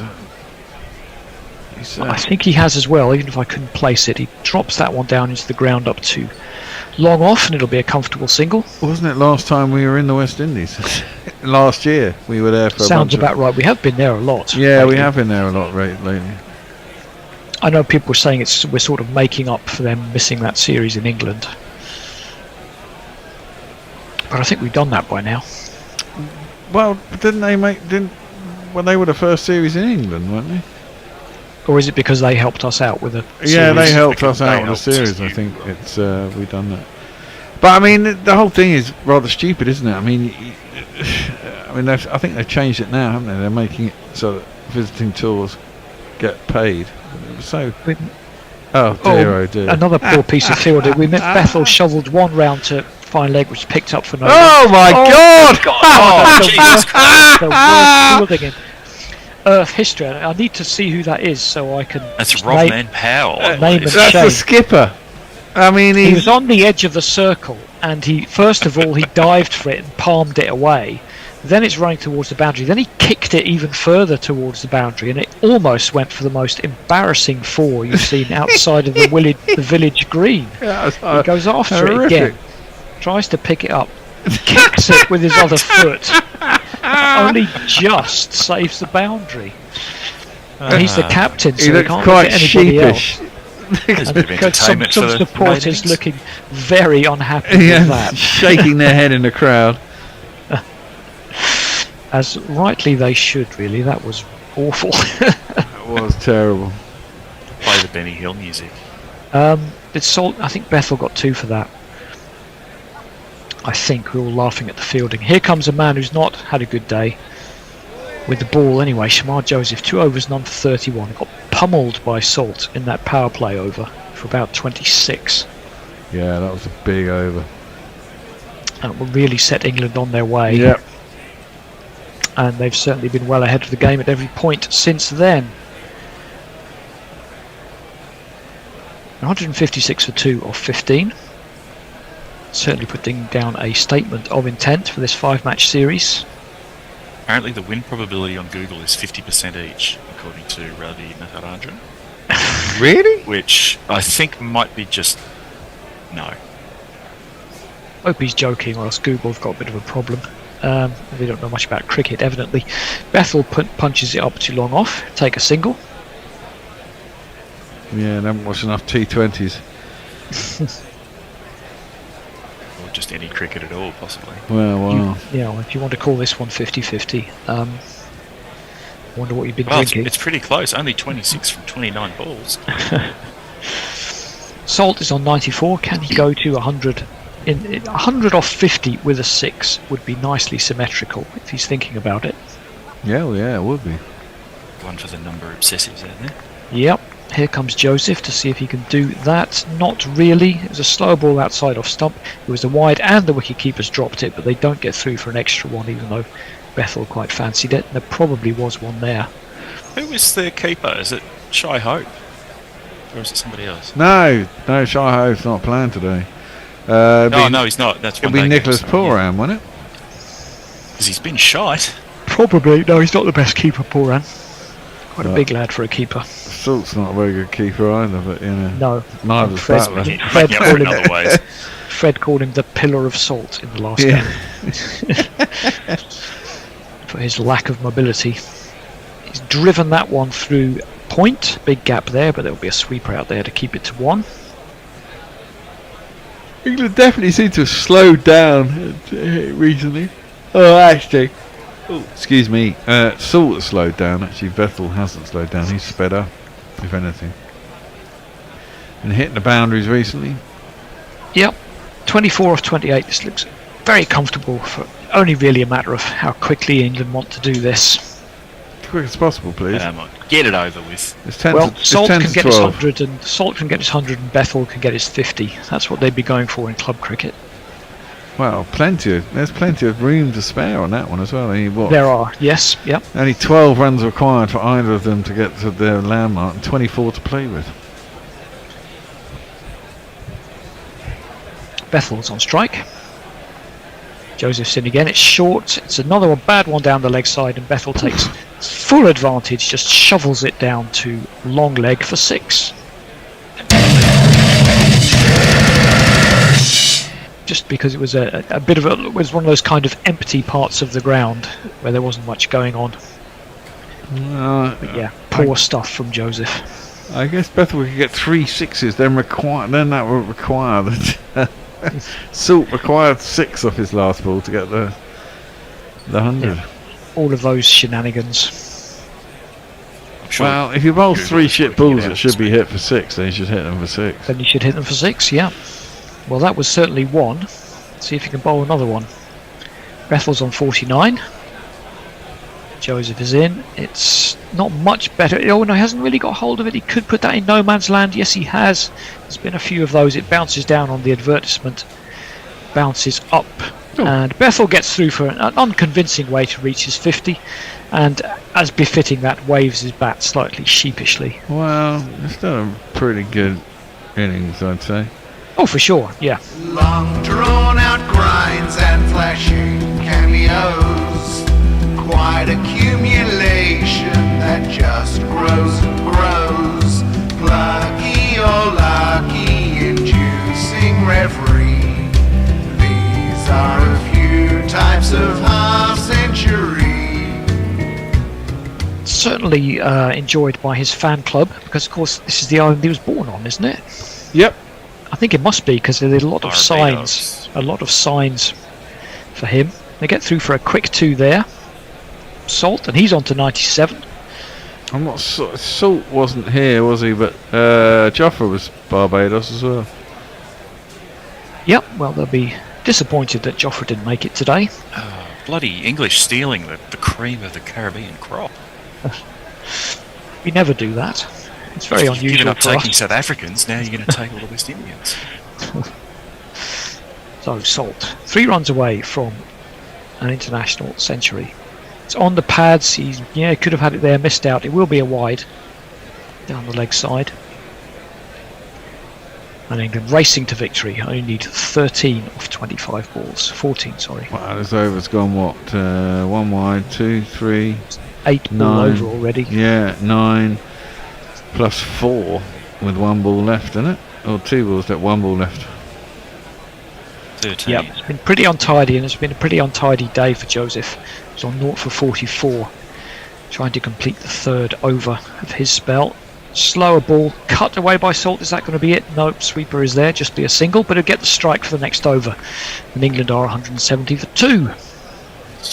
To the YouTube machine, Ravi Natarajan asks, Sandy, after the Sri Lankans, are you now adding Malays to your list of people you dislike? Oh, that's right. Their cricketing prowess. Well, I diss everybody. Evidently, I dissed Sri Lanka one time when Ravi was listening, and he took against it. People remember these things. They do. Philip Shaw wants to know if I like BFAT or Zappa, and not really. No, I never took to that. It's just a bit too up themselves. Yeah, Trying a bit I too agree. hard. Yeah. perhaps. Too avant-garde. Yeah. If you want to be properly avant-garde, go Runsellstone and Gurglestock or something like that. There's one for the kids to look up. We're all about the kids. They love the musics. Musics of the early 70s. Salt in the late 90s on 98. It's a full toss. He's clubbed it up to long on. He misses it, and it's 4. And that's really symptomatic of the whole innings. Dived past it. Salt doesn't care. He's off on an Imran Tahir celebration. And, He's doing a full lap. He is. Well, it's one of these. And 10, 20, 30, 40, 50, 60, 70, 80, 90, 100. Congratulations, sir. You are a centurion. Well done to him. You don't see too many of them in T20 cricket. In fact, it was quite a while before any England batsman got one, wasn't it? yeah. Well, the highest was 99 for quite a while. And then Josh Butler did it, didn't he? Was it Josh Yeah, first? who had the 99? Was it Jason Roy? I think it might have been, yeah. Or Alex Hales, one of the other. Yeah. Thumped that one up towards long off, who does manage to field it that time. Yay! Well done. Yeah, it's a bit of that. And England are 175 for 2, 8 runs needed, 2 hits away. Yeah, definitely a cruise. And for a minute, I thought 180 looked competitive, considering where they were. I mean, as you said, they kept on going. They went along at a fair old pace, but clearly it's quite easy to score at this Pretty ground. short boundaries, and Yeah. it's always a bit of a clue when a team loses a bunch of wickets and still puts up a score. Yeah, that's true. Maybe it's not that hard to score. But England did well. Took a couple of early wickets. Rashid got a couple of wickets at good times. Yeah, quite important ones at the time as well, weren't they? Yeah, Russell got himself out. It's short, and Bethel knocks it down into the ground, and they're almost a run-out situation there. But they realised what was happening in time. And they're just cruising along. Shepherd hasn't escaped punishment. 1 for 37. 3 balls to go in his spell. At least he got a wicket, I guess. Well, Yep. Akil Hussain has been the pick of the bowlers, hasn't he? for the Yep, West he Indies? bowled 3 tight overs in the power play. Yeah. No one else has really been able to put a lid on it at all. Shepherd's going to try again.